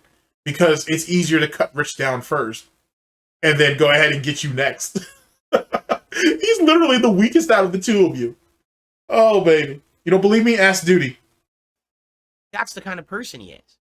And that's what he's trying to deal with me in that way. You know what I'm saying? So that's how fucked up it is. I'm so different. I'm such a different guy. I want to change for the better. I don't want to keep making the same mistakes, right? I want to improve. I'm trying to do better. Like, for example, here's really where I'm Yeah, we always say that we're trying and trying and trying, but we're not doing a whole lot of doing. There's a difference. He thinks it's both. It's one and the same. But if you really think about it, you know what I'm saying? It keeps coming out of his snout that we're trying. But you see very little of him doing anything. been trying to improve better in the last year. All right? I don't want to involve myself with massive insult wars and drama wars and things like that. I'm trying to keep myself out of that stuff. If I think something... So then why are you getting ready to get in bed with Kino Casino then? Do you not understand how that pans out or how that works? Oh boy. Things fun to do or interesting and it's not going to be harmful for myself or the community, that's different. But I don't want to be involved in back and forth and insult wars and shit. It doesn't get anywhere, right? So I really just ignored a lot of the nonsense that's happened, correct? In addition, I've been trying to make myself better so that if I have a slow day, I don't sit here and be like, oh, it's the end of the world, the sky is falling because I had a day where I didn't make much money on stream or anything like that. I used to be like that all the time. You're still like that now. And when the day is going slow and shit, and supposedly it's a slow news day or whatnot, what do? Run the drama content. And hey, hit the tips goal, guys, so my fucking detractors, trolls, haters, and critics can be felted and shit. Let's make sure that they're felted. By hitting the goal, by showing that we're still successful. Just like that dumb shit you said during the vest streak about this vest is a symbol. Holy shit, I can't even say that shit with a straight face. This vest is a symbol of all the people who look down on us, who make fun of us, who says we can't do anything. This right here is a symbol that, yes, we can. Like Gouty Obama or some shit. And now what I'm trying to do is just calm down and be like, everyone's going to have a bad day. Everyone might have a couple bad days. Now we see a pattern, like if I'm playing a particular game and that game doesn't do well over and over, now you see a pattern, now you figure out, do we play it less? Do we change the time slot? But I try to talk with you guys matter-of-factly about this stuff, right? That's different than it used to be, oh my god, why didn't... That's literally bullshit, because in the current timeline, how many games have you rage quit? You've rage quit at least 2. As of recent, I mean, WWE Champions got rage quitted, or wage quitted, I should say. And then what was the other game that you outright rage quit? You rage quitted and you wage quitted it. I can't think of that right now, but in the current timeline, you've done that. I mean, you're always rage quitting or wage quitting games. So it is what it is. So that's a lie. And I'm saying this, let's see, August, September, October, November. So like 4 months or damn near 4 months after the fact. At least 3 months after the fact. Yikes. you guys support. I can't believe it, right? That's different. Now, I have weak days. I have days where it does bother me. And it's my fault that I have those weakness moments. The fuck? What kind of retardation is this? You're going back to that bullshit again? Oh, whenever I get mad, it's my depression because I had a weak moment and I said some stuff that I didn't mean, or I acted out in a way I didn't because it's my depression, dude. You mean the same depression that you just overcame? Now we're going back to that gay ass moment of weakness type nonsense. We're going to regurgitate that bullshit. You still think that shit works? Okay. All right, whatever. Whatever. The weak have to cling on to whatever they can, I suppose. Over and over. Now you see a pattern. Now you figure out, do we play it less? Do we change the time slot? But I try to talk with you guys matter-of-factly about this stuff, right? That's different than it used to be. Oh my God, why didn't you guys support? I can't believe it, right? That's different. Now, I have weak days. I have days where it does bother me. And it's my fault that I... No. Why didn't you finish it? I do have days where it bothers me, and I do lash out at you. That's what he should have said, because that's what he's done. But we're not man enough to do it, because he's so desperate to stay with the narrative that he's actually changed, even though he hasn't. That's why he's got a little piggy hooves crossed and shit, like he's saying something. Wars and shit. It doesn't get anywhere, right? So I really just ignored a lot of the nonsense that's happened, correct? In addition, I've been trying to make myself better so that if I have a slow day, I don't sit here and be like, oh, it's the end of the world, the sky is falling because I had a day where I didn't make much money on stream or anything like that. I used to be like that all the time.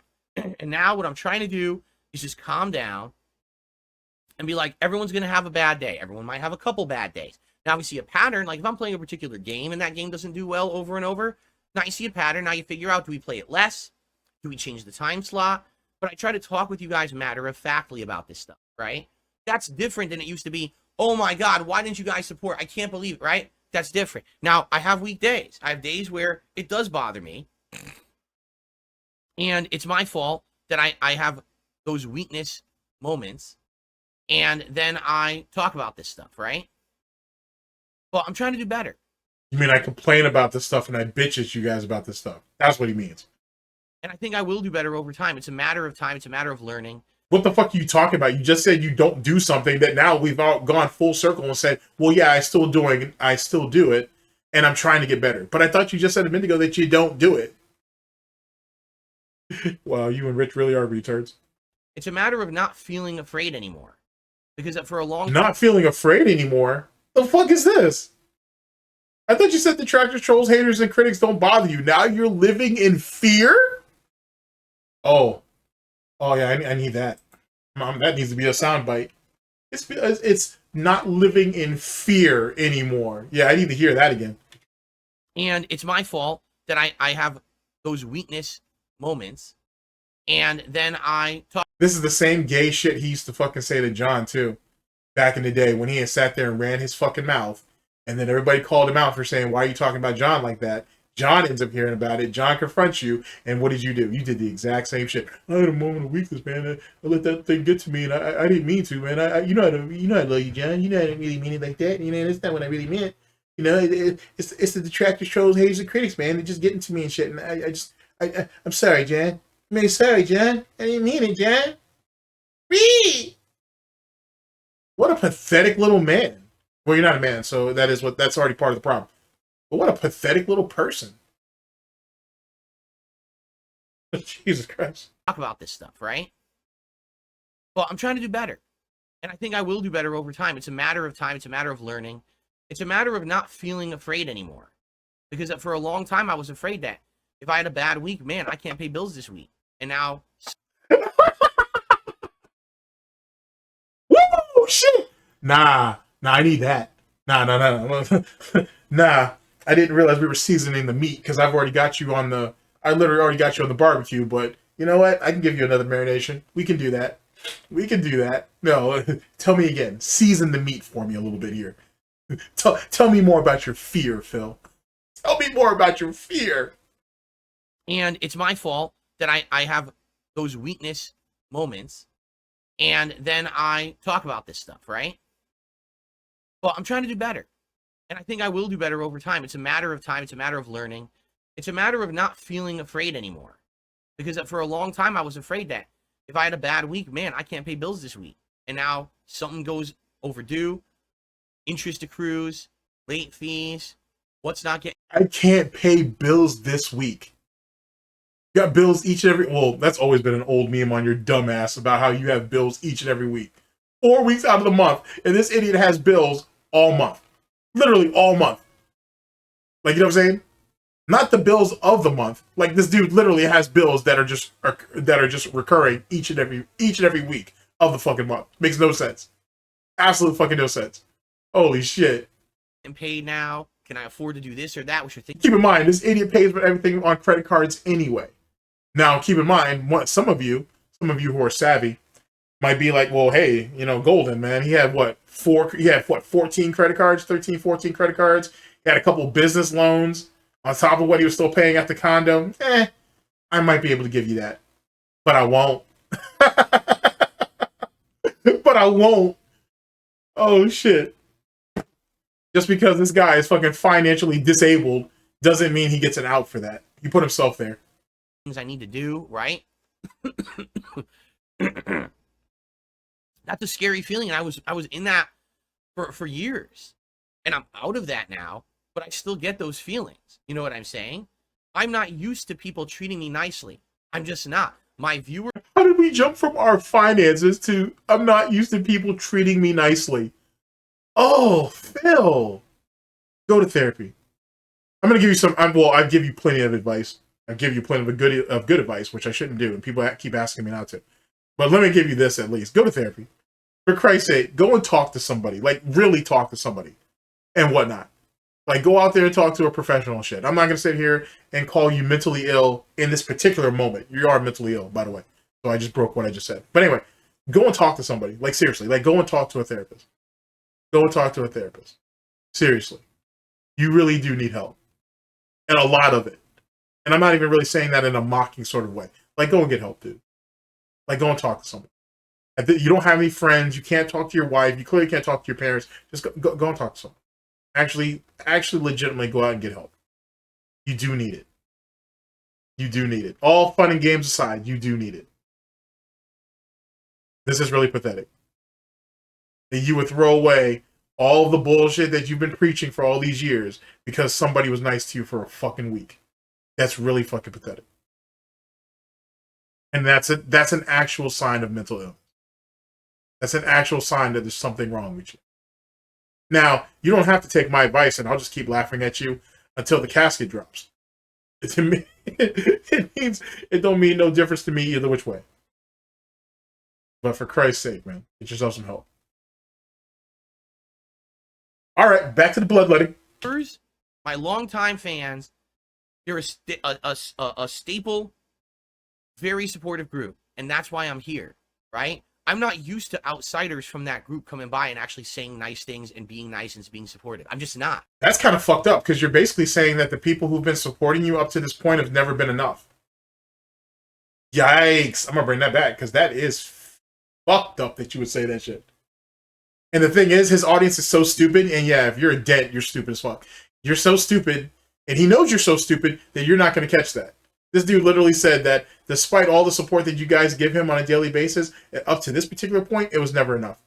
It was never enough. I mean, truth be told, he's bitched and complained to you about finance, about views, about donations and shit anyway. So theoretically, you should already know this. But that's foul that he ain't sat there and said that shit. What an ungrateful piece of shit. I'm just not. My viewers, my longtime fans, they're Put your fucking hook down. I don't want to see that shit. Staple, very supportive group, and that's why I'm here, right? I'm not used to outsiders from that group coming by and actually saying nice things and being nice and being supportive. I'm just not. It feels weird. It feels like, it almost feels like do you trust it? Because again, every time he's not a person. I told you he's not a person and whatnot, and he's paranoid as shit too. Fucking schizophrenic, damn near. If he's not actually schizophrenic, which he might be, but he is not a person. He is not a person. Holy shit.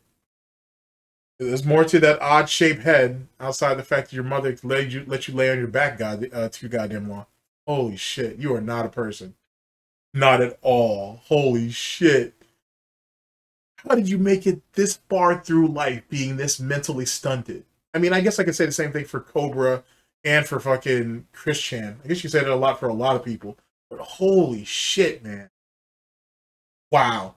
Seems like I trust it, and it seems like someone might have my best interest in mind, then they come back to bite me and they screw me. And it's happened many, many times over the years. Oh boy, time to play victim. Question is it the next time?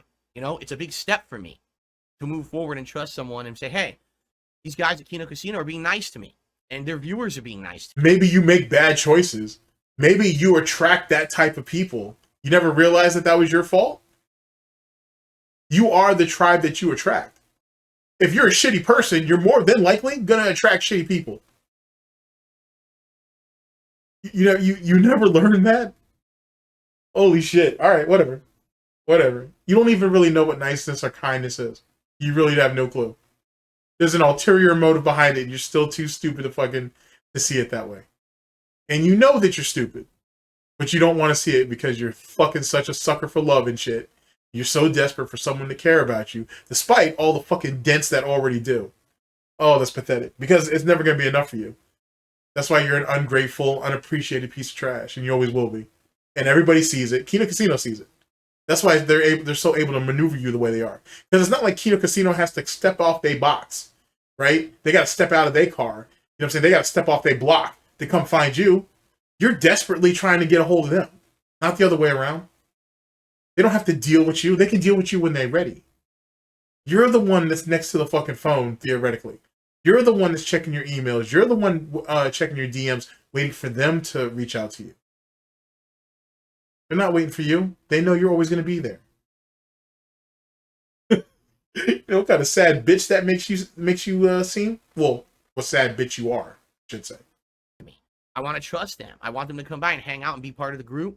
And, you know, I want to, you know, give them... What weird ass shit was that? You want to trust them. You want them to come by and hang out with you. Holy shit. This right here, ladies and gentlemen, and whatnot, I'm not trying to get into like psychoanalysis and shit, but that right there tells you a lot about his childhood, if you think about it. That right there explains a lot about what DSP thinks about himself socially. That says a lot. If you really think about it, let me demonstrate. And it seems like someone might have my best interest in mind, then they come back to bite me and they screw me. And it's happened many, many times over the years. So, question is it the next time? You know, it's a big step for me to move forward and trust someone and say, hey, these guys at Kino Casino are being nice to me, and their viewers are being nice to me. I want to trust them. I want them to come by and hang out and be part of the group. And I want to trust them. I want to come by and hang out. I want them to come by and hang out.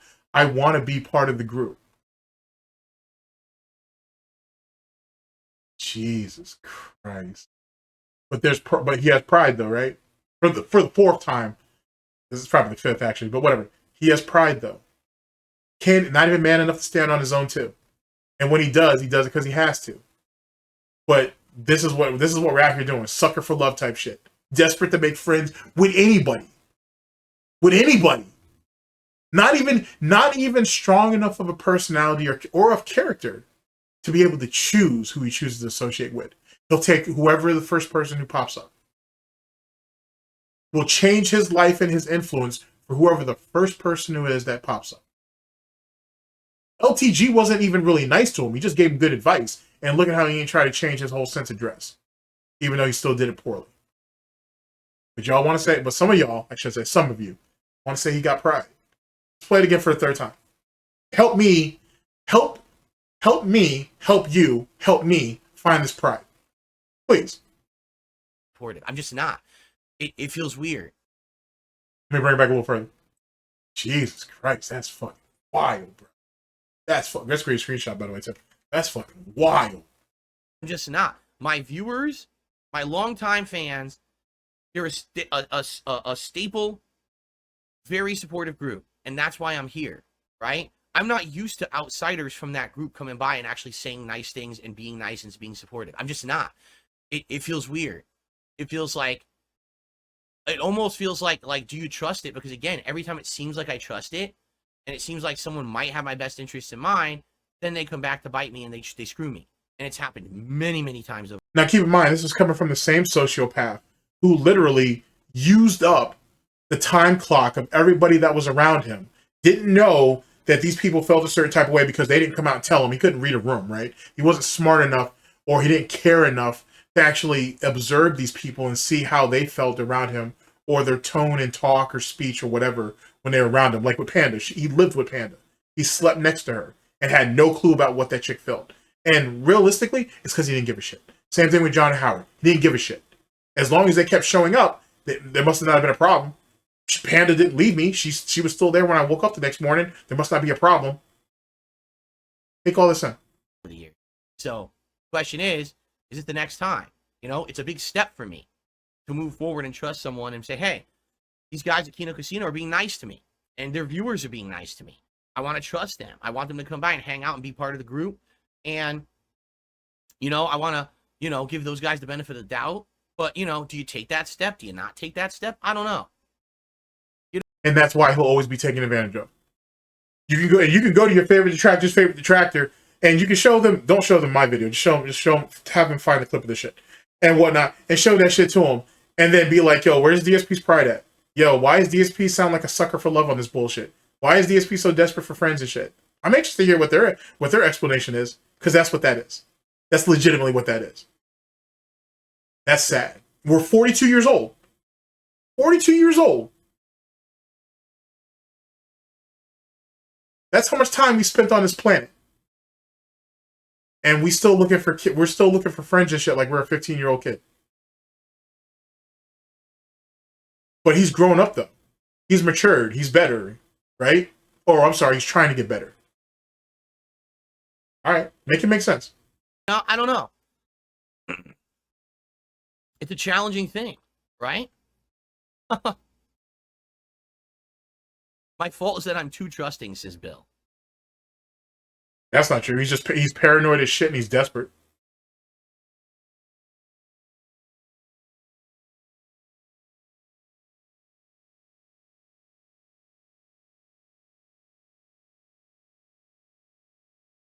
Okay. All right, guys. Well, I think I've talked enough, right? So I've said my piece on all of this. Of course, this will be clipped and referenced 5,000 times. I'm sure. But yeah, I'm just happy to know that in this giant, crazy internet of stuff, you know what I'm saying? That there are people out there who are willing to give a fair shake, right? I don't feel to this day like I've gotten a fair shake. Anybody. And so I haven't gotten a fair shake from anybody. So none of the people who give you money, you know what I'm saying? None of the people who fucking buy you laptops, computers, arcade sticks, none of them. He's the one who said he's never felt like he's gotten a fair shake from nobody. I didn't say that, he did. Here, let me bring it back and let me prove it. Okay, because I'm a detractor, troll, hater, or critic, so I'm a liar, right? I'm a liar. So let me go ahead and bring that back so you guys can hear it. I'm sure. But yeah, I'm just happy to know that in this giant, crazy internet of stuff, you know what I'm saying? That there are people out there who are willing to give a fair shake, right? I don't feel to this day like I've gotten a fair shake. He said it, I mean.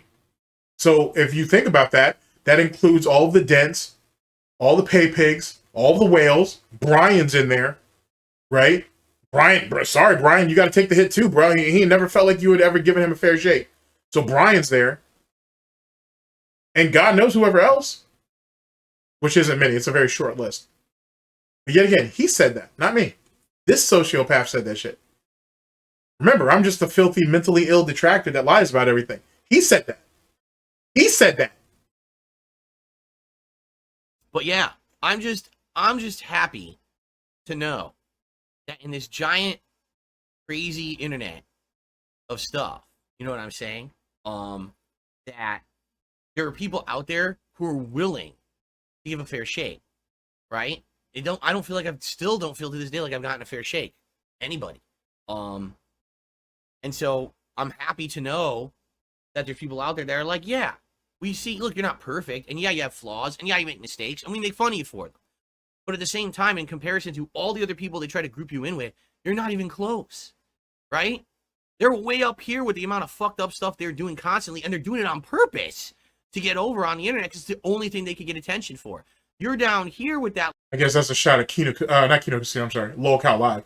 level of nonsense, and it's just simple mistakes you make, and you have a great community of I mean, if there's simple mistakes that makes him a retard, then doesn't it?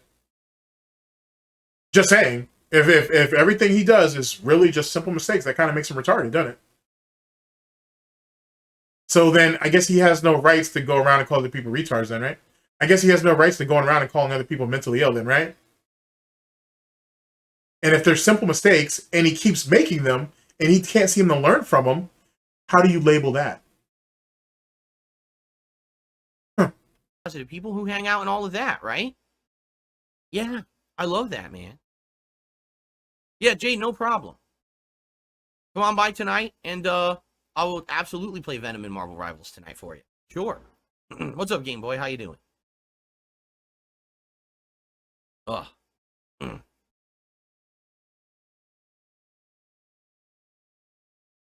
The real messed up part about all of it, right, is for the longest time, how people, again, they wanted me to group into, you're the same as Wings, you're the same as Boogie, right? And they would draw pictures of me that I was like a ginormous, bloated, swollen dude, right? Massively overweight. It's like, what pictures are You're such a superficial fucking dent. Holy shit. What a superficial fucking dent. Like, completely disregarding the fact that people group him up with Boogie, Wings, Low Tier God, Review Tech USA, because these are people, these are unscrupulous people. These are actual pieces of human trash that don't value anything or anybody, right? Especially with LTG, got a kid out there he don't give a fuck about, Review Tech USA, who literally sees his kids and don't give a fuck about them, so on and so forth, right? But he wants to sit there and focus on them, on like literally on nothing. Oh, well, they illustrate me in a certain type of way, and how does that make me like them? That doesn't make me anything like them in any way, shape, or form, so you should disregard any type of comparisons they make, whether it's about the weight or not, because this is how they choose to fucking display me. You not know how fucking stupid that sounds. You know how short-sighted that sounds. You not know how desperate that makes you sound. You don't. Mr. Valedictorian at some fucking school that was really meant to just produce athletes, to be honest with you, and whatnot, you have no clue how fucking retarded you sound. you looking at exactly? Like, what? Where do you not see the streams that I'm on every day? I weigh 200 pounds. And the things that they don't care, the narrative of toxic people on the internet is that I am the same as all the other people they don't like. So they draw me to look like them. They claim I do the same things, even though I don't, right? Tell me one time I ever had a scheme, a big scheme to fool my viewers to make big amounts of money like a crypto scammer. I'll do it. Crypto scam? Stop. But you want to talk about scheming on people for large sums of money? I can do that. The Jasper reveal, the wedding scam, theoretically, because you remember you had a fundraiser before the wedding and whatnot. Of course, there was no wedding. Supposedly, you were supposed to be going out there to meet your sick and dying parents. You had a fundraiser to raise all that money so you could get out there and whatnot. Come to find out you got married. Also come to find out that your parents actually paid for that trip.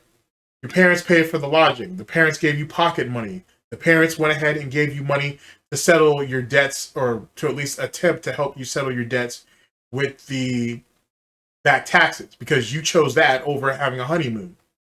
You scammed the fuck out of your fucking fan base, for whatever that's worth, and your parents.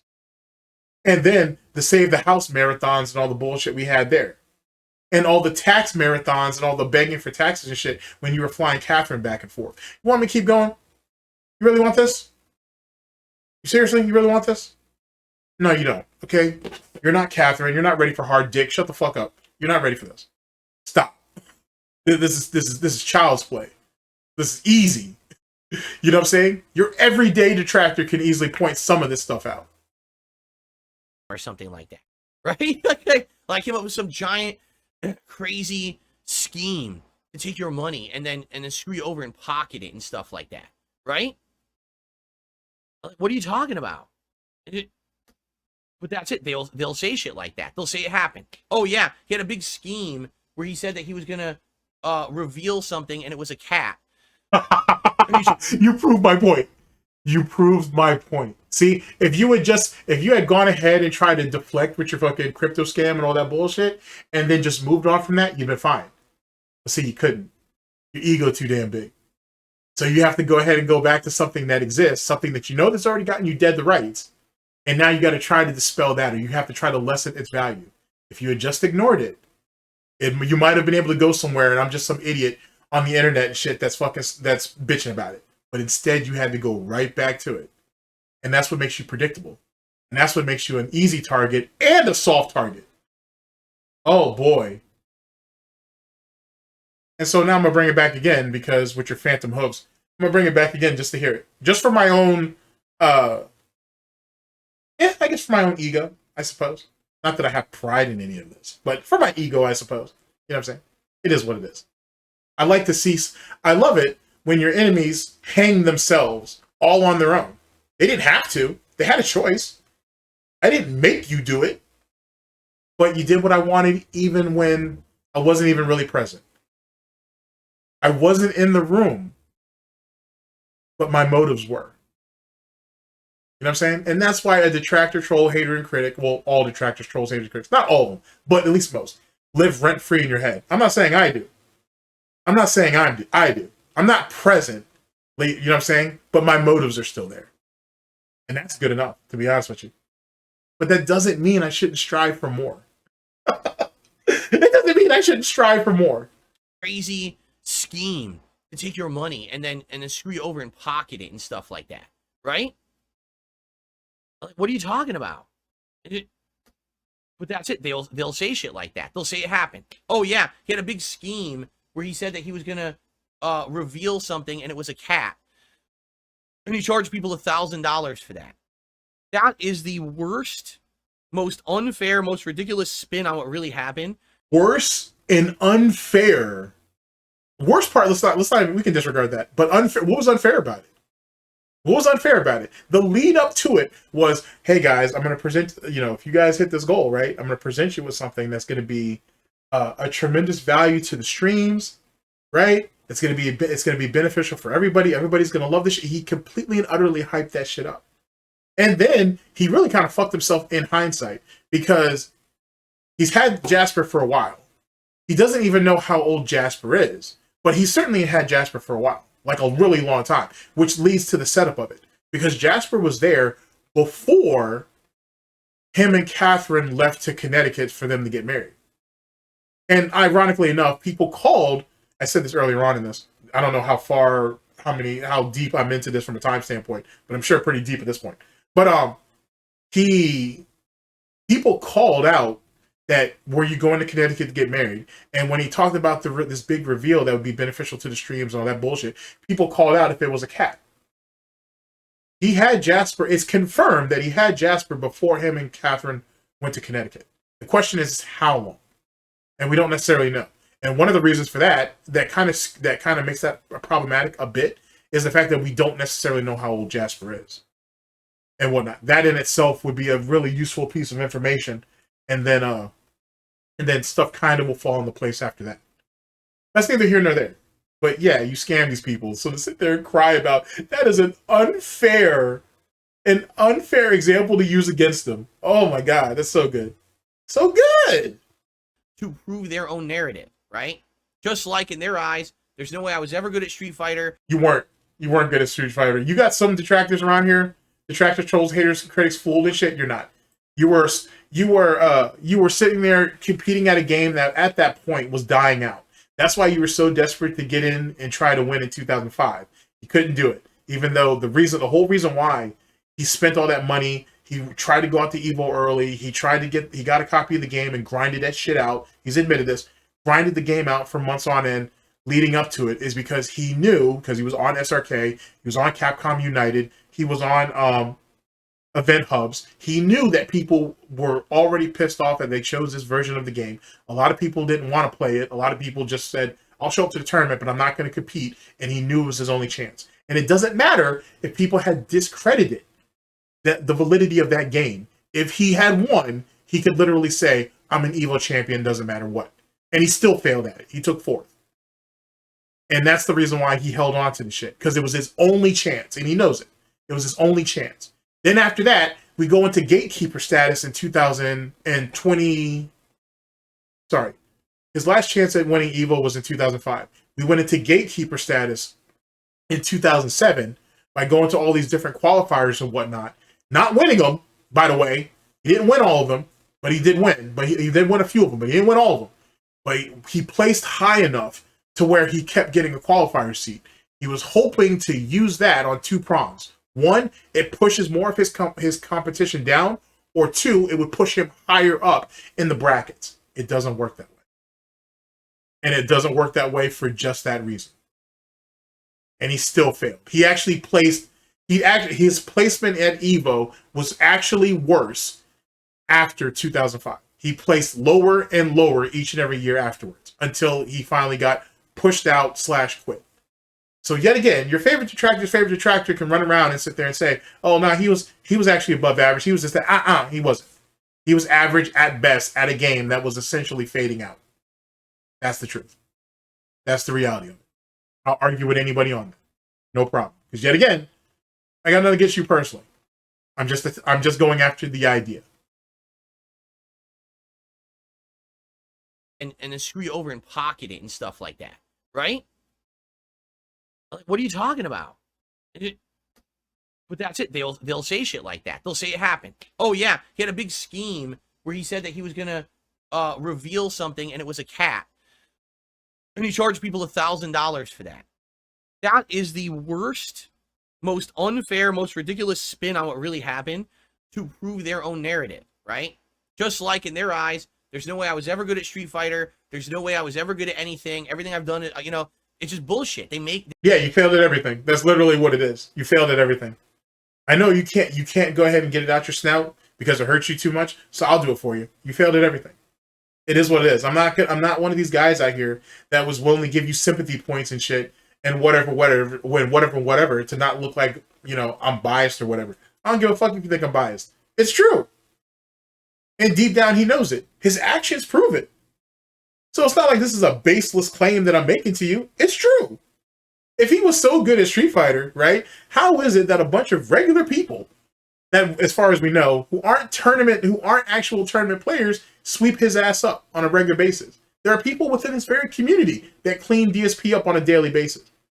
If you want to go ahead and move further, let's talk about guys that are actually on the tournament scene. Let's just talk about people who are in the FGC scene themselves. They laugh at him and mock him. They sit there and say, how was he actually good at anything? When's the last time he really played Street Fighter? Because the way he plays, it looks like he hadn't played in a number of years. Chris G said that. Matter of fact, Chris G said that. Someone who is a multiple-time tournament champion. I think he's an Evo champion. Actually, he is an Evo champion. Actually, I know that for sure. You know what I'm saying?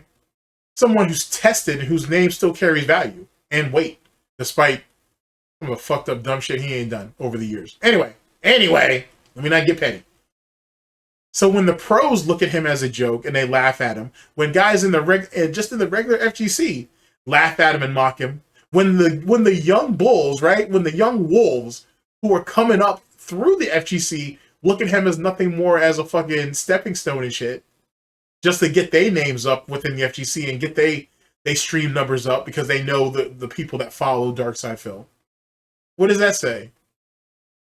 Like I said, I'll debate with anybody on it. You know what I'm saying? I'll debate with anybody on it. But the proof is in the pudding. It's out there. This isn't the X-Files, but the truth is out there.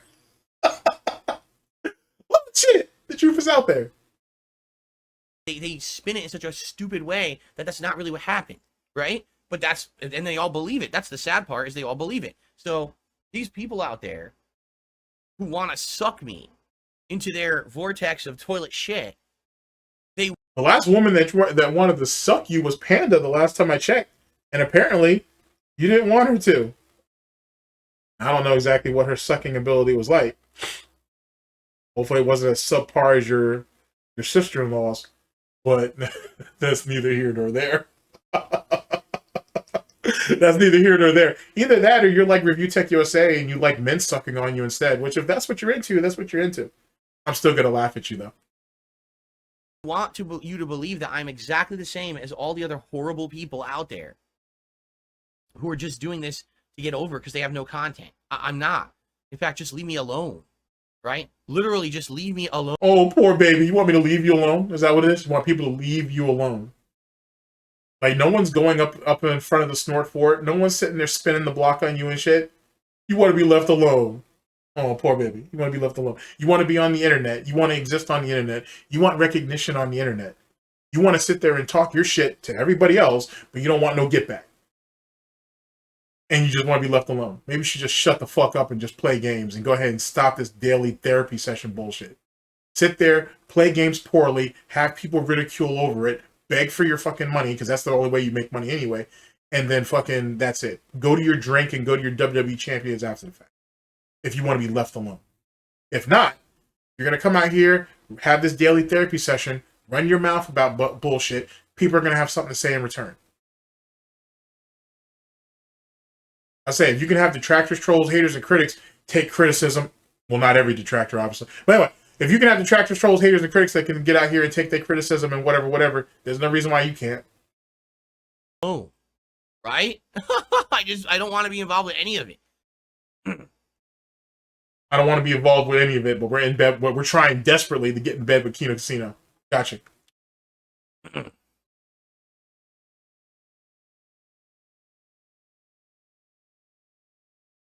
Okay.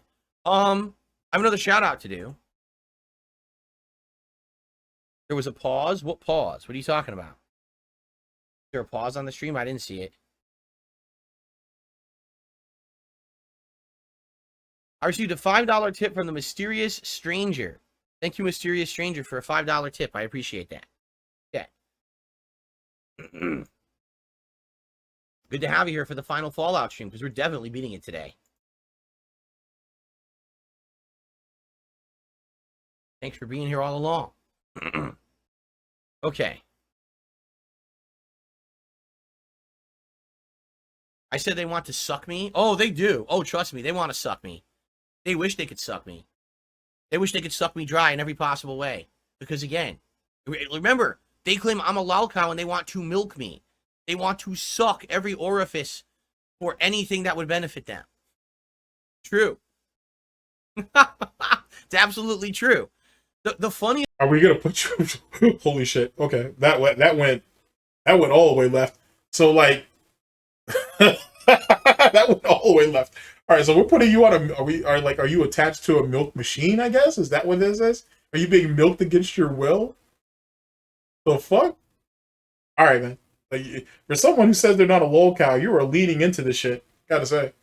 The part about that, I want to appear on a show called Lol Cow Show or Lol Cow Podcast as a lol cow farmer, and we milk the lol cows. You want to milk men? You're literally admitting you want to milk men. You just want to reach in there and start tugging and get whatever you could get, right? Wow, that's incredibly disgusting. You're a freak. To say that's well, you see, we're good. Oh wow, so now you got a problem against homosexuals, Phil? Might not be good. Wait a second, aren't you supposedly having like a aren't you like a partner or an ally to the LGBT plus whatever community and shit? Like, don't you have an inviting environment and shit like that? Whatever people do on their personal time, Phil, is whatever they do on their personal time. You know what, Phil? I don't know, man. Now I'm starting to wonder, are you anti-homosexual? Are you anti-gay? You got a problem with homosexuals, Phil? Funny, too, because you're a closet homosexual yourself. So I don't know why you would... Oh, you must be in denial. Is this like part of the pray the gay away type stuff? Is that what that is? I don't really follow that bullshit. Is that what this is? Is that like one of those type of narratives? You know what? I'm going to let that slide. I'm going to let you go ahead and deal with your own demons, I guess. I'll say, Phil, if you can't accept who you are, no one else is going to either. That's unfortunate. We're better than them. No, you're not. You just said something incredibly gross and disgusting, and you're acting like it's something positive. You're a bunch of dudes that want to jerk off other guys for content.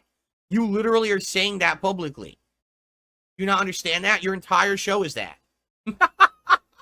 Your entire show is just giving... It's pretty immature, but I'm not surprised. If it's not scat humor, then obviously it's gonna be homosexual humor, sir. You know, I guess, or gay humor. So yeah, I guess that makes sense, Phil. You're right in your element there, buddy. Just like Rich. You're a freak. They say that's You're a freak. That'd make a good soundbite, actually. That'll actually make a pretty good soundbite. true. It's absolutely true. No, here, let me bring the whole segment back, actually. This whole shit's kind of funny. He doesn't actually understand what he's saying, though, and, like, if someone wanted to take offense to it, they could. I don't give a shit, and whatnot. But it's still kind of funny, though. It's still kind of hilarious. That's it. Been in a relationship with 2 women. One willingly wanted to milk him. The other one probably wanted to do it reluctantly. And he basically pushed both of them away. But he's not homosexual, though. He's not gay, though. Gotcha. Make that make sense. Suck me. They wish they could suck me. They wish they could suck me dry in every possible way. Because again, remember, they claim I'm a lolcow and they want to milk me. They want to suck every orifice for anything that would benefit them. True. It's absolutely true. The funniest part about that, I want to appear on a show called Lolcow Show or Lolcow Podcast as a lolcow farmer, and we milk the lolcows. You want to milk men? You're literally admitting you want to milk men. You just want to reach in there and start tugging and get whatever you could get, right? Wow. That's incredible. You know what's really weird? You, Rich, and Wings have this weird type of thing with porn. You know what I'm saying? Real weird. And I wonder, though, too, because I've been thinking about this ever since Wings got exposed for watching the trans porn shit. Like, are all 3 of you guys closet homosexuals and shit? Like, are some, maybe not all lolcows, but some of y'all lolcows all have, like, these really weird gay tendencies and shit. That's really, I wonder. Fucking crazy, bruh. You guys all exhibit the same type of weird-ass behavior. I don't know. And you guys have these weird fixations with porn, too, which is super strange. Anyway, I'll let y'all deal with this. I'll let other people deal with that shit. Incredibly disgusting. You're a freak. To say that's, well, you see, we're good, we're better than them. No, you're not. You just said something incredibly gross and disgusting, and you're acting like it's something positive. You're a bunch of dudes that want to jerk off other guys for content. You literally are saying that publicly. Do you not understand that? Your entire show is that. Your entire show is just giving handies to lolcows. Good for you.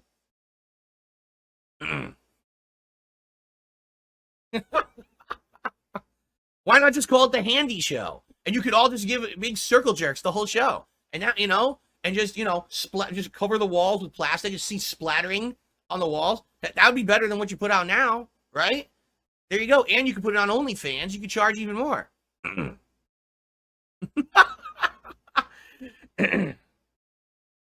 That's a weird amount of detail, man. I gotta tell you. That's a strange depth of detail in that. And Rich does that too. So does Wings. Oh boy, you guys really are birds of a feather, huh?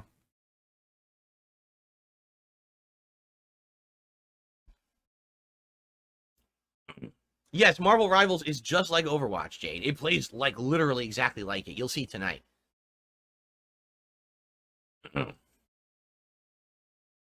As a grown-ass man, now that I think about it, since as a grown-ass man, and now you're gonna take shots. Not that I give a fuck about Turkey Tom. Fuck Turkey Tom. He's a piece of shit too. I do find it funny and weird. Isn't it strange that a grown-ass man, who's 42 by the way, isn't it weird for a fucking grown-ass man to tell a disabled kid that, hey, I can't wait for you to come back later on tonight? Does that shit not sound weird? He used to say that shit to Derek too, when Derek was just a kid. Is it not weird to have a grown-ass man tell a kid, yeah, I'll see you later on tonight? Or I can't wait for you to come back tonight? Does that not sound odd? I'm just putting it out there. That was always one of those things I used to let slide, but can't really let that shit slide now. That just sounds strange. awkward thing to say. Especially since he knows Jade is just a kid. Right? Just like how he knew Derek was just a kid. Okay. Alright, that's what it is. Gross? Oh no. What I just described is Same thing with Alex Sidella, by the way. Oh, I love you, Milk and Cookies. See you later tonight. But yeah, like he used to do that with Alex Sidella too. Weird shit, man. It's absolutely strange now that I think about it. nowhere near as gross as what the show actually is. That's the sad part. What I just described is not as gross as what they actually do on there every day. It's not.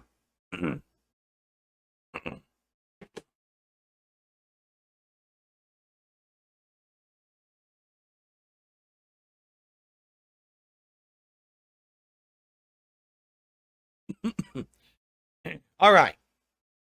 I think it is time to end the show. And it is time to finish Fallout, shall we? I think it's time to wrap it up. All right. Thank you all for watching the Level 1 podcast. I feel a little better now than I did at the beginning of the show, for sure. I got to blow my nose again. Really? Because you don't look it. You feel a little bit better, Phil? Because you damn sure don't look it. That's for sure. That's why I'm trying to end it. But I do feel a little better. I think that everything's kicking in, the medicine and everything. I'm going to wrap it up here. And by the way, I owe you guys rewards, and we will do that first thing before we start with gameplay. We'll figure that out. Okay, guys? All right, thank you, guys. Great show. Try not to milk too many men today. Guys, just so you know, trying to milk people around you it's actually really disgusting. It's not like a funny... You're sitting there saying that with you up there, that in outfit? All right, bro. ...thing to be celebrated. It's disgusting, just for the record. And, I can't believe I have to say that, because some people are so dumb. They actually think that that has to be, like, repeated. Right? Like, wait, what? Yes, milking people, milking men is not a good thing. You know. It is a certain kind of content. It's I don't think it's what they intended. Is that why you don't let Panda and Cat touch you? All right, fair enough. If that's the case, it is what it is. But anyway, thank you for watching the show. Tomorrow, talk about how... Then you should really help Cat lose all that weight so you could put her back on the market then. Just saying. Like, she still has a few years left in her and shit, and if she does want to actually have kids, there's no point in her wasting it with you. I'm just throwing it out there because it's a true statement. It is what it is. Fallout concluded. I'm sure we'll be talking about more Marvel Rivals, and hopefully I'll feel better tomorrow. We'll be able to have, like, a normal show. All right? All right, guys. Thanks so much for watching. Try not to get milked. See you tomorrow. Stay away from those milkers. They come after you. They start to grab things. Oh my god. Oh my god. They're milking them, and now they're gonna milk me. Oh my god. Oh my lord. Oh my god.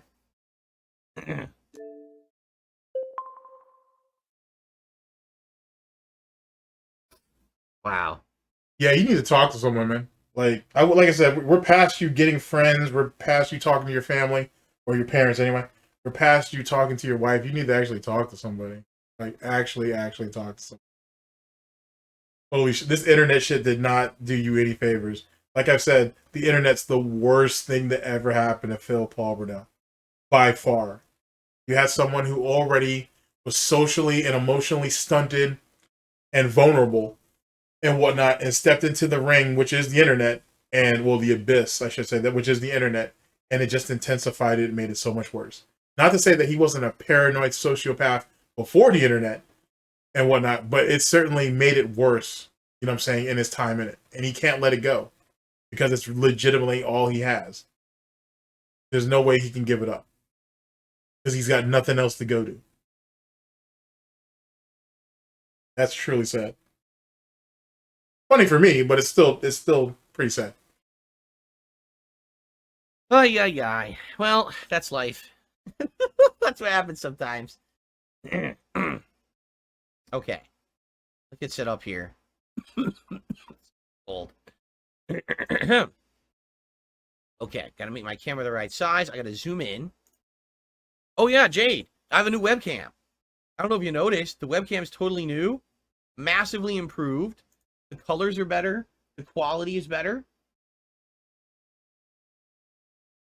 Interesting frame to freeze on there. Here we go. I gotta zoom in now. Let me know if you see the difference, Jade. Because take a look at how cool it looks, right? I'll zoom in a bit here.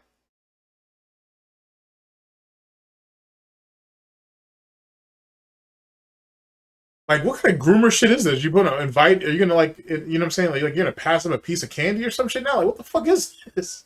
Holy shit! What is this? Maybe it's because I've been out the game so long that this shit just sounds inappropriate. I don't know. It's like weirdo shit, man. What the fuck? Whoa. There we go. There we go. It zoomed in extra. Oh well, it's fine. So I should be, if you're watching this stream at 720p quality or higher, you should see me in 60 frames. Okay? If not, then I'll probably still going to be in 30 frames. But but yeah, I should be appearing in 60 frames per second now with this new webcam. And Jade said he's going to be in and out because he doesn't really like Fallout that much, which I understand. Especially because we're at the end of a 60-hour playthrough. It's like, I get it. Is that why he targets and singles out people like Jade and Derek? Like, is it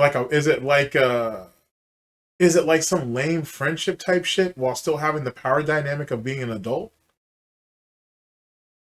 I might be looking too deep in this, but fucking A, bro. Like, I don't know why now this shit just, it doesn't sit right.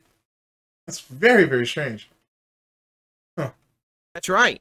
See, that's the funny part, because people used to say, well, Phil has a patchy beard. With this camera, you can actually see there's no patchiness at all. Actually, there is patchiness. There's pictures all over the Tractor Twitter and fucking the Tractor Twitter, as well as the farms that show that shit. It's patchy as fuck. It's all white. It's all gray and white. And you know, it just gradually became more gray. And the fact that he's so self-conscious about it that he even brought it up proves it. Over the years, and that's fine. You know, I'm older. I'm going to age into it gracefully. I'm not going to be trying to hide. That's not what they mean by aging gracefully, by the way, but all right, Phil. Okay, guy. That's not what it means by aging gracefully. You just letting yourself fucking,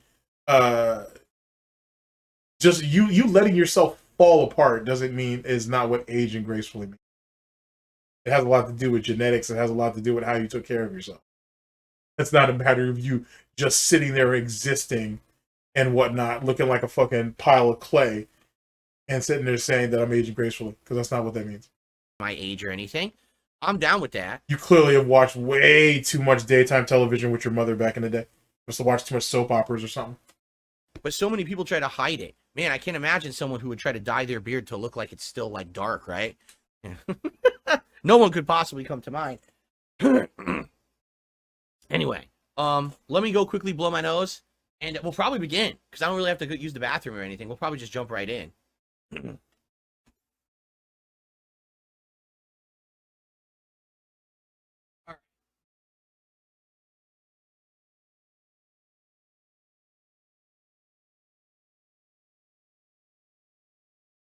Well, that was something.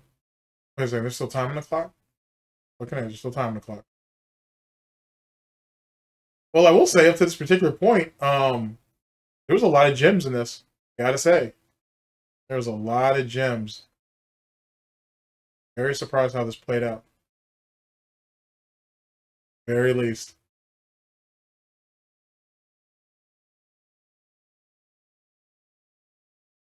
But the begging and pleading for Kino Casino to fucking be his friend and shit, okay, and for him to be inclusive in at the cool kids table. Oh. Wow.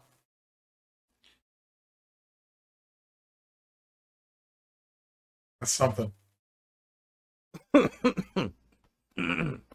Oh. Okay.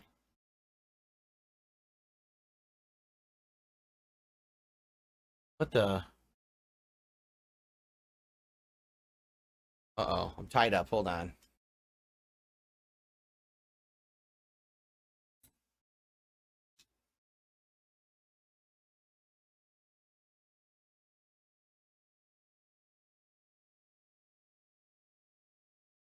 Okay. Whew. All right. So, first of all, we've got a ton of glasses, right?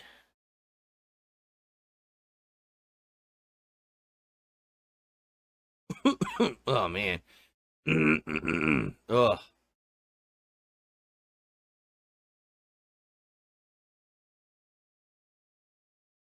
And then we got to do a poll for a hat. I don't know what hat you guys want today. We don't really have a Fallout hat, do we? Not really.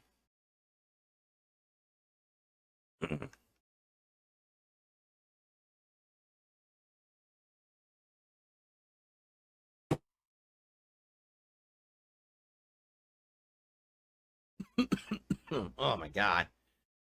All right, let's do a poll.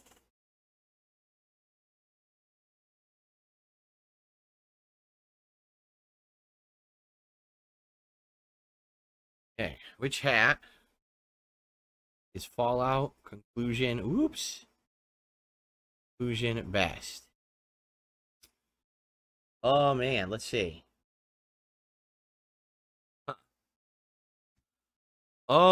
We can do. Well, someone said cowboy. Los Santos. How about Bender? The Bender hat. Or we just did red fedora. Man, did that red fedora stand out with the new camera. I'm trying to think what else might like stand out really nicely with the new camera. What do you guys think? You know, you guys that did the beret earlier. I can say the beret. Okay. Okay. Ooh.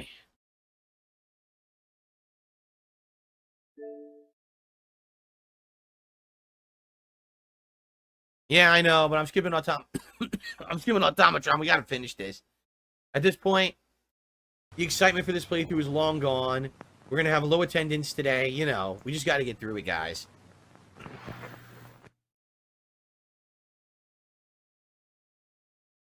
Huh. A helmet, like a dark helmet. Dark helmet? You mean like Spaceballs? Oh my god, that'd be crazy. Of course, you wouldn't be able to hear me. That's the problem. Just like Rick Moranis, you can't hear him when he has the helmet on either.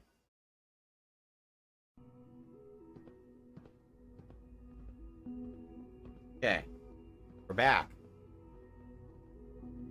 All right. You ready? Here we go. Hello, everyone, and welcome back to what is likely the conclusion of my Fallout 4 Next Gen Run playthrough. Excuse me, because I'm sick, and I'm trying to get over a cold that's pretty bad. So you're going to hear coughing, there's going to be nose blowing, there's going to be some grossness today. I apologize for that. There's not much I can do. So, we just found out that your son... Oh. We just found out that your son is sick and going to die. He's decided to turn the Institute over to you. Hello, Father. Let's see what he has to say about that. Your time in the Institute has been enjoyable. Sorry. Spoke quite a bit through this, so I was like, there might be something good at the end. I can let it slide. I was wrong. I was wrong. Okay, ladies and gentlemen. Yeah, this was far longer than I thought it would be, to be honest.